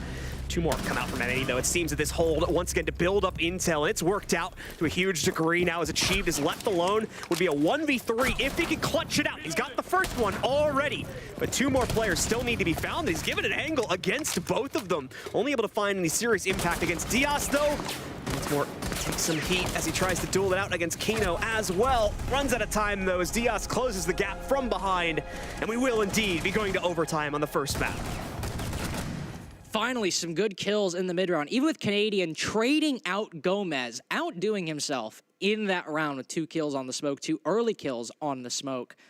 That third kill for Kino made the difference for M80. Because at that point, you have reception, you have initiation, you have office, you can start pushing forward and start pushing for more. Sure, you can't literally hit the site immediately, but you can start getting aggressive. Not only can you lurk further up, but also use the remaining time you have to set up and execute. They thankfully didn't need to do the second, because then they get another kill, and that's the round from there. These rounds have very often just come down to those early round engagements and then how well you can convert them. And now, M80 have just done it one more time to make it a 3-3 half on attack and defense for both teams. 6 attacking rounds, 6 defensive rounds between the two, but now Dark Zero get a start on the defense. And so we'll take a peek here at Dark Zero and how they look to defend Throne yet again. See them continue to deploy quite aggressively here because we are going to be on that throne room site. Don't want to lock themselves into the basement essentially just early on in the round, as that'll create a very easy matrix that M80 can deploy towards here. So we're going to see their players stick it out once again. Panba over here on the Oryx as well, giving him quite a bit of mobility. We'll see if he's going to be able to levy some of that aggression more successfully here. As we talked about quite a bit, he has fallen off a tad ever since the first half it came to a close, and he's struggling to find those initial entry kills, which have been so beneficial for DZ when he has been able to scoop them up. Gavini taking the mantle so far throughout at least this map initially, and to be fair, of like the main 3 aggressive players like NJR, Gavini, or Panbazoo, Gavini actually gets the majority of his opening picks on the defense compared to, say, Panbazoo, who gets the majority of his on the attack. Same with NJR as well. So for Gavini to take that mantle on the defense, it's expected, but you do want to see a little bit more out of Panbazoo. If you want to have that X factor, that one thing over M80 that they just can't match, it's this. But a drone immediately spots him, and he'll have to back off. Spoit looking to send it straight in the bathroom window. That would have been a crazy cutoff. You were just a few seconds earlier to take down Panbazoo, but still, he might send it in, and that'll be big trouble for the Oryx.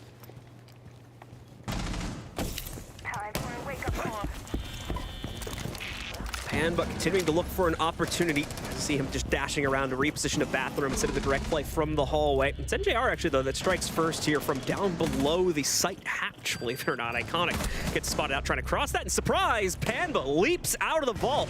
Spoit none the wiser to it as he gets right into his face and immediately knocks him out. So a good start to this one for DZ yet again. Panba, he's in the matrix now. A second kill also found for him. A third one maybe in the future as he knows he's got a target over here on the other side of initiation. Already beat him to the punch in the first peek. And tricked up though. Thinks he has another challenger coming at him from top blue, but that's not going to be, or top yellow rather. But that's not going to end up being the case, I don't believe anyway. Panba though still being presented with more and more of an angle against Diaz. He's going to get him eventually here as Diaz has been brought down to about 10 or less HP now. But either way, let's put the fear into him. And is now going to finally retreat, feeling that he's done more than enough for this situation and what it demands. Panbazoo's fighting for more. Diaz unfortunately turns his side to the Oryx. Just playing with him now. Make it a 3K for Panbazoo. Gomez hoping to set up a pinch on top. Dragon is now alone down below. Low health, does know somebody's in bathroom. There's your one, but now you gotta get more to convince us that you're worthy of match point and worthy of a 1v5. And John, if he were to do it, that'd probably be the biggest statement of the NAL. Gomez certainly hoping for a clutch here and certainly playing for it as well, but the pinch already established against him, even though he doesn't know it just yet. Gavini seals the deal. And that's Dark Zero taking initial control at overtime. One more round to go out of the next 2, and they take map number 1 of the series. Able to win Throne, but again, this is no defender-sided nor attacker-sided theme park. It's even between all these teams. So it's really going to come down to the quality of play, as it always does, but especially so in this case. Between Dark Zero and M80. Dark Zero went to Throne. We just saw they're able to win it. Not entirely off of the roam from Panbazoo, of course. I'm sure there was intel supporting him, but very much off of Panbazoo finally heating up, going from 6 and 9 to 9-9, I think. Yes, 9-9. And now M80 will go back to Throne as well. This side was not the easiest to win, not the easiest to win for either team. But for M80, this was the second defensive round they dropped on their first half. Dark Zero able to establish some very solid early control on the map, then converted effectively by the end with some vertical control, and it was, I think, a 5v1 or a 4v1 by the time they ended the round. So how they change things up here, it'll have to depend on maybe their operator selection, but honestly, the way I'm looking at this, I think they're just going to try to play the hits. We shall see as pretty much every single member of the team is going to end up repicking their operator as well. Either a misread on the site choice or just feeling something else in terms of the strategy department. One little wrinkle gets added into it from Pan, but at the very end of the repick phase as well. They once again add the Amaru back in here for that Gara hook. So we'll see what hip he's potentially going to be able to deploy towards once we get into the nitty-gritty, as it were, of this round.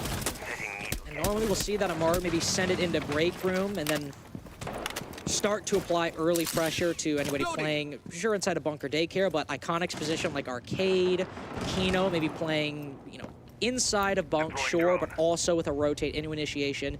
That's a very common position that we see the Amaru go in from, and likely we might see Panmazu go in from, but he's not over there right now. He's on the opposite side of the building, in fact. We're over towards bathroom, which is where we saw Spoit try to enter from in the previous attack.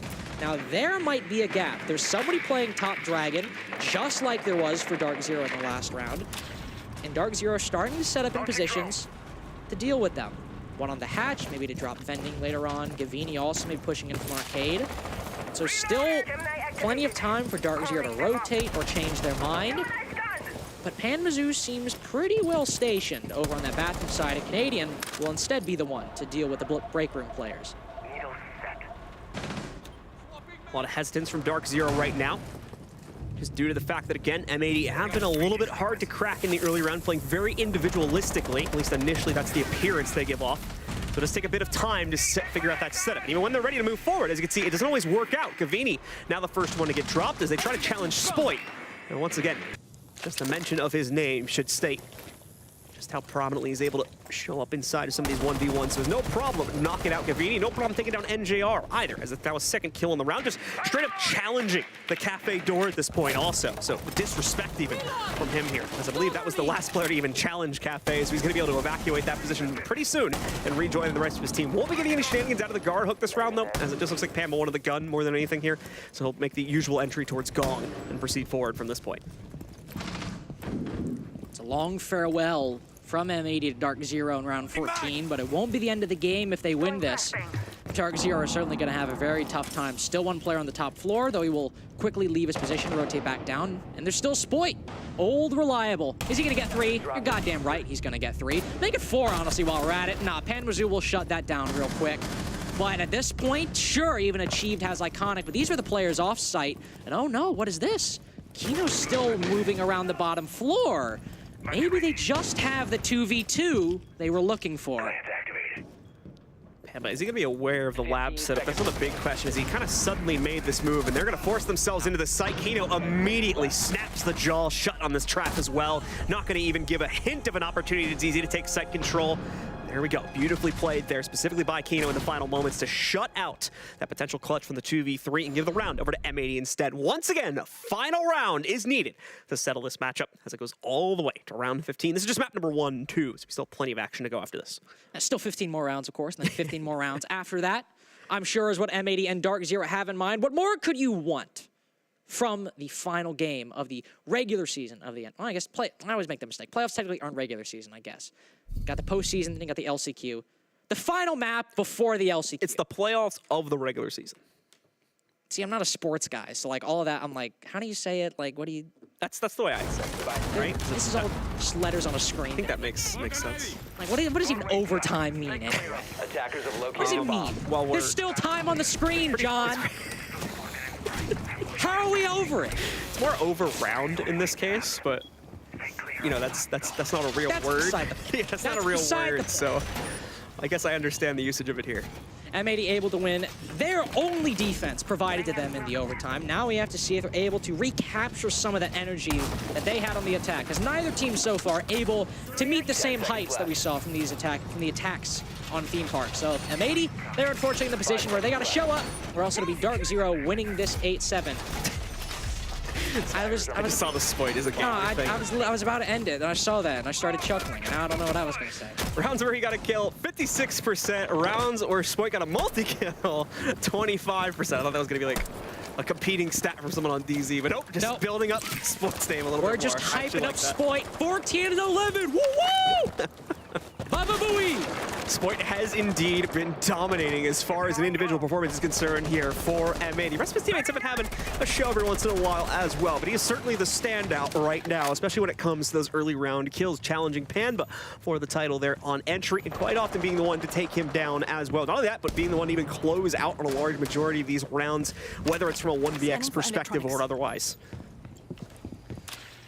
Gomez the tip of the spear now. No Spoit to be found. He's his own man. He can do what he wants. In fact, he just might spot someone sitting on camp. No, it's an electronic nearby, but there is someone on the opposite side of that wall. Dark Zero will have to be careful. Doesn't fall prey to the 5.56 or really any gun on M80. The attack will start to open up some of these vertical angles. It's a lab storage defense, and that'll be looking towards Canadian. Everyone from Dark Zero, the ops might have changed. We might have a Cade instead of a Soulless, but they're all in the same spot. So you got a couple players playing passively far back on that top floor. Canadian playing in Throne, and what is this? Achieve will rotate and help Canadian down below. This is what Dark Zero has done on their lab defenses every single time, essentially, they've gone to it so far. So M80 don't have an opening. Dark Zero playing the same positions, but with no advantage lost means there's still an advantage to be gained. So M80 will clear this utility, but look to this vertical destruction that they can establish, as minimal as it might be with those breach charges, and then see if they can either deal with a player in Throne or open things up with the players on the site. Especially if it's the latter, Dark Zero have to be careful. Spoit and the rest of M80 continuing to build up the top-down intel right now, not necessarily looking for an immediate execute, but they want to find this for later on in the round. And by later on, I mean like 20 seconds from now, as they are quickly running out of time here with only 50 seconds to go. DZ yet to be tested on their site setup, but a lot of it being revealed by what was open up top here. A lot to still burn through on the site there as well, specifically by bathroom, as we saw, I believe, at least one of the Goyo canisters still in the midst of its burning, and at least one laser gate blocking away too. But first entry is clean, coming from Iconic to knock out Panba. Rest of M80 gonna move through here as they take that initial control on the inside of bathroom, but Gomez doesn't necessarily feel the confidence to swing through this and take actual site control just yet. No one has really set themselves up to breach forward into lab or even the billiards window, but now we're going to start to see that come through as Gomez is able to sink a second kill for the squad here. Moving forward past that point, Cavini has been the only one to respond so far on the defensive side. Dark Zero just does not have the setup for this, it seems. Canadian left alone, and he'll falter as well. Nicely played by M80 as they brute force their way into the site and steal away map number 1 out of DZ's hands. With that, they win their opponent's pick, and we'll throw it to a quick break and then have the analyst break down that slow but sudden M80 victory.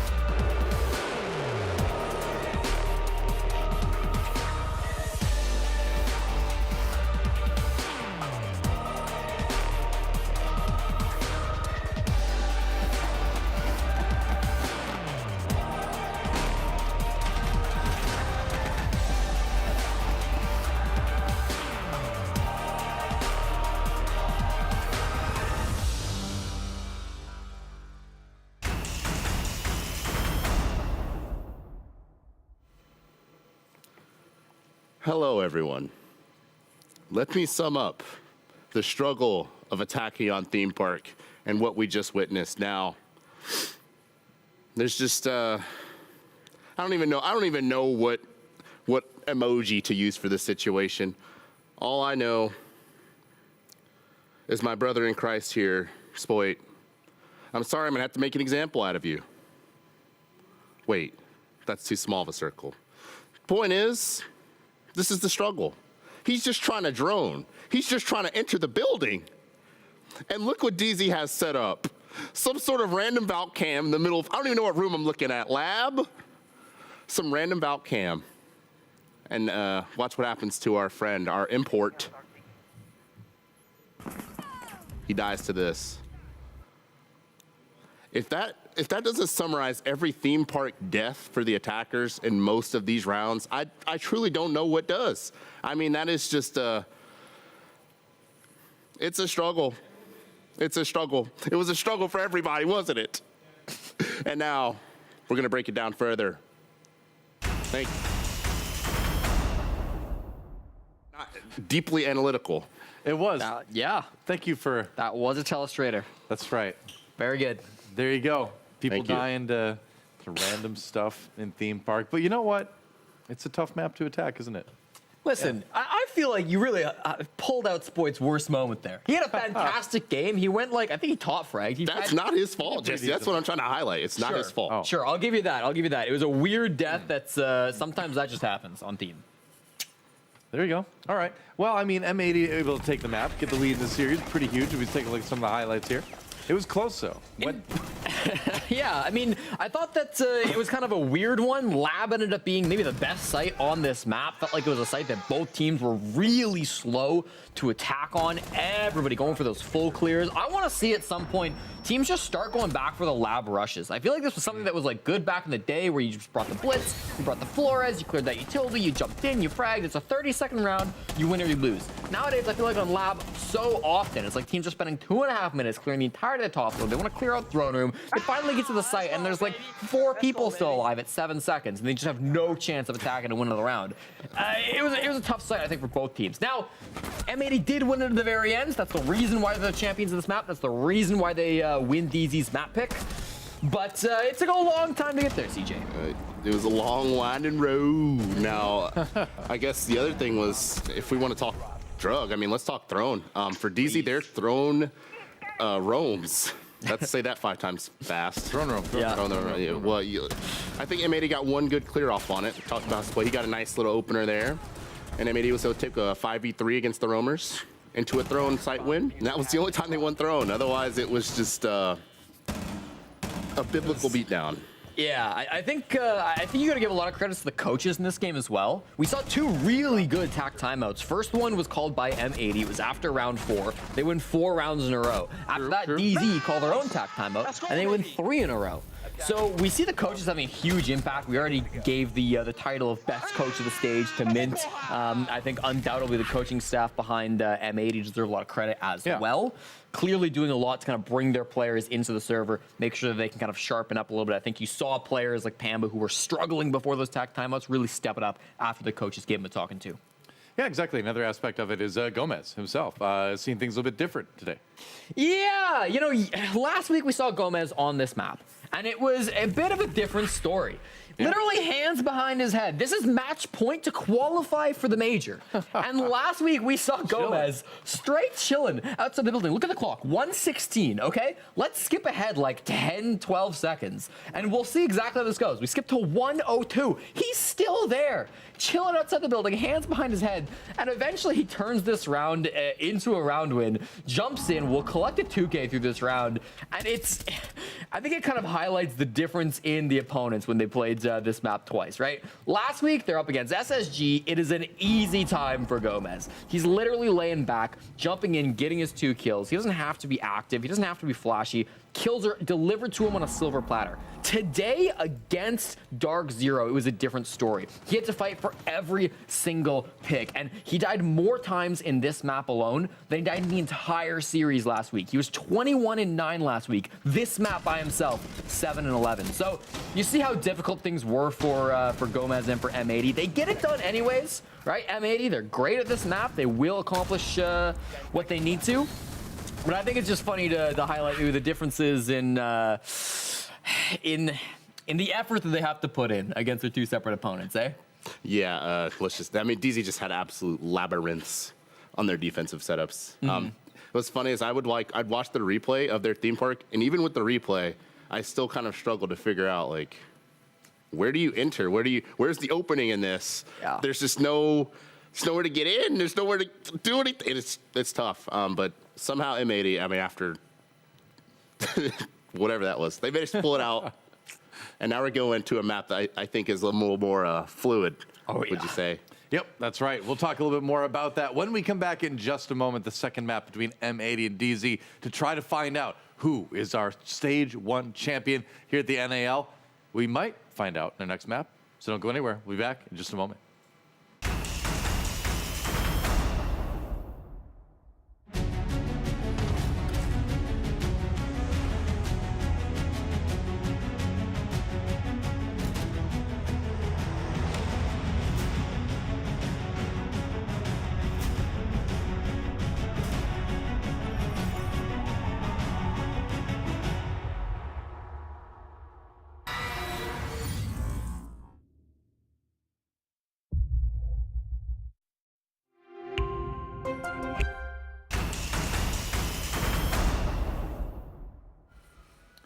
And we're back just like that. That wasn't so bad, was it? Welcome back to the Rainbow Six North American League. Doa Jesse Cookies here with you, and we're going to map 2 between M80 and Dark Zero. It's going to be Oregon, and so the question is, Theme Park is a very polarizing map at times as far as strategy, as far as like the attack versus defense. What's a bit easier than the other? But Oregon is more of a map that's kind of straight up, right?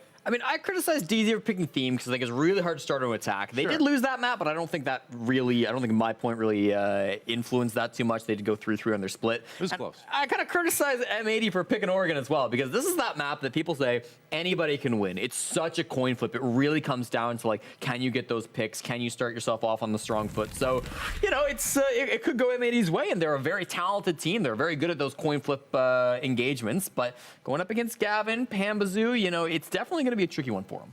Especially since DZ, one thing DZ is really good at is a versatility in terms of being able to change how they want to play. So Theme Park was slow, groggy, whatever. And we literally watched last time DZ was on Oregon. These dudes are throwing candelas and running in his Monty and just having these full, we could see a totally different pace out of DZ, and they're good at that too. It's not like they're just changing the pace and they stink. No, they're changing the pace and they're good at it. So M80's got to prepare for that, and that's going to be, I don't know, that's going to be hard to adjust for. I'm going to be honest, going for Theme Park to potentially a Dorms execute at a minute 50. Yeah. It's a change of pace for sure. It's also a map that for DZ, they've played it once ever, and that was last week when they had to qualify for the major. And that was probably the best map that we had throughout the entirety of the NAL this stage. And it was Link's casting, and he had some fantastic moments. So I'm very happy that he's still here, and he's going to be casting our game again. That's right. Yeah, he's over there. He's getting ready. Yep, I think he's counting down on some pizza if I saw correctly. The man needs to eat, of course. But we're moments away from getting into that map. But excuse me. I want to make some predictions, though. Okay. Do we think that M80 can eke this one out in a 2-0 fashion? I personally would be a bit surprised by that. I think the last map was very close. I would not be surprised at all to see this one go to Game 3. Our first series of the day, I wasn't so sure. I was kind of going to guess 2-0 either way. This one, I fully expected it to be 3 maps. Do you agree? I think we go 3. I think this is their opponent's map pick, but I think this map, it doesn't really matter who picked it. I think Dark Zero, they've shown how clutch they can be on this map. So, yeah, I think they pull through. I think we're going 3. All right. I think DZ wins. Oh, okay. He called it. Well, it's time to send it over to the casters one more time to call the action, see if it ends here or if we go to that third map to crown our champion at NAL. Alrighty, ladies and gentlemen, it is indeed time to move ourselves into that second map. Now, time to see if the 2-0 from M80 will come true, or if Dark Zero still has that little bit of fight left back there. Once again, my name is Blue, joined here by Lynx. Lynx, what are we making of this final map as we get ready to head into it? I'm excited, John. I'm enthused. I'm gonna expand on those. I'm exhilarated. On those thoughts. I think it's gonna be an M80. He's just shy on camera. 0. Yeah, I'm just camera shy, guys. I'm just a, I've never been here before. No, I mean, listen, I think Dark Zero are a great team, but M80, after that 8-7, I think Dark Zero will play very well in Oregon. The way I'm feeling, though, I think if M80 get a couple rounds of the attack, my belief right now that the momentum is in their favor, that they are going to set the pace, that they are feeling like they are the best team in the NAL, I think M80 will take this 2-0. But I will say, asterisk, wait to see how these first attacks go first. Yeah, for me, like going into the map blind, obviously, it's a bit of a coin flip for me. I feel like this one could go either way. I was talking to one of our observers about this earlier. If we end up seeing the dominance that we had mainly from Spoit come through once again, and that kind of emanates in the same way as it was on Theme Park, I feel like it's going to go pretty handily into M80's hands. But the map layout's quite different here. I feel like Dark Zero is going to have a little bit more room to play. So that's where we could obviously see that diminished individual play come out there from Spoit and potentially allow for things to go the other direction. Either way, bans are rolling, and they're actually quite interesting. So we have both an Ace and a Monty being removed from the attacking side. Yeah, the Monty ban intrigues me because we saw Dark Zero play a lot of Montaigne, like a lot of Montaigne against Beast Coast. And it honestly wasn't that great. Like, it got them a few moments, got them around, but it wasn't really a huge effective part of their attack, but it was clear they felt very comfortable bringing the Monty, and that was their preferred way of attacking. So even though M80 banning the Monty isn't gonna like remove an ace up Dark Zero's sleeve, against Beast Coast, Dark Zero ran it a lot and indicated they were very comfortable and liked it a lot. So that being gone, now Dark Zero might just have a comfort pick off the board, and once they switch to the attack, that could be enough to throw them off guard. Also, M80 have Ying, and that is a little scary. I'm not gonna lie to you. That is true, and you mentioned this earlier. They're like, in your opinion at least, one of the best teams with Ying inside of the league right now. So that is indeed going to be very, very worrisome if indeed they're able to bring that same prowess. Obviously, we're going to be on a basement attack, so it's pretty much the perfect fit for it here. Immediately, we're probably going to see that come out from the M80 side of things. Yeah, I would have to imagine that we see the Ying from M80 on Oregon attack. I mean, they're up 1-0 in the series, and sometimes we'll see teams reserve the Ying for like, oh, it's 6-5, we need a round. Let's bring the Ying, let's catch them off guard, let's move forward. And M80 could be saving that and not want to play their cards too early, which could be a smart deal. And also, there is this one thing we need to say. NJR is playing Warden. Now I want to unpack that a little bit. There's two important parts there. One is the Warden part. Warden is a very direct counter to the Ying. You guys know that. Turns on the glasses, he sees through the flashes, job done. But the other part is NJR is on the Warden, and he typically plays with the shotgun on this site instead of the MPX. So what should you expect from him? Not to play maybe like the laundry machine like we normally see from the Warden, but maybe play over in like E-Box or Bunker. And if M80 go for a back take, that is a very dangerous proposition if they were to bring the Ying, but of course, you aren't right here. But still with flashes, you gotta worry about it. Camera in position. Might draw out, might sing as well, and indeed it does. Canadian with the perfect timing, playing that off the intel there that he hears from the footsteps up above. Spoit, ironically enough, is the first one to go down. As we were talking about the impact he might be able to make here inside of the early round, well, he's not making any this time around, as he's taken down outright by the utility from below. Nicely found by Canadian. That'll probably kill any of the remaining aggression that was still out and about on the map from DZ. One kill is really all the advantage, in my opinion at least, that you need on this site hold, so they're going to peel everyone back now and just let M80 set up, because Dark Zero don't feel they can successfully take it, even with all the walls and other reinforcements open back up. This is one of those sad positions where, like, the round isn't over, but it's pretty close. It's like an 80-20. Yeah, it's like an 80-20, because it's not just that Dark Zero have a man advantage. Dark Zero have also removed the only set of nades for M80, and often on a basement attack, if you want to take a gunfight, you just gotta like walk down freezer or walk down laundry or use flashes and land an E-Box drop. And that's how you win off gunfights. An easy way to maybe mitigate the probability of taking a 50-50 is use a frag grenade. That's basically like a free pass to to win a gunfight if you get a frag grenade kill, because you didn't actually have to fight anybody with it. You just use your utility. But now it's gone.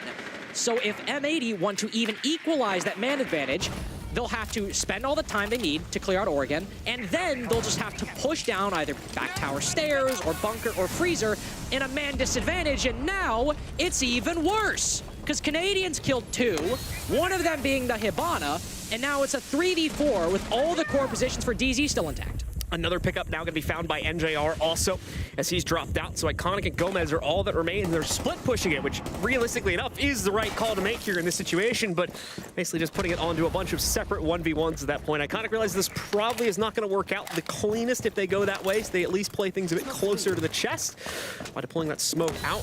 So we see Iconic go for the drop on Hatch, but never mind. He will fully regroup. They'll play this together on the assault. Try to see if that will be enough to push past Pillar and take the site. The smoke is imperfect as well here, or no. We're just going to be seeing a Warden look out from the other side of it. NJR can see right through those smokes, so it's an easy pick to start off this final play, and an easy pick to end it as well. 2 more for NJR, closes down the round, and puts it willingly into the hands of DZ.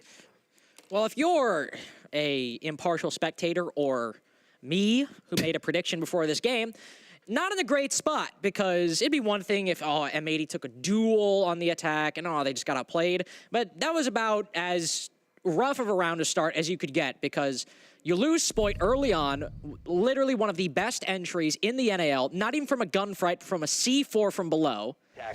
And then you still have to clear all of Oregon. It's like, okay, we just have to do what we would do anyway, but with one less person. So once we spend a minute and a half, opening up hatches and acquiring control and starting to put feelers out on back tower stairs or what have you, we have to do all that with the knowledge that once we get there, we're walking into a disadvantaged situation.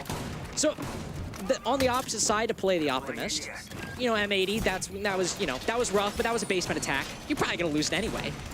Now let's actually see what happens. Drone a little bit more effective, hunt down Canadian. Don't lose your entry right off the rip. We'll see if they can make up for that disadvantage this time. Like we said, not really something that, unfortunately, Spoit had a whole lot of control over. Just got a little unlucky with the pathing he took. Walks right into a Nitro cell. Canadian as well, able to be very happy about that one, but indeed one that he probably is not going to find every single round. So hopefully the addition of Spoit to that early and mid-round clear, at a minimum, that's hope. That's a hope that you would see him able to stay to that midpoint of the round. Is going to be enough of an addition to the fragging power here to make a difference and allow for M80 to take their own first round. A bit more of an exposed site as well. Obviously, with us moving up to the second floor, still a pretty safe bet for the defenders most of the time, but attackers do tend to find a bit more footing here, especially on the outskirts of that site. You can at least take a few duels before stepping to the inside of it, unlike basement, where it's very much an all-or-nothing commitment for most attacking teams. First nade from Gomez, trying to clear out that position. Going live. Close on dorms, but finds no purchase on any member of the defense. Struggling to open up this bedroom wall as well. They'll have to rotate Spoit down below, not necessarily to jump in, but just to use that ass charge, destroy that mute jammer. There it'll go. Never mind, actually. Ooh, it misses the mute jammer. That's unfortunate and very unlucky. Like, Spoit does still have one, but this is just more and more time wasted for M80, and there's still an impact trick from Canadian. One impact and a few bullets takes down the Dokkaebi, and another opening duel lost by M80 and untraded by them as well. So finally, there we go. That wall will be opened back up. Achieve's position going to be exposed. The X-Kairos, as we see, though, them still end up surviving the assault from the impact nade, and Achieve going to actually try and shoot these out. Very well done, actually. Wow. He's able to find quite a few even just with his gun due to the awkward angle. And then the impact takes care of the other one. So complete denial on the entry from walk-in. Gomez was hoping this would present an opportunity for him to frag out, and indeed it will. But at the cost of Canadian, also knocking out Iconics. They're not getting away with it 4-0. NJR and Pam with 2 more to add on top of that. DZ are slaying out in the site right now. Here, just Diaz left in a 1v4, and he doesn't even see Gavini waiting for him on the rotate. That's going to be another very one-sided round in the favor of Dark Zero. That was dorms. They were going to lose it anyway. So now that we're on meeting hall and kitchen, or kitchen and dining, now things will change. No, in all seriousness, those have been two very well-played defenses by Dark Zero. I especially love Achieved on the impact trick. Lets 2 of the X-Kairos go, because he knows that Kino is trying to bait out the impact trick. And then also knows that if he only uses 2, he's not going to get an angle that actually means anything. Like, he can't shoot Achieved from that angle. He can't deny the impact trick from that angle. What it does do, it allows Achieved to impact trick it easier and also shoot some through the soft wall. So if anything, that angle actually helps him. Just very good play from Achieved in that position specifically. And then also great play from Canadian, who has started both these rounds not only with an opening pick, but also a double kill to start both of these rounds on the roam. And if that continues to be a factor for Dark Zero, yeah, it's Oregon defense, but it's going to be rough for M80 if they don't start adapting to Canadian roaming around the map. Like you're making a joke of, though, this is the tertiary site, so if they were going to win any of these 3, this would obviously be the one that they would look to take. I don't want to say it, but they're down 2-0 and they bring out the Ying. That's 5 seconds left it's the immediate fix to all of these issues. Just Ying every single round and see them start winning out. Let's see. And defuse a bomb. It's the Ambrosia for any of my Greek mythology kids. Attackers have dropped the bomb diffuser. Shout out. Attackers have I recovered mean, their diffuser. it is very good, and especially if you just want to very quick execute to kind of stunt DZ's momentum as well, why not? What I want to see, though, there was a C4 pre-placed on Garage. All right, they know. I wanted to see if we'd see Spoit take out the scanner and be careful, and indeed he will, so they'll shoot the pre-placed C4. Good heads-up play by Dark Zero, but even better by Spoit to make sure that he doesn't die to a C4. 2 of the 3 rounds on the attack so far. And now, he'll actually get this upstairs control and this early upstairs pressure, but unfortunately, it's still for naught, because Canadian, a menace so far on map number 2. 3 opening kills now for Canadian, though this one is traded. Not a double, unfortunately, for Canadian this time, so that streak is going to come to an end here on round 3, but his perfect entry streak continues here. 3-0 so far, even though, yeah, he does get traded there. It still counts as the first kill. So 3-0 overall here. Let's start things out for Canadian. Things will quickly be re-equalized on this specific round, and everything's going to go relatively quiet after that too. Dark Zero not trying to advance too much into the faces of M80's clear upstairs. They don't really have the rotates for it anyway. They certainly want something to route back through Attic with if they were going to be deploying towards that, so M80 do have a pretty clean time now of opening up all these top downs and a good amount of excess time in the bank too, so it's going to be very low stress on the XQ right now from M80. At least until they make the transition downstairs, where things will get a little bit more tense for them as they have to clear out the overall setup, of course. Iconic fumbling with the exothermic will require both to open up that hatch as they move over for a kitchen-sided execute. There's still 2 players from Dark Zero standing in their way. Achieved and Gavini, a duo right now in dining and showers respectively. And M80 only have a minute to start to clear them out. They have those Candelas, they have these frag grenades, and they also just have players that will push in no matter what. But Gavini's still getting aggressive, and Diaz Lucas doesn't check the corner. The Candelas might go out, but it seems all for naught. Kino will work his way into security. That is a very impressive bit of control, and domes Panmazoo as well. Now we have a game. Ying immediately going to be chucked into the position where 2 additional members of Dark Zero are positioned at 2, gives him the window of opportunity to run through, and it flushes one out for Spoit as he's still holding on that other part of the map. A little bit dangerous here because of how they split their players up, but it should all work out in my opinion. Achieved now, so with a clutch potential, going to try to win this out in the 1v2, and M80 very quickly trying to regroup the remaining players also. Another Ying Candela, he's got 2 more of them, might as well use them, just casually chuck them over the case, blind out the player, trying to get the counter defuse, and immediately shut it down. A rough early round, but it is redeemed in the final moments as M80 finally claim their first attack. A very rough early round, and you got to give credit to Kino for bringing M80 back right there. Saved all of his Candelas, and even though the push from M80 was starting to falter, he takes matters into his own hands, uses that Candela, and doesn't just send it into sight and go for broke. No, he takes security control, and that's a very important difference, because if he had just ran straight into kitchen, he'd walk in the middle of a crossfire. There'd be the player in green who could swing out, and then likely the player in meeting who could then trade out the player in green if he ends up dying. But instead he goes to security where he kills NJR. Now he's sort of evaded the crossfire a little bit, still in danger, but he has a very slight angle on the green and is able to catch the player off guard. And that is the moment where the round swings in their favor. Not even Spoit getting that 2v2, because now they can go for the bomb down, and with Kino basically cutting off the rotation for M80, it's a much easier position not only to put the bomb down, but also to set up Spoit for a future play if he wants to. All right, so M80 yet again going to try to find solid footing on a second attack. Things weren't necessarily drastic outright for this basement attacker. It's just the earlier issues they had run into that made it quite an easy follow-through for DZ on the actual site. So we'll see if M80 can kind of patch things up. With that said, even the round they've won, there was difficulties in the early rounds, so that is just not a great expectation to have if you're a fan of M80 right now. But I am certain that it is a big focus of theirs, so we'll see if they're finally going to be able to hit the ground running, as it were, on this round. The second go-around of sites just starting now as DZ makes the return to the basement. Yeah, doubt we'll have the same C4 thrown so early on. Not even necessarily because Canadian doesn't want to throw it, just because M80 will be that much more diligent in their clear. Also the power of not only Flores in general, but also the power of Flores in this position. He can clear out so much of that utility in bunker and in elbow to deal with. And Spoit actually might just have a kill. Canadian still gets it though. How? Literally how? That was just being, oh no, that was Panma that went down, not even Canadian. So I was about to say, now he's just being traded, but maybe that's not happening. Canadian just stealing one away, beats Spoit to the punch by like half a second somehow. And like we said, keeps that perfect entry record going, even though the past 2 rounds has been immediately countered by someone on the other team. I can't, man. I can't. This is too funny.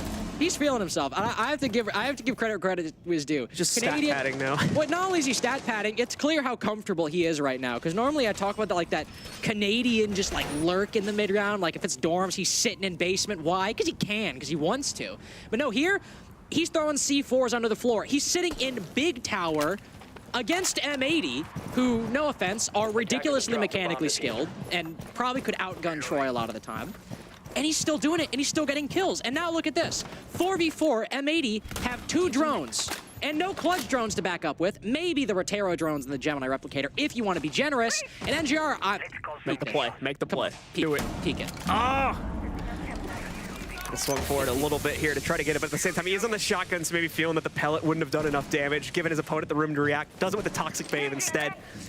Backs him away. Canadian, a little step forward, keeps him safe as the nade tries to pressure him out, but it only pressures him forward into Harry Potter there, where he's able to avoid all the damage from that nade. Away from that, though, still a lot of potential energy boiling up from M80 right now. Potentially swing down against him. There's the Nitro we're looking to see, but yeah, it's way too easy to spot by Kino and the rest of M80, so they back away from that and also avoid the full breadth of damage. Canadian's still alive though, but I mean, Candela's a flashbang and a frag grenade as well. This might be the end of our mad little Goyo, but inside of the site, Gavini takes down 2. Canadian's not long for this world, but Gavini's still running the race. NGR was also never given up control of elbow. With only 15 seconds left, DS needs to win this fight, but against NGR with a shotgun, I'd feel sorry for anybody who's got to take that engagement. In this case, it's iconic, trying to make something happen and trying to snatch victory from the jaws of defeat, but instead, in about 2 seconds, make that no time at all. It's the second basement win for Dark Zero. Another very convincing one at that as well. Beautifully held, especially when it came down to the basement play itself. What's more, a little crazy on the early round is Canadian just barely managed to steal that opening pick away, but this time it's equalized. It's brought down to a 4v4, but even then, once more, the actual site setup does its job pretty much perfectly, and M80 are just not able to make their play work.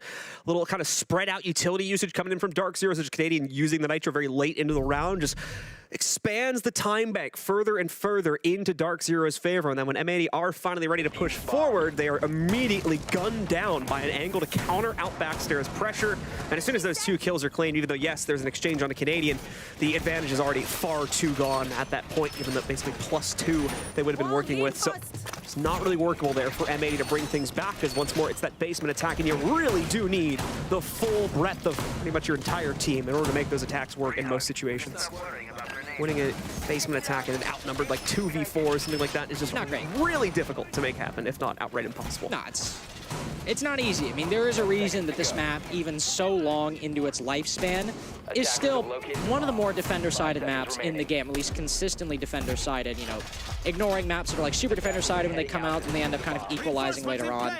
This map has always been a good haven for a defensive team because of basement, because of dorms, and specifically basement out of those 2.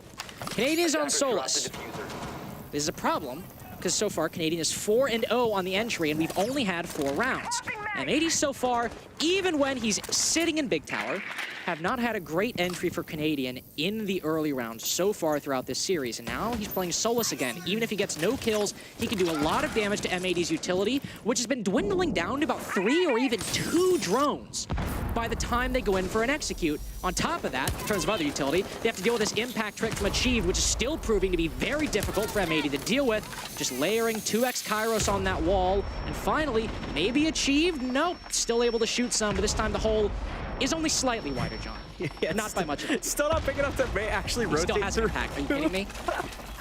But at the same time, that's not necessarily the goal of this breach, is to make it so that players can outright rotate through it. It's more to have the gun angle more than anything, so it's not the end of the world that it gets interrupted as heavily as it did in the previous round. Still no opening kill, by the way, inside of this one yet. Canadian's still out and about, so we'll have to see who it'll end up coming from. If that streak from Canadian will finally be broken as M80 getting ready to push themselves into the site. So maybe it is finally time for someone else here to shine. But at the same time, Canadian still with some potential to play out here as they have not taken full White Stairs control just yet. So he could very quickly punish Gomez if he pushes a bit too far towards him. And indeed, nope, actually going to drop back down. But that still means he's in the play for this one, depending on the way he rotates. Takes the safe path, though. He's going to head up one of the other staircases, so he is removing himself from the equation here. Entry power is coming through from M80 into the actual site now because of that White Stairs control. They're going to follow it through in, and finally Spoit gets one of his own personal entries. Got very close to it 2 rounds ago, but he's going to actually seal the deal here on this run. Oh no! Seemed like a player would have been going down dead to right in the back of bunks there, but out of nowhere,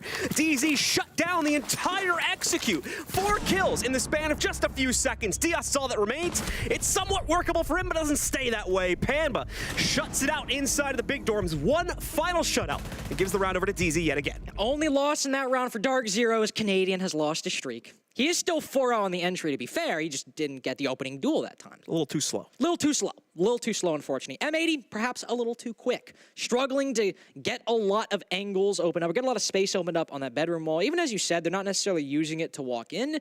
Achieved has been so problematic, not only impact tricking, but also just straight up shooting the X-Kairos, that I just have to imagine M80 are not getting everything they want from that bedroom wall with just how much Achieved has been fighting back. And if Canadian's still doing some damage on the drone economy, really right there, it wasn't something you could easily point to. M80 push on in, they think they have an opening, and they do. Spoit ends up getting the opening pick. But Dark Zero, just take advantage of dorms. There are a lot of positions that you can hide from the attack and then peek out, play trades. And it just so happens that in this case, Dark Zero won more of the gunfights than M80 did. Simple as that.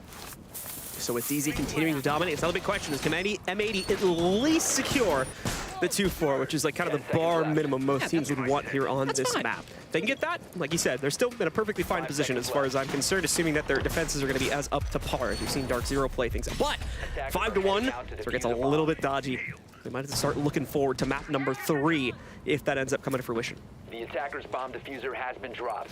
Attackers recovered the diffuser. The Ying again. Of course, they got to worry about Achieved on that warded, but the Ying again was what made it for M80 and what brought that round back, because let's keep this in mind, by the way. It was a 2v4 for M80, for Kino and Spoit to win. That they played very well, to be fair. But still, this could be 5-0 if Dark Zero had won that round and Kino not performed as well as he had. Another C4 from below, almost taking Spoit's life. There's somebody else to worry about. Is that Canadian? That's got to be Canadian. No, it's not. Oh, that we're safe now. That was Panba that threw that, yeah. You never know these days. You never know. Well, I mean, it was the first kill, so it's like... Exactly. Katie gets a call. No one's allowed to kill until I have. It's like going in a boat with jaws underwater. It's never safe. So we'll see if either of those players is able to negotiate the opening kill. Obviously not finding it from the Nitro position, but M80 also starting to open a few top downs now, so that's going to present opportunities to both teams, more so to the attackers on top, of course, but defenders can find a few shots as well from time to time.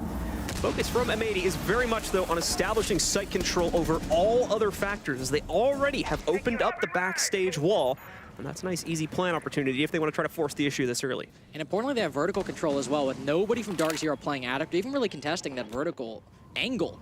So getting a bomb down and meeting, and to some extent, Dining as well, if they were to take down Achieved and Cavini, admittedly, is a lot easier, but M80 very much aiming for a meeting plant. And this makes Canadian's position a little bit more difficult because now they actually have time to maybe hunt him down if he wants to, or just ignore him, because he can get intel, but really, with no C4s or anything, he's useless from this position. He's not going to actively help this site unless from this hatch. And as the Candelas go on in, that's what he's looking to do.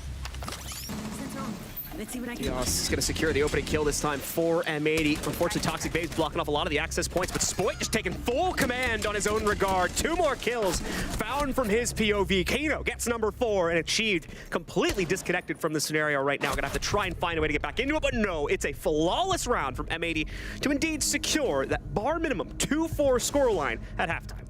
Yeah, not out of it yet, and now they get to go to the defense. I will say, probably a little bit sad they weren't able to maybe pick up a 3-3 or at least make that 2-4 a little bit cleaner, just because, similar to Theme Park, if you pick Oregon, the other team that gets side selection is going to pick the defense, so you're going to want, just to feel a little bit more comfortable at the side swap, getting a 3-3, minimum of 4-2, like we said. Those attacks are a little shaky.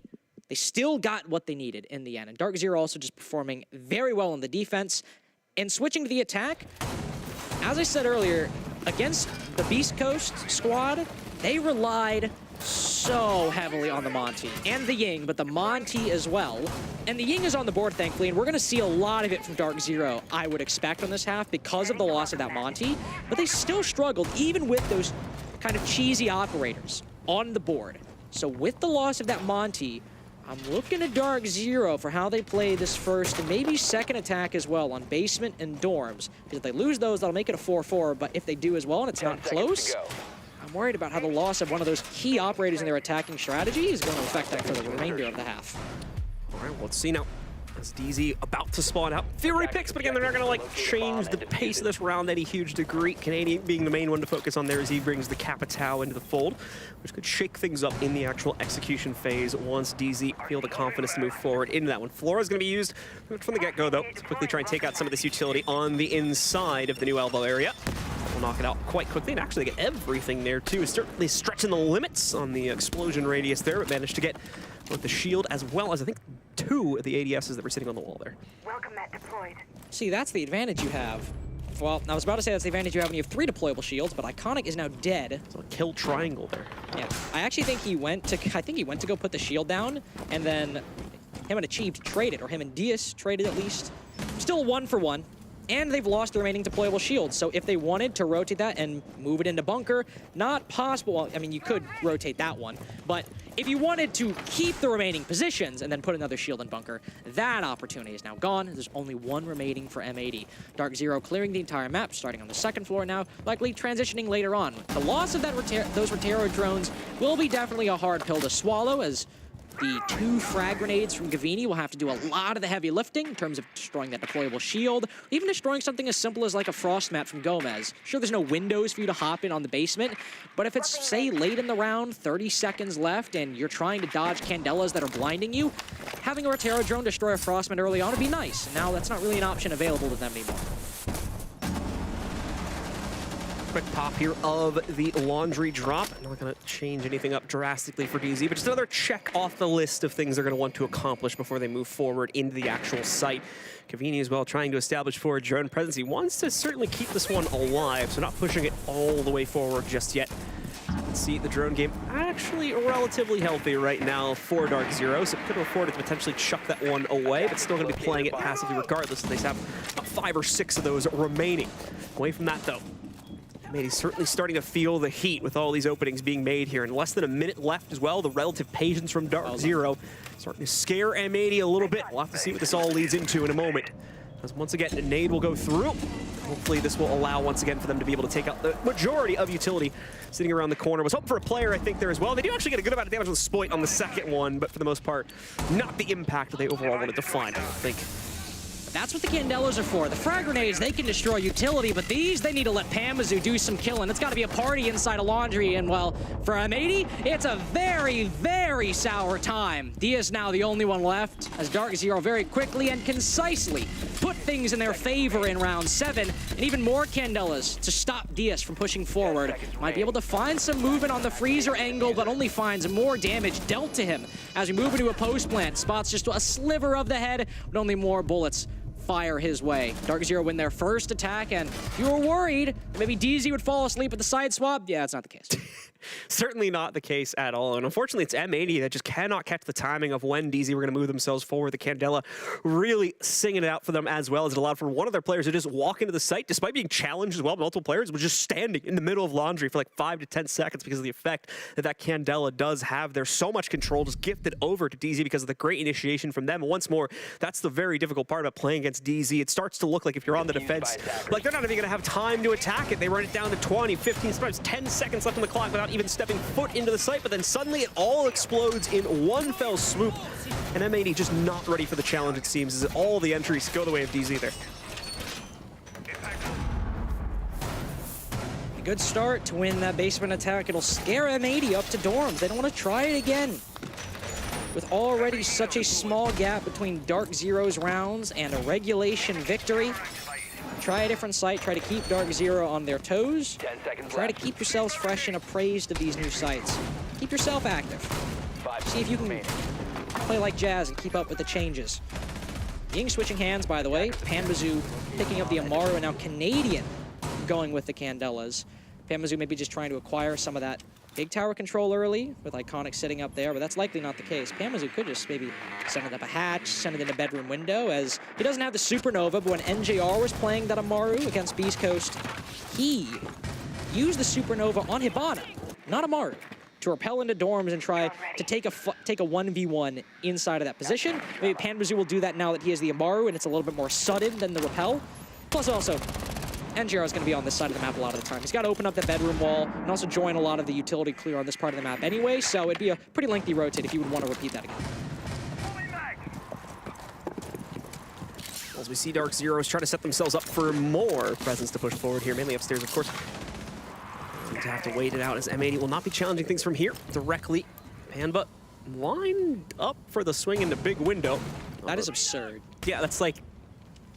We'll have to wait and see here, because like I said, this is going to be very odd if he goes for it. But indeed, he's going to commit, ends up running into the laser gate in the process. But Gomez claims the opening kill for M80. However, the follow-through is good. And more importantly, Panba stayed alive and picked up at least one kill. The Nitro response from Kino down below does take him out. But look at the room it's given DZ. The plant is down. Canadian succeeds in finding it just in time, apparently, too, as Kino is here for the retake. Gavini able to take out another member of the M80 retake. That's not going to ultimately sell things just yet here. Another pickup from Diaz knocks out Cavini, and DZ, although they give us a very nice plant, may not be secured on the round just yet. NJR nicely shot out there as he avoids the destruction right in front of him. Pumps out one, just one to go here as well. Kino's fallen. Diaz needs to find the clutch. Only 13 seconds left as well for him to get onto the case. How's he going to frustrate directly and right into the hands of NJR as he gets the clutch instead for DZ? How about a Supernova 1v2 to go to match point? The mayor's back in town, boys. And look at how excited he is. Riveted by the play that he just did. No, honestly, cold as ice from NJR right there. He's got the Supernova. He knows the bomb is down. One, shoots the C4 with the Supernova. And then two, finishes out the 1v2. Overall, excellent execute by Dark Zero. I forgot you could Gara hook into big window just by standing next to it. I'll write that one down. But to send it to match point, they are basically doing to M80 what M80 have done to multiple teams in the NAL. Use the Ying, blitz in, catch the defense completely off guard, win the round. And if Laundry was an example of that, Dorms was that, but like times 10. Yep. And now if they just do it one more time, it's a 7-2, and I kind of look silly. And with the way M80 normally plays things, they might end up rotating onto their third site anyway, but we'll have to wait and see. Like I said, they're in a timeout right now, so the coach should be telling them to like go back to basement or something. We'll have to kind of wait this one out. That's the difficult position, too. It's like, well, we've lost basement and we've lost dorms. They're going to retry basement, it looks like. So do we want to go to a new site that we haven't lost? Which the one that's like also usually pretty weak for defense. Which we are less likely to win and is actually the only 2 rounds we got on attack? Or do we want to go back to basement? In this case, they'll make the smart decision, which is what you said, which is go back to basement. This was still around. We were able to stall things out for the time being, especially challenge bunker as well, and still at least come away with an equalize in the early round, and also take down the Flores early on as well. And it took Dark Zero a little bit of time to get to the execute. By the way, remember that stat. You read it. You're already on this. 89% of the time when the other team takes a timeout, DZ win the next round. So, thank you, John. So, if you've been keeping score, that actually did not hold true on Theme Park. True. M80 were able to win the round. Which means it should be less than 89. So, I mean, it is less than 89, but that still means it's comparable to 89. Yeah. So it's still, the odds are still in Dark It's still a Zero's very favor. high percentage. Yes. Is the main point to get across here.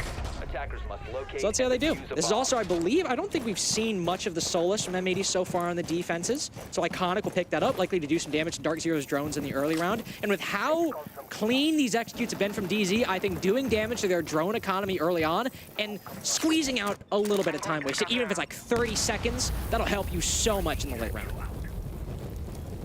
Very quickly, we're going to see Achieve to route himself through the flames here, just take out all the Goyo canisters. That will prompt a quick retreat as well from the Goyo himself. DS not going to be able to maintain inside of Elbow just yet.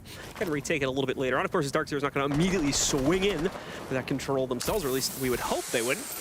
As we can see here, though, the Gar Hook has stayed in play. It'll be that quick tower control just being deployed by Pan, but nothing to really hunt out, though, on the Silhouette side of things. He's got one player way down in the depths at the bottom of main stairs, but that's a long way detached from his current position. Iconic tries to go for a swing, but that white van on the outside of the door gets a little bit too much into the way, so no shots connecting.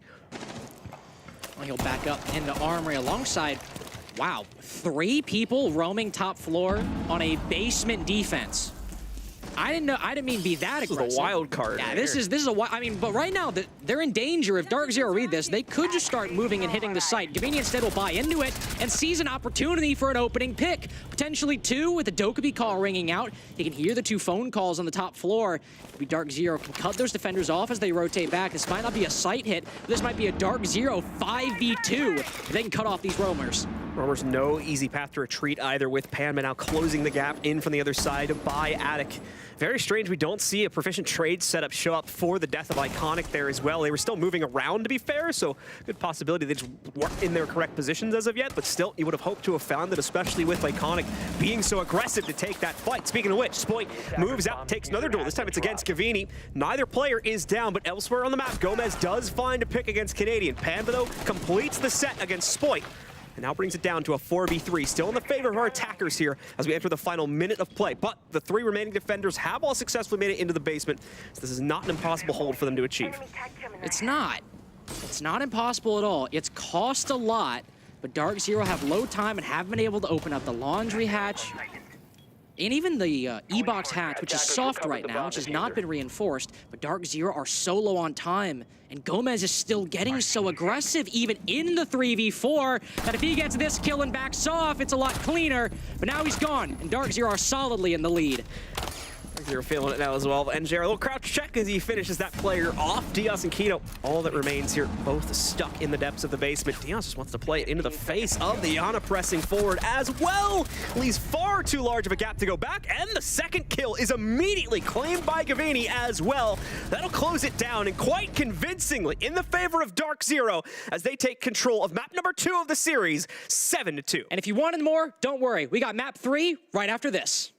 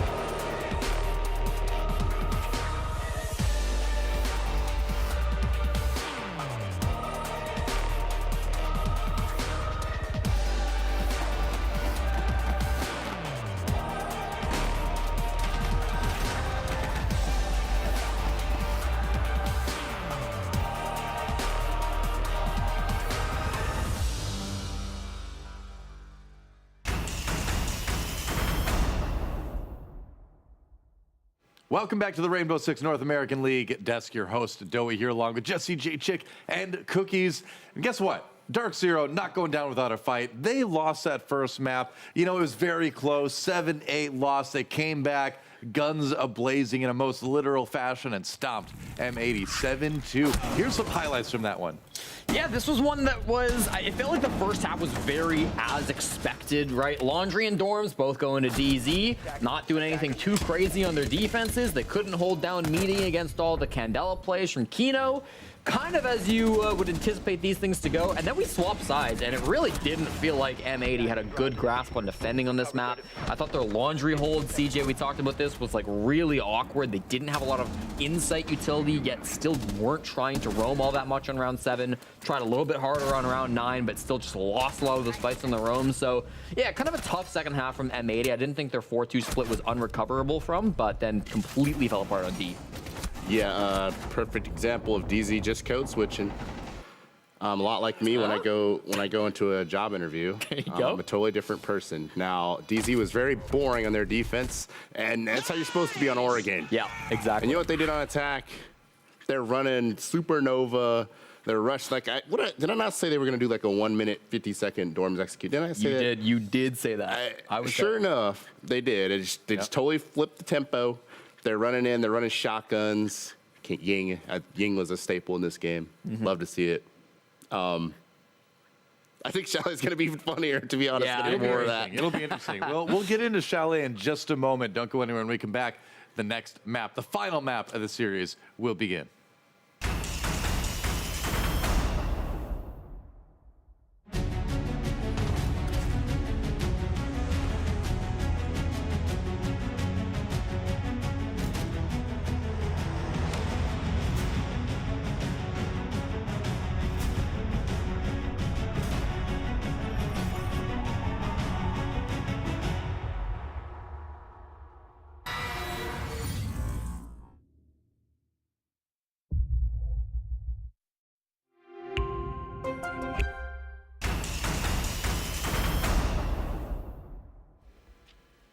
And we're going to Chalet. Isn't that right, gentlemen? For our third and final map between Dark Zero and M80, a battle for first place in the Rainbow Six North America League. There it is. Behold it in all its beauty. Cookies, you mentioned this one was going to be a fun one, a wild one, a wacky one. Why? I think people are just going to randomly appear at sight. I think there's going to be. I mean, honestly, can we top whatever the first Chalet game today, the sense play, whatever that? Can we really top? It's going to be tough. It's going to be tough. But we're going to see. Chalet has a lot of opportunity for craziness, and both teams get crazy. Yeah, I'm a little nervous for the Darkened O. I think that this is going to be one. If you go back the one time they played this stage, Darkened O. that was against Oxygen Esports. They got 2 rounds against OXG. It was a really tough map for Pamba. It was a really tough map for Canadian. So I'm looking at those players this map. I want to see them doing a little bit better. And for M80, they've also played it once. And on the other side of things, it was a great map for Spoit. It was a great map for Iconic. So we'll see how that one goes. I am leaning towards M80 for this final map, though. All right. Do you agree, Cookies? M80 or DZ? Yeah, I mean, if we see whatever. Okay, I mean, I praise DZ a lot. Whatever the hell, DZ versus OXG was one of the weirdest displays of an attack I've ever seen. They didn't run hard breach at all, DZ. I don't know who was off the OG Bobby Brown when they were making their strategies for Chalet on attack, but it was weird. And it's extra weird because OXG's not even like, at least this stage, they weren't even that crazy on Chalet as Beast Coast and other teams showed. So like that was a really ugly loss from DZ. It was a really puzzling one. Which is why I'm hoping like maybe that was just a bad day. Maybe they were just tripping on that particular day. I mean, DZ, like, they showed up last map, right? And I mean, I feel like now we're kind of seeing DZ gain strength. This is how they always are, man. Ever since I got into this game, DZ has always gotten stronger as the match has progressed. That has never stopped being the case, despite who's on the team, despite what their style happens to be at the time. And so I'm feeling DZ for this one. There's so much on the line right now, too. Obviously, you want to be first place in NAL. You also want those SI points. That's a big deal. So as much as I like M80, I'm feeling DZ with this one. All right. Yeah, I mean, with but Troy yelling at you, it's easy to spiral in and get that momentum going. And There if you he has 4 opening picks to start the game again, I can see it. Yeah, fair enough. Well, enough of us. It's time to send it over to our casters to get ready in just a moment for the game. Quick break. And when we come back, we will see the final map of the day and find out who our NAL champions are for Stage 1. Don't miss it. See you in a few.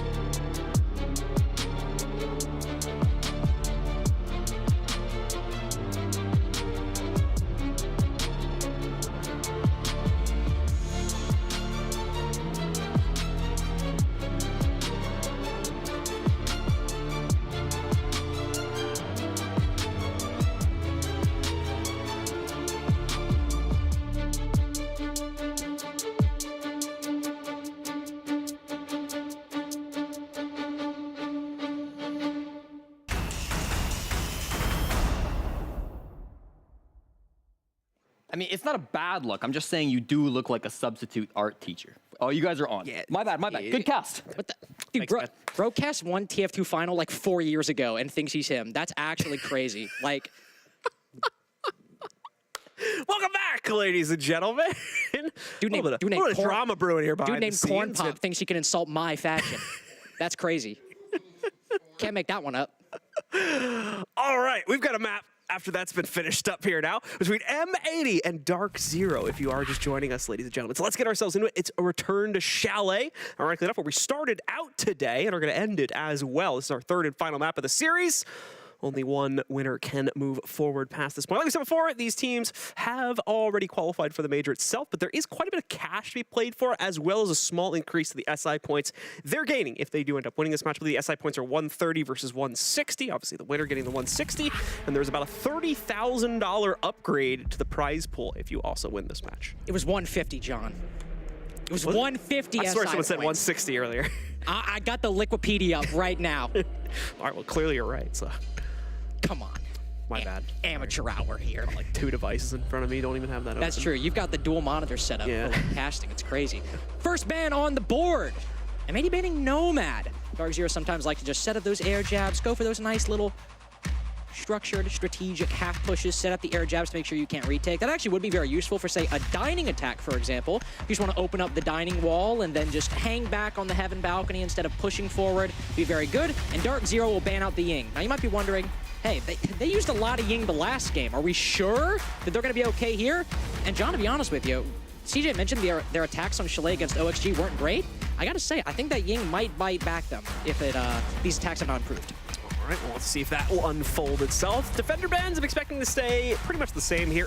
There has not been a whole lot of deviation from them at all here today. It's kind of flipped a bit. It used to be pretty straightforward for attackers. Now the meta is pretty straightforward for defenders most of the time on the bans, but could end up with a curveball here. Not going to get it, though, as we do end up banning Solus for the first time, at least in the matches we've watched here today. But that Azami ban still staying in pretty much every single game that we've had. Why do you think they decided to ban the Solus this time? Well... Because I have 4 hypotheses as to why that might be. Let's hear your first one. Actually, let's hear number three. Actually, technically, that joke was inaccurate because 4 of those opening picks were on Goyo for being fair. But you asked for reason number 3, and that was because they gave Canadian Solus, and on the dorms and on the meeting attack, he was able to harass the attack quite effectively in the early round and deny a lot of M80's drones. And sure, M80 aren't starting on the attack, but they will have to eventually. And I'd rather not deal with Canadian on Solus, and basically I would only have 2 to 3 drones by the time I go for the execute. By the way, stop the presses. One thing that we didn't mention so far, Monty is unbanned. As I mentioned, on Oregon. Has immediately been picked. Yeah, and probably like 8 other times on Theme Park and Oregon combined. It is immediately picked, as you said. Now, it could be changed. You always got to give that asterisk. You always got to let it simmer for a few seconds. But he is locked into Monty now. He's locked it in. It is medium rare, this Montaigne. And he has stuck it. So indeed, the Montaigne immediately coming out from Dark Zero. They've been winding themselves up for it all throughout this series and finally going to get the opportunity to unleash it onto M80. Let's see if it finds the immediate results, as it's pretty much going to have immediate play potential here from the outside, of course, of the snowmobile garage. Once they're able to get that open, it's a pretty easy push for him to make forward with the appropriate team support. Now, he's not going to directly fling himself into it. They still need a little bit more control aside from that. What's going to be main stairs or counter pressure from Blue/Wine, but either way, they've got plenty of time to work towards it now. As you can see, the wall is already done and dealt with quite quickly here.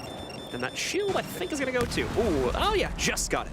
That's a great catch early on as well. A lot of the times we'll see teams go for that shield once they start dedicating themselves to a wine execute, whether it be with a Rotero drone or with a frag grenade. But being able to get that so early on without actually establishing any control or presence inside of trench or wine is really good. Now you can challenge that pillar position a lot earlier, and, well, I would say with the nades, but there are none from Dark Zero, so no grenades whatsoever, but still that shield being gone is very important, and NGR quickly moving to open up that wall as well.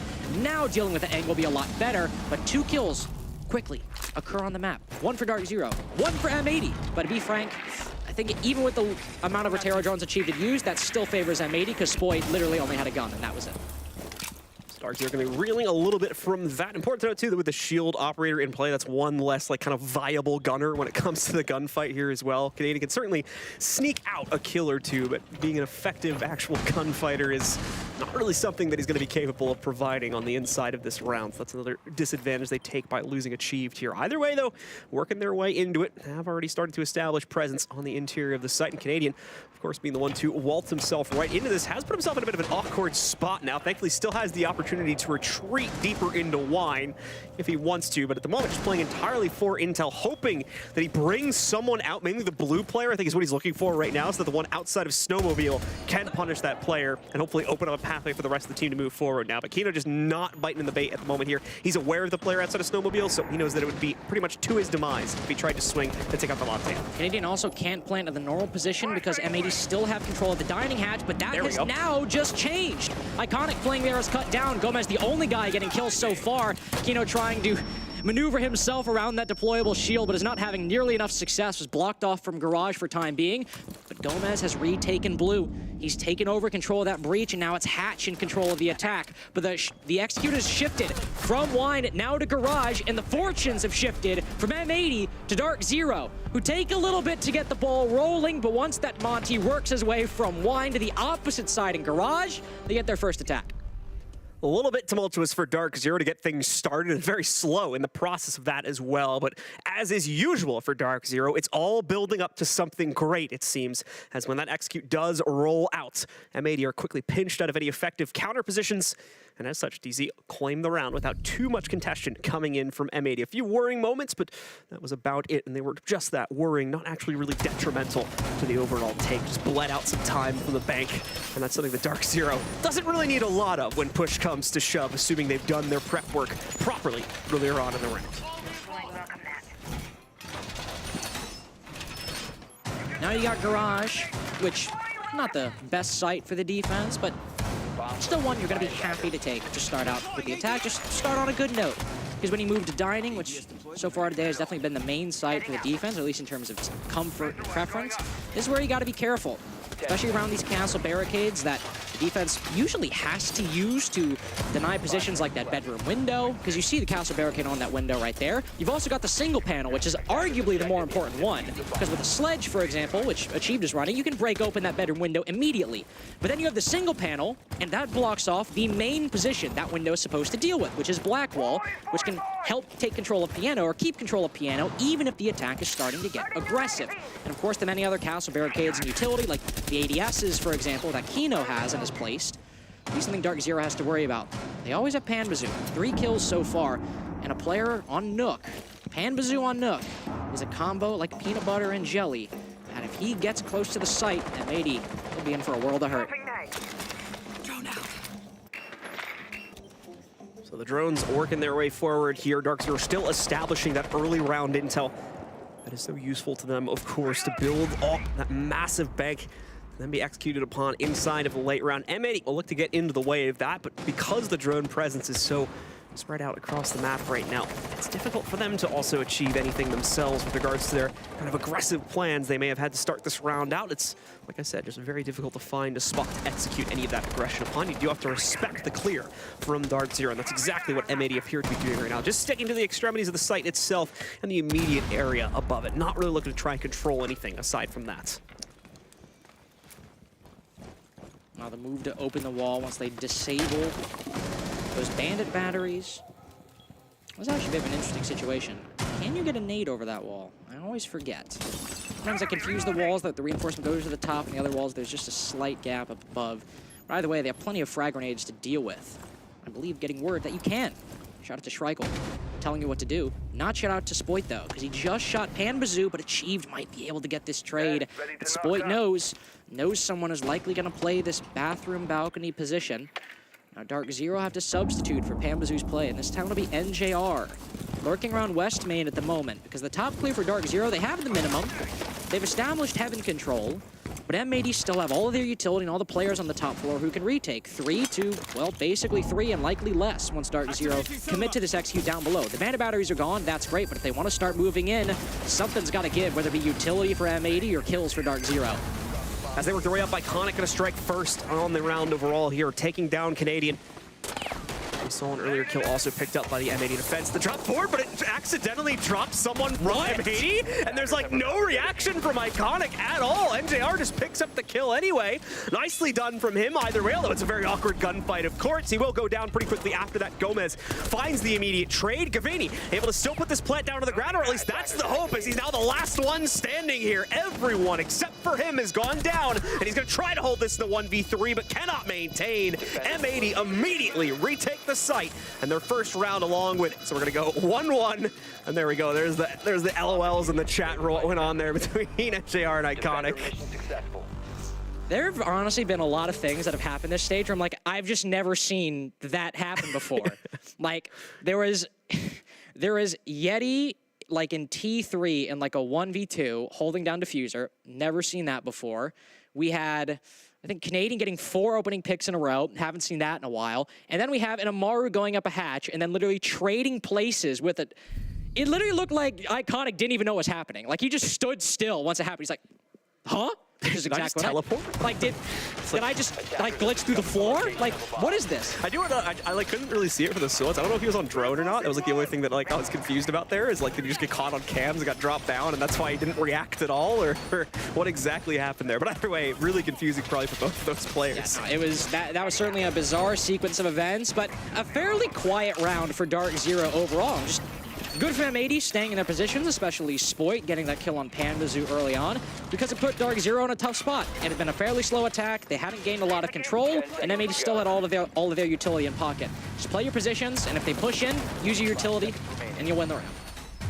All right, so tie game so far here. M80 obviously looking to take a little bit more of an advantage as we move back over towards Bar, but at the same time, this can be a straightforward sight for the attack if they're able to accomplish that very lengthy checklist in the mid-round, getting that library control, opening up the top downs, and will limit the defensive options greatly. But once again, as we have been seeing, at least in the other match when we went to Chalet on, that can be a bit of a time constraint for teams. Dark Zero wastes too much trying to clear out other parts of the map, or just not able to steal that library control quickly enough. They may not have a choice and have to flood downstairs anyway. That's where M80 will gain a lot more control back inside of this scenario. Either way, though, into the round we have gone, and Dark Zero, as you might expect here, taking the slow road to things in the beginning of it. Gavini trying to sneak that drone in as far as he can before it gets taken out by the laser gate. Not really much to be spotted, unfortunately, though. No, and he might try to get a nade into that sort of death position inside of Library as well. You see the Jaeger playing right now. Normally this wastes about a minute, maybe longer if there's a dock on the board, but there is no dock right now. And yet, Kino remains. He's not looking to give this up too quickly, and because he hasn't faced any of that pressure yet. So he does have to be careful that once those nades start flying in, he's able to get to safety in time. He has Gomez for support as well. Spoit also getting very aggressive on the office doorway. And M80 facing a similar predicament to last round, which isn't a predicament at all, really.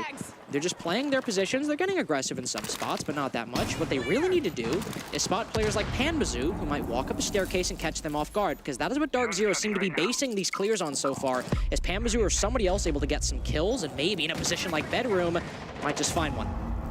Kino with the first pickup of this round, but immediately losing that advantage as he runs right in a Claymore there, so gets traded back out, brings us down to a 4v4. Good pre-placement from M80 to at least punish that bit of aggression coming out from the defensive side. Canadian will just regroup with the rest of the team here now, start the formation together, and begin working on getting that additional clear to the inside of Library. But there's a bit of hesitation in wanting to do that for good reason, as the extended setups are still very much alive and well here. Panba is nearby, ready to potentially punish that. There's an additional assist waiting on the blue stairs area, and Spoit, but Panba ready for that challenge, outwits the man, the myth, the legend, as Spoit goes down. And as well, Gomez will be overwhelmed by utility, so it's a clean opener from Dark Zero, just losing NJR from that earlier fight. Other than that, though, no one has gone down yet.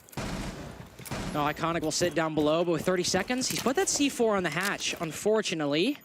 So it's going to be a very specific locale in which that can be used, but DS Lucas holds a power position. If Dark Zero drop down this hatch, DS Lucas is in the position to deal with it. Those smokes likely blocking off his angle, though, so Dark Zero can still win this, and DS Lucas and Iconic might both be in for a world of hurt. Yeah, I was right. So Dark Zero to end up shutting it down at the end of the day, following through on the earlier successes they find inside of that round, and are able to take control for themselves. DZ getting a good foot forward here so far against M80. A little bit of resistance has shown up from M80, but only on that one round. Other than that, though, it is a 2-1 lead indeed for our attackers at the moment, looking to carry that forward as they go back over to Wine and Snowmobile for the upcoming round, where they already, of course, had found success back in round number 1. So the first of the reruns beginning now. Defenders, protect your bombs from What are being they talking defused about? by attackers. I think that was about the Claymore. Yeah, they're talking about the Claymore. Claymore. I've missed the first message and what it said, but they were talking about the Claymore. Gotcha. I want to be appraised of the lore. I want to make sure I'm keeping track of what's going on. Also, if you notice in that match, right as Panbazoo gets that kill Library stairs, execute goes. It's a little... I mean, it's good when Panbazoo's shooting. He's 4-2 right now. In this round, I will send Garage with a little bit of an exception. So far on Dining and seemingly on Bar and Games as well, DZ have spent the first minute and a half in a bit of a tricky position. Then Panbazoo gets a kill, and suddenly everything is all good. Everything is better. This was a little different. They were able to open up Garage Wall extremely quick and spent a lot of time dealing with the white pressure. Now they were able to deal with that deployable shield very early on with the Flores. John, there is no Flores anymore. There's no Flores to be found. Instead, there are 2 frag grenades this turn, so they still have a way to deal with that, while also giving an operator to Pambazu that I think will be a little more in line with what he's going for this map. More of a direct insertion, I think. Yes. So he'll be on the Nook here, so pretty much can send himself anywhere on the map, as long as he's able to craftily move himself around there. With the silent steps, and indeed should be able to accomplish that quite easily. Speaking of easy things, Snowmobile Garage once again open in the first minute of play. M80 realized they can't really do much to stop that with the operators that are in the pool, but they don't want to actively commit someone there to bandit trick it, so just not going to be in the cards for them to stop that. And that'll be one pathway open. The second one already being worked on as well. As we can see, Canadian starting to work his way down in a trench with the Montaigne itself. It'll be supported by a few players. So they can also try to pop up on one of the walls to Wine, which will then, of course, give them full access to the site. Canadian, though, there's going to be a few obstacles sitting in front of them here, but they'll be very easily dealt with. I think there's a Legion that way.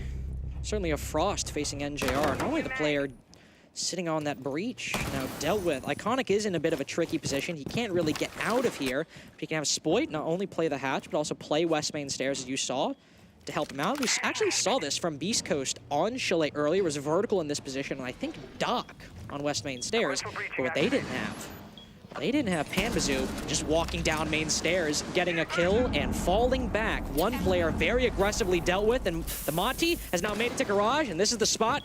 Canadian started to put that bomb down. Very quick switch up once Pamba got that entry as well. Big focus on Wine, which was the site they planted in back in round number 1, but they immediately realized it's going to be far too difficult to be able to properly pressure that because of this Legion holding the flank against them. Gavini deals with that Legion as Iconic goes down, but Gomez continuing to find impact on a roam upstairs here. He's just picked up a second kill on the round, achieved, and now NJR now achieved, end up going down to him. So that control for Dark Zero is present, but it's not secure enough, at least until this point, to try and go for the plant. Canadian attempts to throw it down on the ground. The nade is excellent as it knocks out not only Gomez, but heavily lights up another player, and the final 2 are cleaned up very quickly after that. As unfortunately the case being thrown onto the ground prompts a bit of aggression from our defenders, and then immediately ends the round. All right, I want to talk about this execute, because I gave it 1 round just to like vibe check it, and then to wait and see. And now I've had it twice now. And now I want to talk about this. Because it seems part of the execute that Canadian will just walk between sites as Monty. Yep. I was like, maybe that he was getting a little jiggy with it. Maybe he just wanted to rotate, do something different. But no, it literally appears that Dark Zero don't take dining control. Don't deal with the dining hatch. Instead, the Monty just looks at it. They try and deal with the player in connector. So Canadian can say, turn his shield towards the hatch or dodge it in some way. They have Gavini play trench to make sure that nobody can rotate back. And then they also vibe check the site. They're like, okay, can we plant in Garage? Can we plant in Wine? Do we have to go back to Wine if the Garage play didn't work out? This is a very weird execute, but I really like it because of how weird it is, and also because just based on these angles, if you can control Garage and get a kill connector, you actually can do it because all the defenders are either in blue, which you can dodge by walking through the Garage rotate, or upstairs, which you can dodge by looking at the dining hatch. So even though it's weird, it actually works out quite a bit, even though M80 are still able to get a few kills and make it a 3-3. Yeah, once again, the 2 kills they're able to find too were like completely detached from the site take overall there. That was just like random roam kills that a member upstairs was able to find, as someone from Dark Zero probably establishing counter to that roam and just not able to win the fight when it was thrusted upon them. But that roamer never really able to get enough of an advantage to completely pinch out the actual execute, so still holding it back enough in that regard. So DZ continue to dominate here, now leading 3-1 as we move into a kitchen hold from M80. They try to secure at least a 2-4 half for themselves by picking up this one. It has proven itself to be a very difficult task. DZ lights out at the moment, especially when it comes to the actual execute. That's leaving a lot of issues open for M80. This is also, I believe, 4 rounds in a row I think M80 have gotten the opening pick. I might be wrong, but that it is at least what it seems to me, at least 3. And even if it's 3 and Dark Zero got 1, it's still 3-1 Dark Zero. So they've been able to bring back these rounds either in the mid to late round on Garage because of the Monty, or in this case, on Dining, not at all, because this is the 1 round that they ended up losing onto the attack. They've looked in very good shape on most of the other sites, and what was problematic here, Panbazoo lurking early died, and NJR, who played a similar position, fell later in the round as well. So you're looking for Panbazoo to have a little bit more success here, which could be problematic. He's basically running headlong into the defense on this top floor, and M80 are contesting Library and Piano very heavily, so he'll likely need some support from one of his teammates, and it appears he actually has support now in Gavini, who I think I just saw, yep, moving to Library and moving to Mezzanine as well.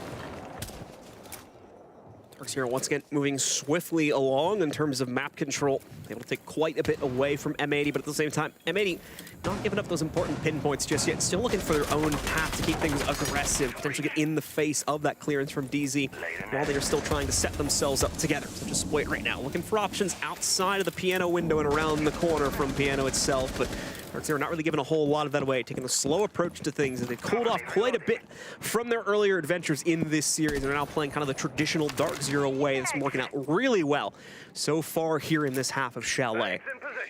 And also the traditional, just kind of passive structured Chalet as well. You saw Pambazoo look in the Piano window for a little bit, but it's all angle play from Dark Zero right now. Nobody getting too aggressive, and unfortunately for them, M80 are the kind of team where they will challenge you on those angles if you're just sitting and playing passively. But Dark Zero, they've made their way into sight, even in a 3v4. They could try to get the bomb down. This is always a difficult position. The man disadvantage plant, if you're not careful, the defense can overwhelm you with manpower and utility, but not in this case. I don't think they knew what was happening. Got away. Canadian gets away with it, literally scot-free, and Gavini picks up the equalizer, knocking out Kino as well. Achieved and Spoit go to battle against each other, but it's Gavini that finds the next actual pickup as Diaz goes down. Achieved, here's the run out by Ego, does not get tripped up by it. It's going to get even canceled by the member on M80 attempting to achieve it. Gomez, the next to follow here. Great follow through yet again from Dark Zero. M80, you just cannot let DZ get this plant down on the ground. As past that point, they seem unstoppable in these rounds. Even from the 1v3 now, Spoit has an immediate challenger from behind the bomb chassis to take him down. It's Canadian that seals the deal on yet another round for the Dark Zero roster. 4-1 now, moving up on their Chalet attacks. The one site they dropped so far, they've now got a win in. So where do you go, M80? Do you go to bar? Do you retry dining? Do you do something else? It appears they'll commit to bar, and they'll keep with their pattern of rotating sites permanently, or at least in perpetuity, probably the better phrase there. On bar as well, if you want to go all the way back to round number 3, which is 3 rounds ago now, Dark Zero were struggling a little bit in the first half. About a minute and a half in, you had Gavini on Library balcony, but they weren't able to make much pressure. You had player on office balcony as well, but they were just kind of stuck in their positions. And then Pambazoo creeps up from the basement, kills the player on Library stairs, and then all of DZ, like the Manchurian Candidate, literally just sit up and start moving, start going about their mission, and completely collapse on M80 and win the round at that point. And this is what M80 need to look out for. If they want to get their second defense, and on Chalet, that's fine. 2 defenses is perfectly manageable and perfectly workable. Be on the lookout for Pambazoo. Whether he creeps up from Library stairs or creeps into Fireplace, be on the lookout for him, because when he gets a kill or if he takes an engagement with you, that's when Dark Zero are looking to hit the go button. All right, it's Dark Zero looking to set themselves up for yet another stunning execute against M80. M80 will have to, of course, find a way to get in of that setup process. As, like I said before, past the execute point, it just hasn't really seemed like there's much of a hope for M80 to really retake control over these sites, save for the one, of course, that they managed to pick up for themselves closer to the beginning of the matchup. It's been all DZ since that point, though, from entries, the overall follow-through on the site. They're going to take a nice slow roll to things yet again, and this goes back to that kind of frustrating point for M80. We were talking about this in one of the earlier maps, is that, like, you can't necessarily do anything to directly get in the way of this when you kind of just have to let at least a few of the events unfold and then try to find a gap in the attack, as it were, from that point forward. That's just not something that's very easy for M80 to achieve at all when Dark Zero are remaining pretty much entirely passive until, like, the minute-and-a-half mark at the absolute earliest. And it's just not leaving a lot of room for M80 to kind of modulate their play to account for that. Vini will throw in a drone that's unfortunately destroyed. So if he wants to use a drone, it'll have to be the Yana clone.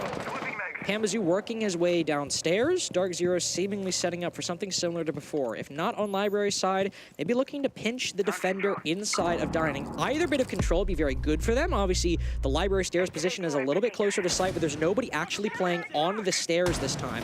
Whereas instead, there is not someone on the first floor like I thought, but there are 2 players on the top floor. So Pambazoo can work his way into Dining, take this control, and then cut off anybody rotating back through Fireplace or even trying to get a kill on Library stairs later on in the round, and seemingly with Canadian pushing into main lobby, this is the side that Dark Zero really want to try to bet things on.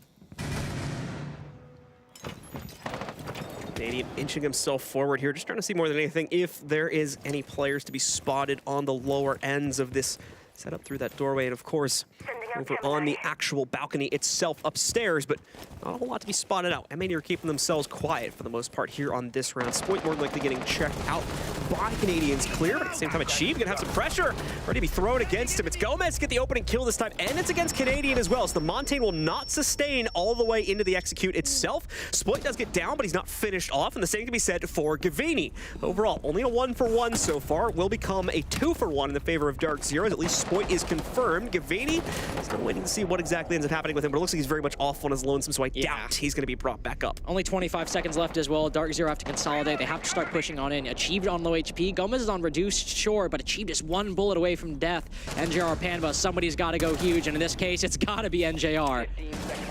Down to the 2v2 now.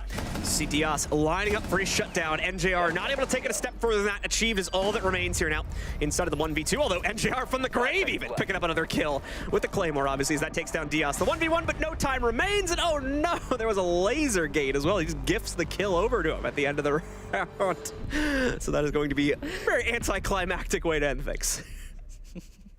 Not the Claymore. Not again. 2 defensive wins for M80. Again, not bad whatsoever on Chalet. There was a time, by the way, when a 5-1 half was not that bad for the defense on Chalet. So, like, 4-2, perfectly fine. You can work with it, because it's not like it's your map pick or your opponent's map pick. This is the decider. It's okay if things play out a little bit more in a standard way. If M80 are going to be good on these attacks. They don't have the Ying, of course. They do have the Monty, which they also like to run. They also show it on Theme Park that they can just be very clinical in playing out these attacks normally anyway, which I doubt any of us really had any worries about. But if you were worried that for some reason that they were a Ying or Monty crutch, don't worry. If they don't even run either of those operators, or in this case the Monty, this should still be a fairly close match if you have a good one in mind. Master Bedroom Office, first time we've gone to this site in this map. We saw somebody go to it earlier today, but the first time between these two teams. Dark Zero will start off going here with the Valkyrie on the board as well. See M80 switch to the IQ in response, try and find some of that intel. 5 seconds to go. M80 finally finding their footing at the very tail end of that half. They're kind of matching the energy of Dark Zero, just not giving away any part of their setup, let alone their extension, until they were absolutely required to by the necessity of DZ pushing into them. That gave them a little bit more capability to fight back into things and still claim a second round for themselves to end out the half. Now they're on the attacking side there, where that aggression is all they have to worry about. Achieved looking to immediately get in the way of some of this, of course. Back over here on the side of Solarian, the Nitro lands, and it's going to do some serious damage, but it surprisingly won't get the full kill, at least not against Iconic there, because he's brought down to just a sliver of HP. He'll have to back off, though, lest he find himself suffer the opening duel. And indeed he will, as Gomez is the tip of the spear in this particular round. Iconic likely wanted to maybe get some utility clear with his teammates, but it seemed like just open up a part of the wall as well to pressure Bedroom, so not a big deal that he'll have to back off. As I was about to say, Gomez pushing through Library, but he's now literally on the opposite side of the map, going a completely different way, and it's Spoit, who has maybe found an opportunity to lurk down below. The site is not dining, but DS is the opening pick, and with that Dokubi call, he's heard somebody on Library stairs and knows that if Gavini gets aggressive, this is easily a 5v3 for M80. Pick up just yet. Things are going to go very passive for both teams. Half of the round now gone away as well. M80, of course, taking that solid advantage for themselves with the opening pick, but need to be very, very careful how they follow it through. Looking to try and establish more control on the Solarium side. The Ash even moving over to join the rest of the squad pushing for this direction as well, so it seems like it's going to be very one-sided, trying to claim all that control from that direction. No secondary pinch being added. And this one is thankfully you don't really need it. You kind of get a secondary pinch just by having this rappel setup that Diaz is currently on. And you can expand that even further with full bathroom control, which is something that is very capable right now for M80 to do. Speaking of which, it looks like they're just about ready to at least attempt the initial execute, and they'll certainly be doing so with that pick, but there is an immediate trade to it. Achieved with the shotgun, waiting on the other end of it, picks up the first response. Gavini gets a second, so we're even now. Back down to the 3v3. Dark Zero potentially able to take control in a moment if they don't find a proficient way to deal with the shotgun player. Gonna try to pinch him out from the other side, but it's Gavini still finding those pickups over on bathroom side. Gomez, the most recent one to fall to it, and Spoit thought he could be sneaky on Achieved and close the gap. No, the gap has been closed on you instead, as Achieved just quickly pumps out one of the remaining attackers, and now it's just Diaz kind of awkwardly left on the rappel here. Was just meant to be kind of flank watch for a few of his teammates, but was unable to assist throughout the entirety of this execute. Now has to swing himself around, try to make a play on his own regard, but it'll be a 1v3. He's got intel on 2 out of 3 of the players, and can he make a solid guess about where the third one is positioned? But as you can see, once again, DZ not giving this man anything. The shotgun is finally killed, but the impact has already been made well long into the past here. No time remaining, and Gavani finishes things off with the final kill. Love that little awkward conversation we saw between Sport and Gomez. Like, no, you peek him. You got it. I mean, dude, we know where he is. Like, you can win the fight. He's like, no, I think you got it. You're in bedroom. You can peek the shotgun, and you should be okay. Fortunately, M80 not able to work around that position. And even with DS Lucas on that bedroom rappel angle, Dark Zero's defense a little bit more solid. In this instance, is M80... Throughout the majority of that round, there was a time where I was like, all right, this is going to be a solar push. Oh, it's not a solar push. That's fine. It's still very early on. It's a library push. Never mind. It's not a library push. Gomez is now rotated back over to solar, and we're pushing up the stairs because they read something very important, which is that there was nobody on solar stairs. You couldn't just move up, take control of dining, take control of trophy, move up the stairs. Problematically, even with the 5v3 they had acquired, that was all the control they really had. They didn't have a lot of solid pressure coming in from Library. They didn't have a lot of solid pressure coming from Solar either, because the other side had completely collapsed. So Dark Zero start things off on a good note, and then if they get one more defense to match M80's record, unfortunately, it'll be match point for Dark Zero. So Dark Zero still running the gauntlet at the moment, but nothing M80 can do is able to stop them, it seems. Just a few takeaway rounds here and there. The switch to the second half has not prompted any additional prowess to come out from M80 just out of the round. Getting a little bit closer. Just not enough to win it out, and that was certainly what was needed in that situation here. So we'll see if the sight chain potentially lends any more credence to the assault on M80's side. In the meanwhile, already prepped for his first kill if he has the intel. There's a player waiting for it just around the corner in blue, and that player was still in the midst of a setup a few seconds ago as well. Gonna self-drone himself forward for it, but he's checking the wrong staircase. He's going to the top side. Drone would have certainly heard that. So now he's definitely aware, but at the same time, pressure has come out from this attacking side. He's been able to knock out at least one member of the defense as DZ's Canadian falls down first. The Canadian gone, and M80, again, getting some very good pressure early on, some very good control as well. You've got to move up into Fireplace to open up that dining wall and likely move up short at some point as well, and they've been able to do that in the first minute. Gomez being the player to do it. He's also now creeping his way up main stairs. There are 3 roamers currently. One over by Library Stairs, 1 in Piano, and 1 in Office. The last of which they have hard pings on. They're all gauging their options. Which one do we want to pinch? The Library Stairs might be the easiest, but Spoit is now backing out, so that might not be the option. Instead, take the freebie given to you. Panwazu's gone for broke, and unfortunately, he's still looked off with no change. Gavini's also now trapped inside of Library on low HP. M80 know where this guy is, and once they get the kill, that's wraps for Dark Zero. If they want to bring this back, they got to start taking fights. Achieved and NJR, unfortunately, nowhere even near the sight hold at this point, and already one of the 2 is going to fall. Achieved trying to wrap back down through the trophy stairs. Shots coming out, but not connecting where they need to. And about to have the final bit of pressure thrust upon him here. Spoit able to close it down. It's indeed the flawless pickup from M80. So M80 maybe not done with the fight just yet here. Still a few more rounds need to be picked up by DZ, and the gap slowly being closed by M80. Just 2 rounds to go now to tie it up. Dark Zero extending quite far off-site to try to hold that top floor. We see teams often get aggressive against the players coming from Library on Master Bedroom and Office, but if we see that, it's normally from somebody holding, say, Mezzanine looking into Library. This time they did the Library shield with the ADSs, and then also having the player Piano and inside of Office. The problem with that is, especially if you're able to get that kill and maybe Canadian early on, there's nobody that can really stop the player from lurking at Mezzanine, and then you just have to either swing and kill him or he kills you. He's going to have the bit of control the entire time, and Gavini is basically stuck on an island. So a little bit of a hole in that setup for Dark Zero, especially if maybe Canadian, who would have solved that position or solved that problem, dies early, and M80 will exploit it and get a flawless round off of it. And Dark Zero, try Garage for the first time with the defense. 10 seconds left. we see M80 changing up quite a few elements of their attack, actually adding that extra hard reach into the fold. We've got the Thatcher coming out as well, and on top of that, like you said, the Monty has shown up for Kino. So going to be taking command of it, as we were seeing Canadian do the same thing for the same exact site attack, I do believe, as well. So going to be expecting a similar strategy to come out here from M80. Let's see if it'll be oh so bold as Canadian was, though, with his direct advances across the sites to try and gather both intel and a proper plant position in both of the attacks we had there in the basement. Try and outdo Canadian at his own game. Of course, on the defense, Canadian has traded in his Montane Shield for a Pulse Heartbeat Scanner, playing above the site, but also in dining. Try to gain intel on anybody going for that full clear. Of course, more practically, he also has that dining hatch, which he's actually dropped down very early on. Maybe somebody can rotate up later. Yep, you see Panbazu's on the top floor, so he can take that dining hatch position if he wants to later on in the round. And Canadian's also going to be a little bit more helpful from this spot. If M80 start pushing in, say the Monty pushes in, which they might not even know about right now, that C4 will be welcome company, the only C4 that the defense has right now.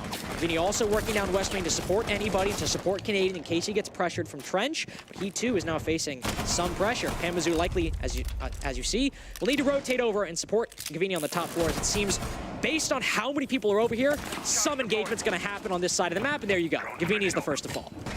See a stack coming in here, but we'll touch it in just a moment. Who's still some action unfolding here. Kino finishing off the frag onto Gavini. The spray coming back in there. NJR able to sneak off one. The meanwhile, oh no! It captures the Monty as well here. So Kino now down for the count. DZ with the advantage again, but still possibility to trade it back out. Spoit still very far advanced into the car garage here. It's actually going to be Diaz though to pick up the next kill itself with that 5.56 finding achieved and re-equalizing us yet again down to the 3-all. This is where in the 3v3, these lurks are going to have their biggest impact. And just one kill in one position could completely change the game for M80 in round 9.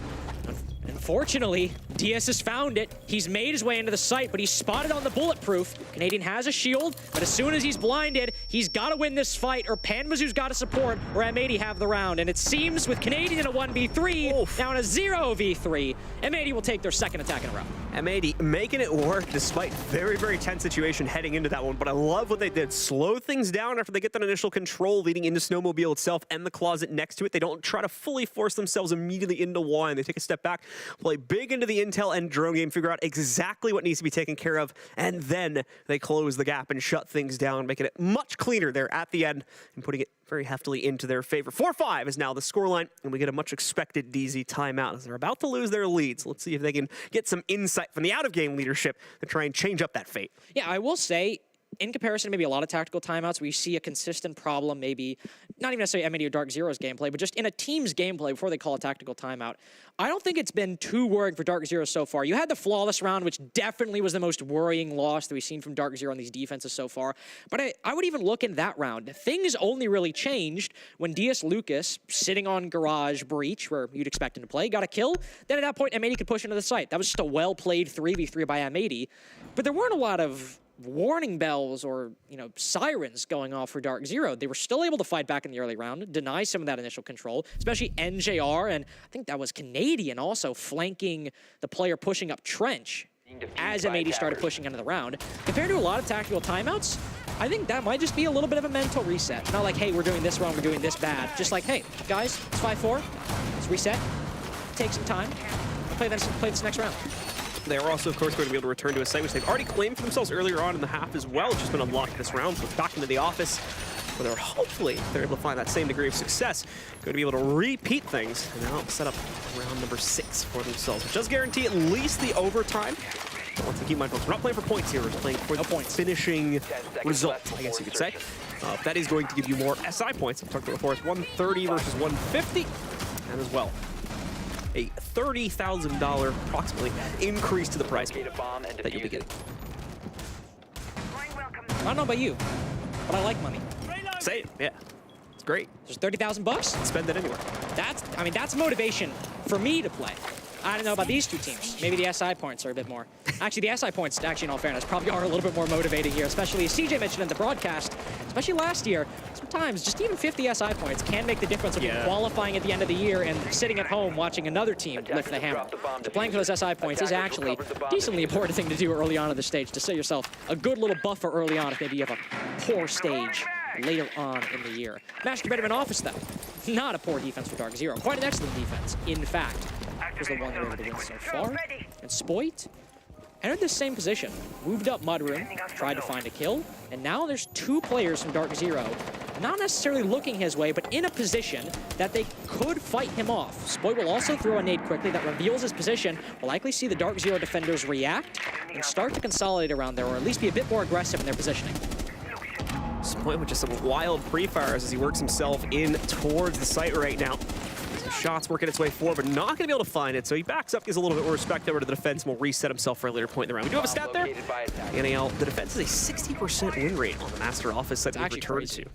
That's actually pretty heftily in DZ's favor, but as you can see, some struggles holding on to it right now as a 1-to-1 exchange occurs, and Gavini just walks right into Spoit, it seems. He kills him.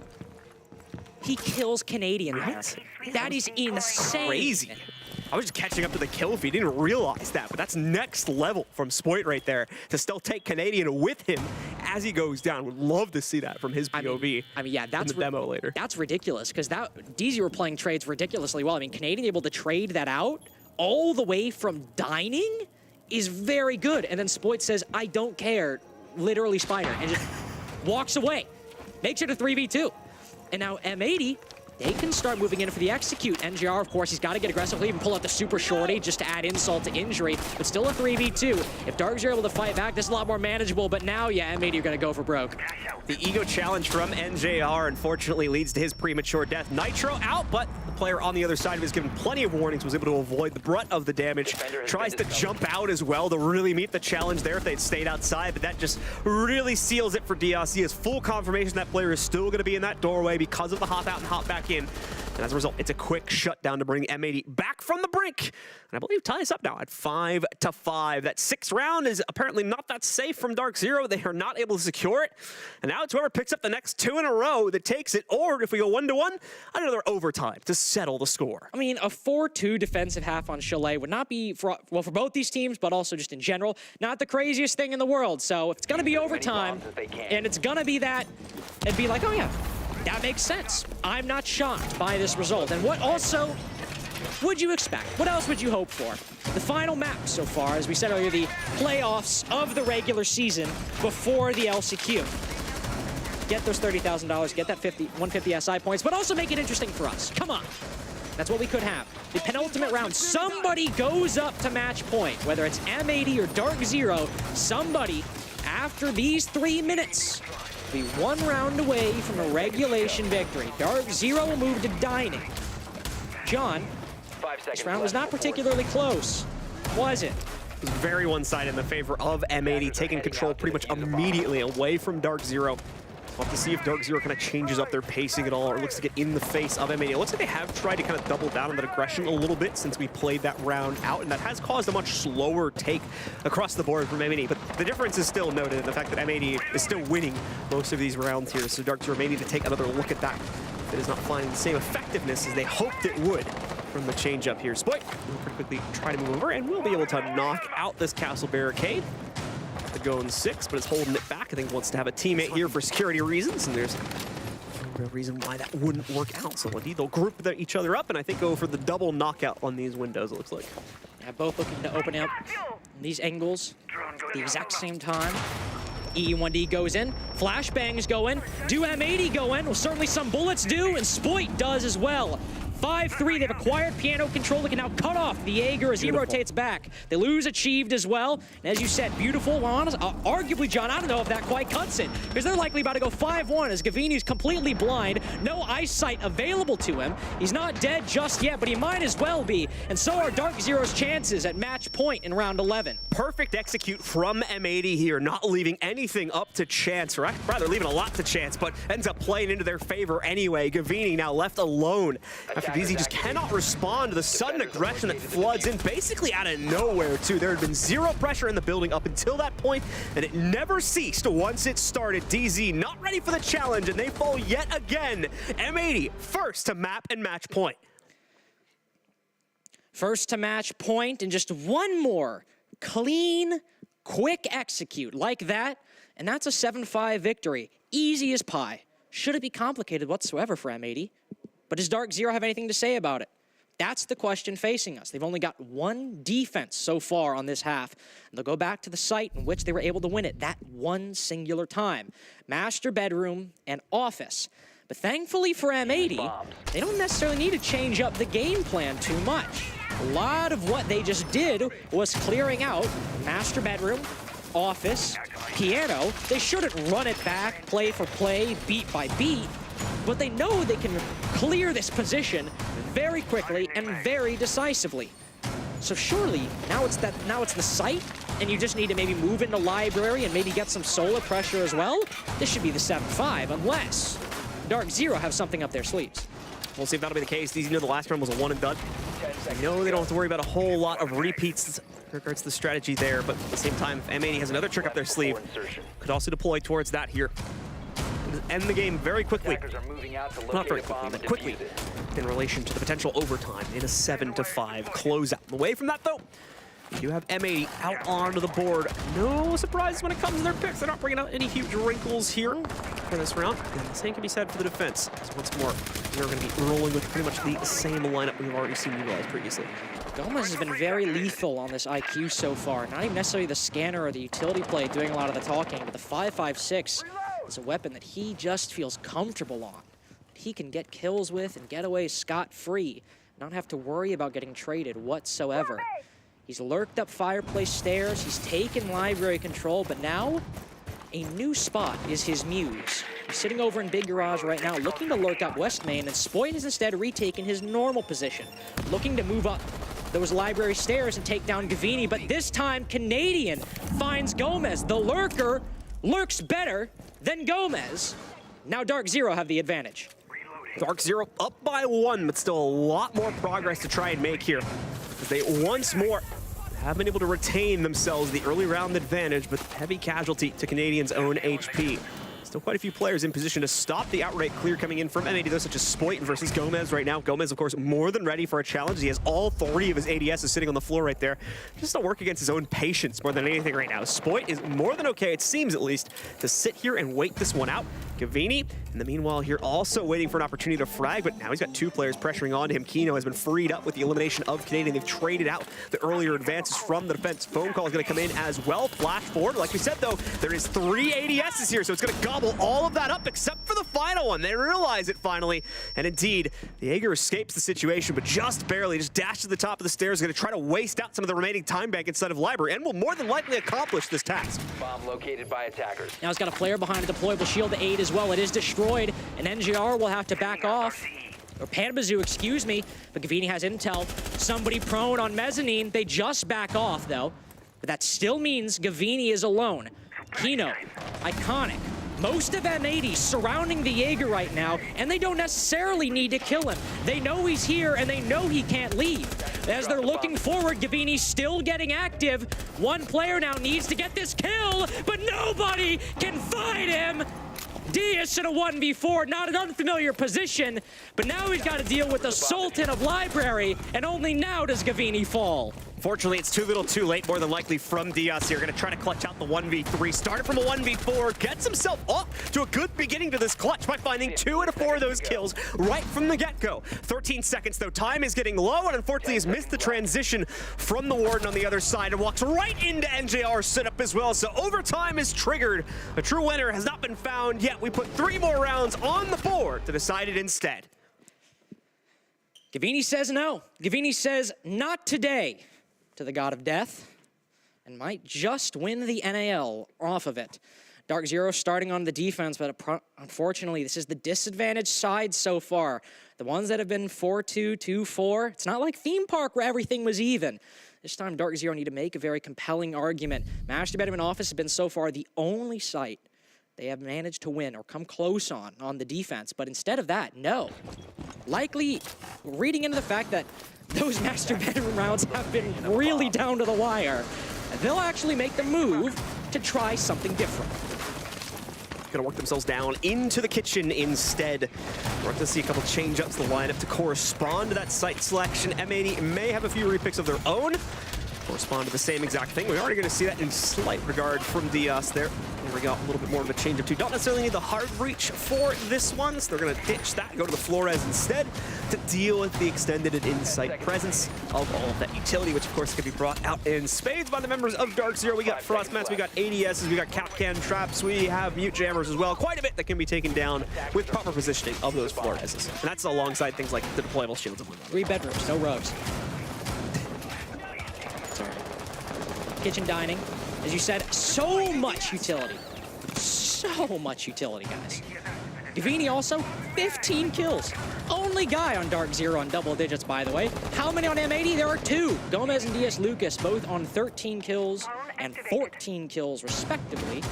That is who Gavini will deal with, or duel with, on these defenses. Spoit also not having the best game so far. You can't deny that he's quickly trying to gather this control. He did the same in Mudroom, and he'll do the same in Library, but he's been stopped a lot of the time, or at least stalled out, and it's a similar situation here. Put on 45 HP, and Spoit will often stay in these positions for a good portion of the round, but if Panbazu's getting aggressive and wants to take that fight with Spoit, this is a great opportunity for an opening advantage. No one finding it just yet, though, and now a minute deep into the round. Players are going to start itching for opportunities to try and make that first mark, but Gavini walks right into the crosshairs of Spoit. M80 claims that opening kill off of the back of Spoit's prowess, but can keep it that way. Still needs to push himself ever further outward into the actual hallway. He's alone currently in this advance, so probably he's going to cool his jets for a moment.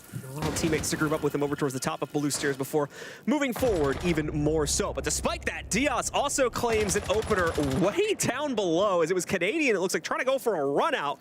Diaz more than ready for that challenge. He wins it out. So unfortunately, make a very frustrated Canadian at the end of this round. And that Canadian death aside, this has so far been the issue with this strategy from Dark Zero. And NGR going down as well to a Selma charge to finish him off.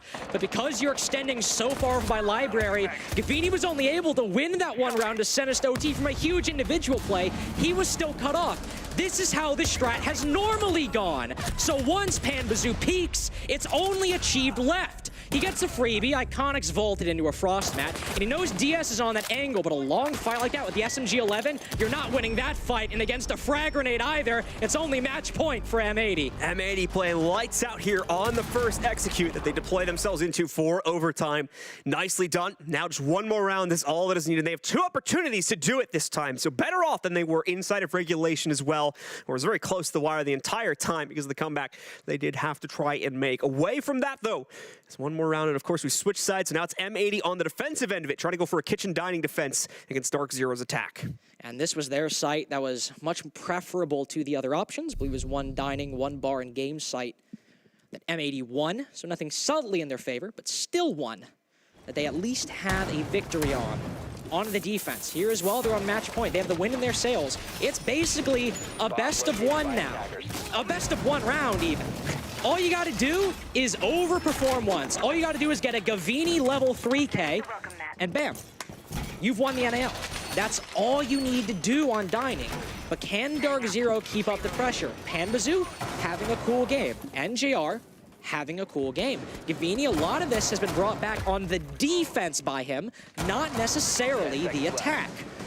So for Dark Zero, they're still looking for players like Panbazoo or NJR to show up this round, expedite things, and if that doesn't happen, the utility play and the structure needs to be on point because a lot of their usual performers and their star players in the attack aren't having the best days on attack, specifically. Everything down to the wire now for Dark Zero, and quite a few change-ups to try and facilitate a better execute. Most notably, of course, NJR bringing back the Amaru to add the Gara hook into the lineup here. It's not necessarily going to guarantee success, so it takes a lot of setup to be able to make a proper Gara hook deployment. And alongside that, we've not actually end up seeing the hook be all that useful. This hasn't been a gun that NJR has felt confident to go on to earlier on in the series. That could realistically be the main reason why he's gone this direction. But that stat, as you can see, though, the defense has a 58% win rate on the current site. M80 going to try and improve that stat a little bit, winning out this one.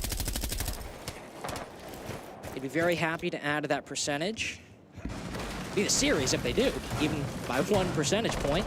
It's not really sort of the minor objective at this point. The major is just stop Dark Zero from winning a single attack in overtime. And maybe they can do it. NGR outside a trophy right now, looking, or at least Dark Zero looking to acquire some solar control. Maybe cut off Spoit, rotating back, as he's really the only defender actually above Kitchen and Dining at the moment. They read into this. They have plenty of nades to deal with him. He's just on the opposite side of that door. Once they find intel and throw a nade on in, Spoit's got to be careful, but he'll make the smart decision. He'll back off.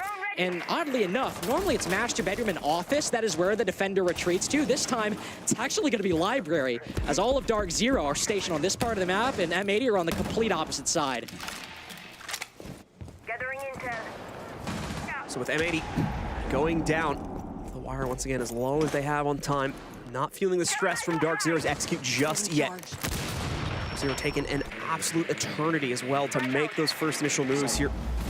Just again, as they try to optimize their intel to the best of their own capabilities, but it's going to end up costing them once again. M80 still feel the confidence to make their own plays we've seen achieved be brought down to just that tiny sliver of HP now. As the advances made against him, and so many off-site obstacles are going to suddenly pop up once Dark Zero are ready to commit themselves to the inside as well. This is going to be tough from DZ unless they've been able to scope out every single facet of this retake from M80, which I doubt they've been able to do as good as Dark Zero tends to be on that intel game. Oh, they still have Iconic down below as well. Panmizu creeping into the site. It starts off good for M80, though it's only short-lived and quickly regained. Team kill. Team kill as well. Really, on match point, that's when this is going to happen? You're going to bet it on Achieved on 1 HP, and Canadian basically in a 1v3 at this point. He's made his way into the site, and they'll go for the plant in the 2v3. I mean, what other options do they have? Nobody from M80 pushing. Smoke grenade late. They actually get the bomb down, but Achieved has made it up to the top floor on 1 HP. One bullet from any direction, up, down, left or right. That'll be it. 6 in the group stage. That doesn't represent the heights of this squad. With the addition of Spoit and Iconic, M80 win the North America League for the first stage this year. And it'll be quite the effort from them as well, going to all 3 maps in order to achieve it. And on top of that, overtime in both of the maps they ultimately end up controlling. But it's a massive victory at the end of the day, especially considering what you just mentioned as well with their group stage placement. A lot of doubts of whether they were going to be able to bring this type of performance to the table here in the playoffs, but they have certainly done it. And indeed, once more, M80 are the Stage 1 champions here for 2023. A big congratulations to them one final time. I mean, what could you want more from M80? They've got the star power, they've got the fragging capability, and they're the first team so far, I would argue, that really took Dark Zero to task consistently throughout the series. And once again, a lot of teams probably going to be looking at the VOD because of that one, seeing how they as well can improve their performance, especially moving forward onto the potential major coming up in just a few weeks' time. Like we said, both these teams already had secured their position at the event itself, but with this win, there's going to be a bonus to both prize pool and SI points claimed from the stage. And clout. The ever important thing to win out of this matchup. So once again, a big congratulations to M80 as they do take that final control and bring us towards the end of the day. We do still have one final segment with our analysis desk to come, ladies and gentlemen, so do stick around for that. But otherwise, actually, we're going to go directly to them. So let's go ahead and send it over to the Victory Center now with our analysts. Thank you very much, Blue. Welcome to the newly dubbed Victory Center. I like that. I like that. Yes, sir. It's the center of the stage. It's where we talk about the victory of one team or another. So I think we'll accept that. Victory Center. We'll Well get the done, Blue. victors Yeah. on this TV soon. That's right. Yeah, we should have hopefully all of M80 soon. We're going to take a look at some highlights from that match first, though. Indeed, and it was a back and forth one. It looked like Dark Zero were going to be able to shut this game down. They had a strong attacking half. However, it was not to be by the end of it. And I think M80, the perfect cap, obviously, to their stage. They are a squad that have brought in a ton of star power. You know, there were some words said between these teams when they last played against each other. I believe the quote was, "You guys bought the wrong guy." Well, I think M80 can safely say that they're very happy with their roster and they've got exactly the pieces that they need. I think this final game here really sums up M80 stage. I personally thought they were cooked. Thought DZ had it. I thought DZ is looking good. I mean, this Monty, look at the Monty. This Monty take they were doing on the wine attacks, or I mean, it's M80 here, but the Monty take that DZ was doing was just, it looked unstoppable. Honestly, it looked like DZ was just kind of walking over them. Yeah. M80 comes storming back, and now M80 is correct me if this is not the first time they've ever won NA. Like This is the first time. I mean, we can say it's about SI points and money, but when you say this is your literal first time actually saying we are the champions, like that song. I think they've been the best in North America before. Like, you go back to maybe the Berlin Major where they make it farther than any other team, but they always like just sneak into those major spots, 4th place or what have you, through the last year or so they've been a team. Now to finally win the North American League, maybe they just are a team that thrive in the environment of playing BO3s where they can play playoffs. Because they had an all right group stage, but when they get to these really high pressure, all on the line games, I mean, that's where M80 seem to shine. Yeah, that's right. And speaking of M80, we got the whole crew waiting to chat with us a little bit, so we'll go to them now. There's Kino.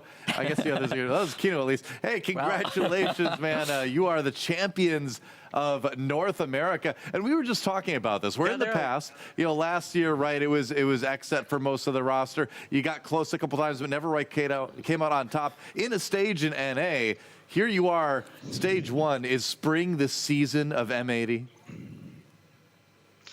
It feels so good, Before we always clinch the major. We'd always place top 4 and not get that first place. Yeah. But now we have what people call a super team. You know what I'm saying? So like it shows. It shows.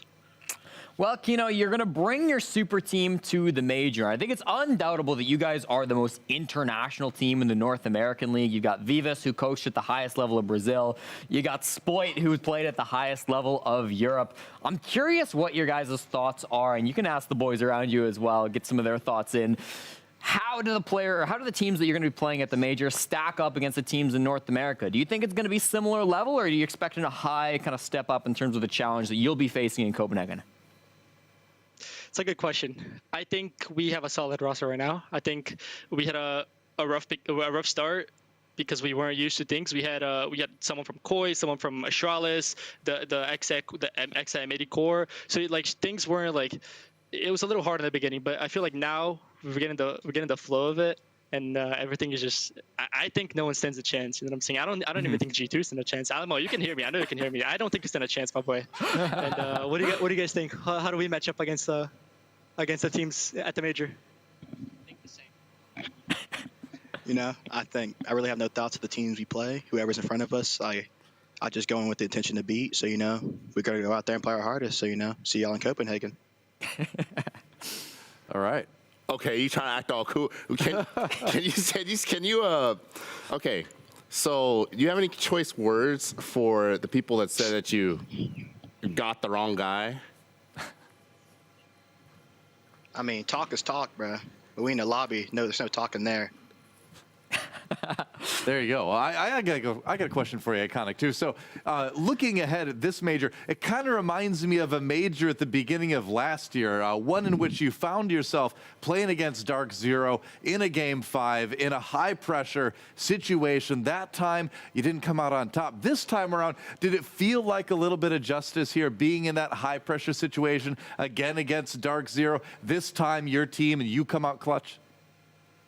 I mean, that was my thoughts going into the game. Just how much pain DZ itself kind of inflicted on me last year at the majors. I got a little chip back, but it's not fully. That was a major title versus like a league title. So the climb continues. I'm expecting to see the guys at the major. So I'm out for blood from them.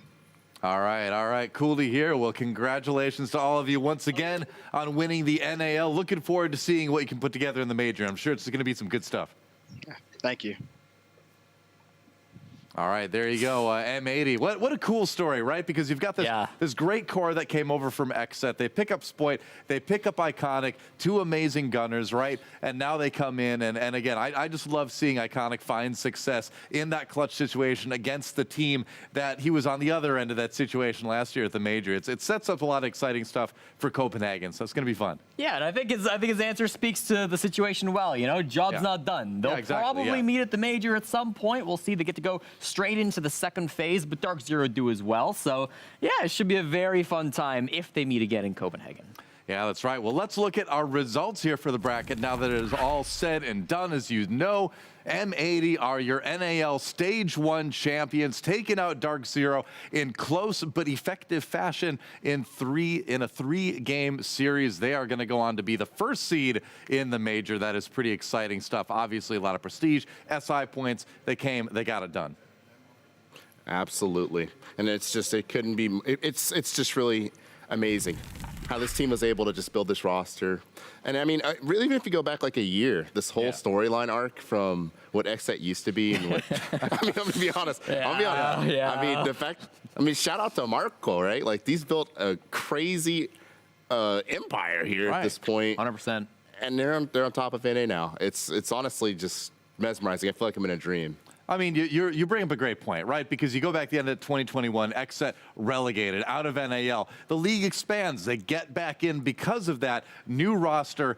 Amazing results in 2022. Not quite to the height that they were hoping, but still easily one of the best teams in North America. Now you go into 2023, right? A little bit of more roster shuffling, and now they're going to the major in first place coming out of NA. So yeah, what a story for that organization over the last year and a half too. It's very, very cool to see. But speaking of more cool to see things, we've got the LCQ coming out next week. That's right. There's more teams competing for more spots at the major, and not just teams from the NAL as well. Some young guns coming up to try to give it a shot as well. Check out our bracket. Some open qualifier squads, some names that were eliminated a while ago as well coming back. Parabellum knocked out a couple weeks back. They're now here in the qualifier. Beast Coast, obviously, Sonics and Oxygen meeting Karn & Co. Reality TV, GGG, Aerial Arise. The only NAL team that didn't make it this far are the poor boys on Mirage.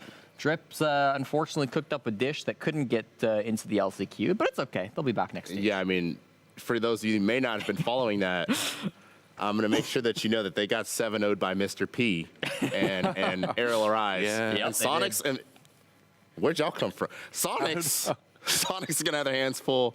That Triple G roster, I know, like, a lot of people, you know, if you followed Challenge League in 2021, that's like an old Parabellum course. They're a threat. So there's some serious threats coming out of this qualifier here. Hey, I mean, we know it with all the talent that's come up out of Challenger over the last couple of years. Like, you know, there's so many players that are at that level that you just they're just waiting for that shot, right? So, yeah, like, well, there you go. They just appeared behind me. I was like, am I getting Well, jumped? hey, we got to get our cast on stage because I love this guy. This is the last day of You're my the North favorite American librarian. League. Obviously, we got LCQ coming next week, but this is it for the official NAL Stage 1. It's been a blast, no pun intended. Thanks for watching, everybody. Thanks to our production crew back behind the scenes. Excuse me, I'm dying here to get everything working, putting in the long hours. We're all doing overnights here in Copenhagen. It hasn't been easy on everybody, but we hope you've enjoyed the show. We've certainly enjoyed seeing the games, seeing the great plays the players are showing up, and we're certainly looking forward to Copenhagen as well, to the major, of course. So that's going to do it for me, your host, Noah, from everybody else here at the NAL. Thank you again so much for watching. We'll see you next time.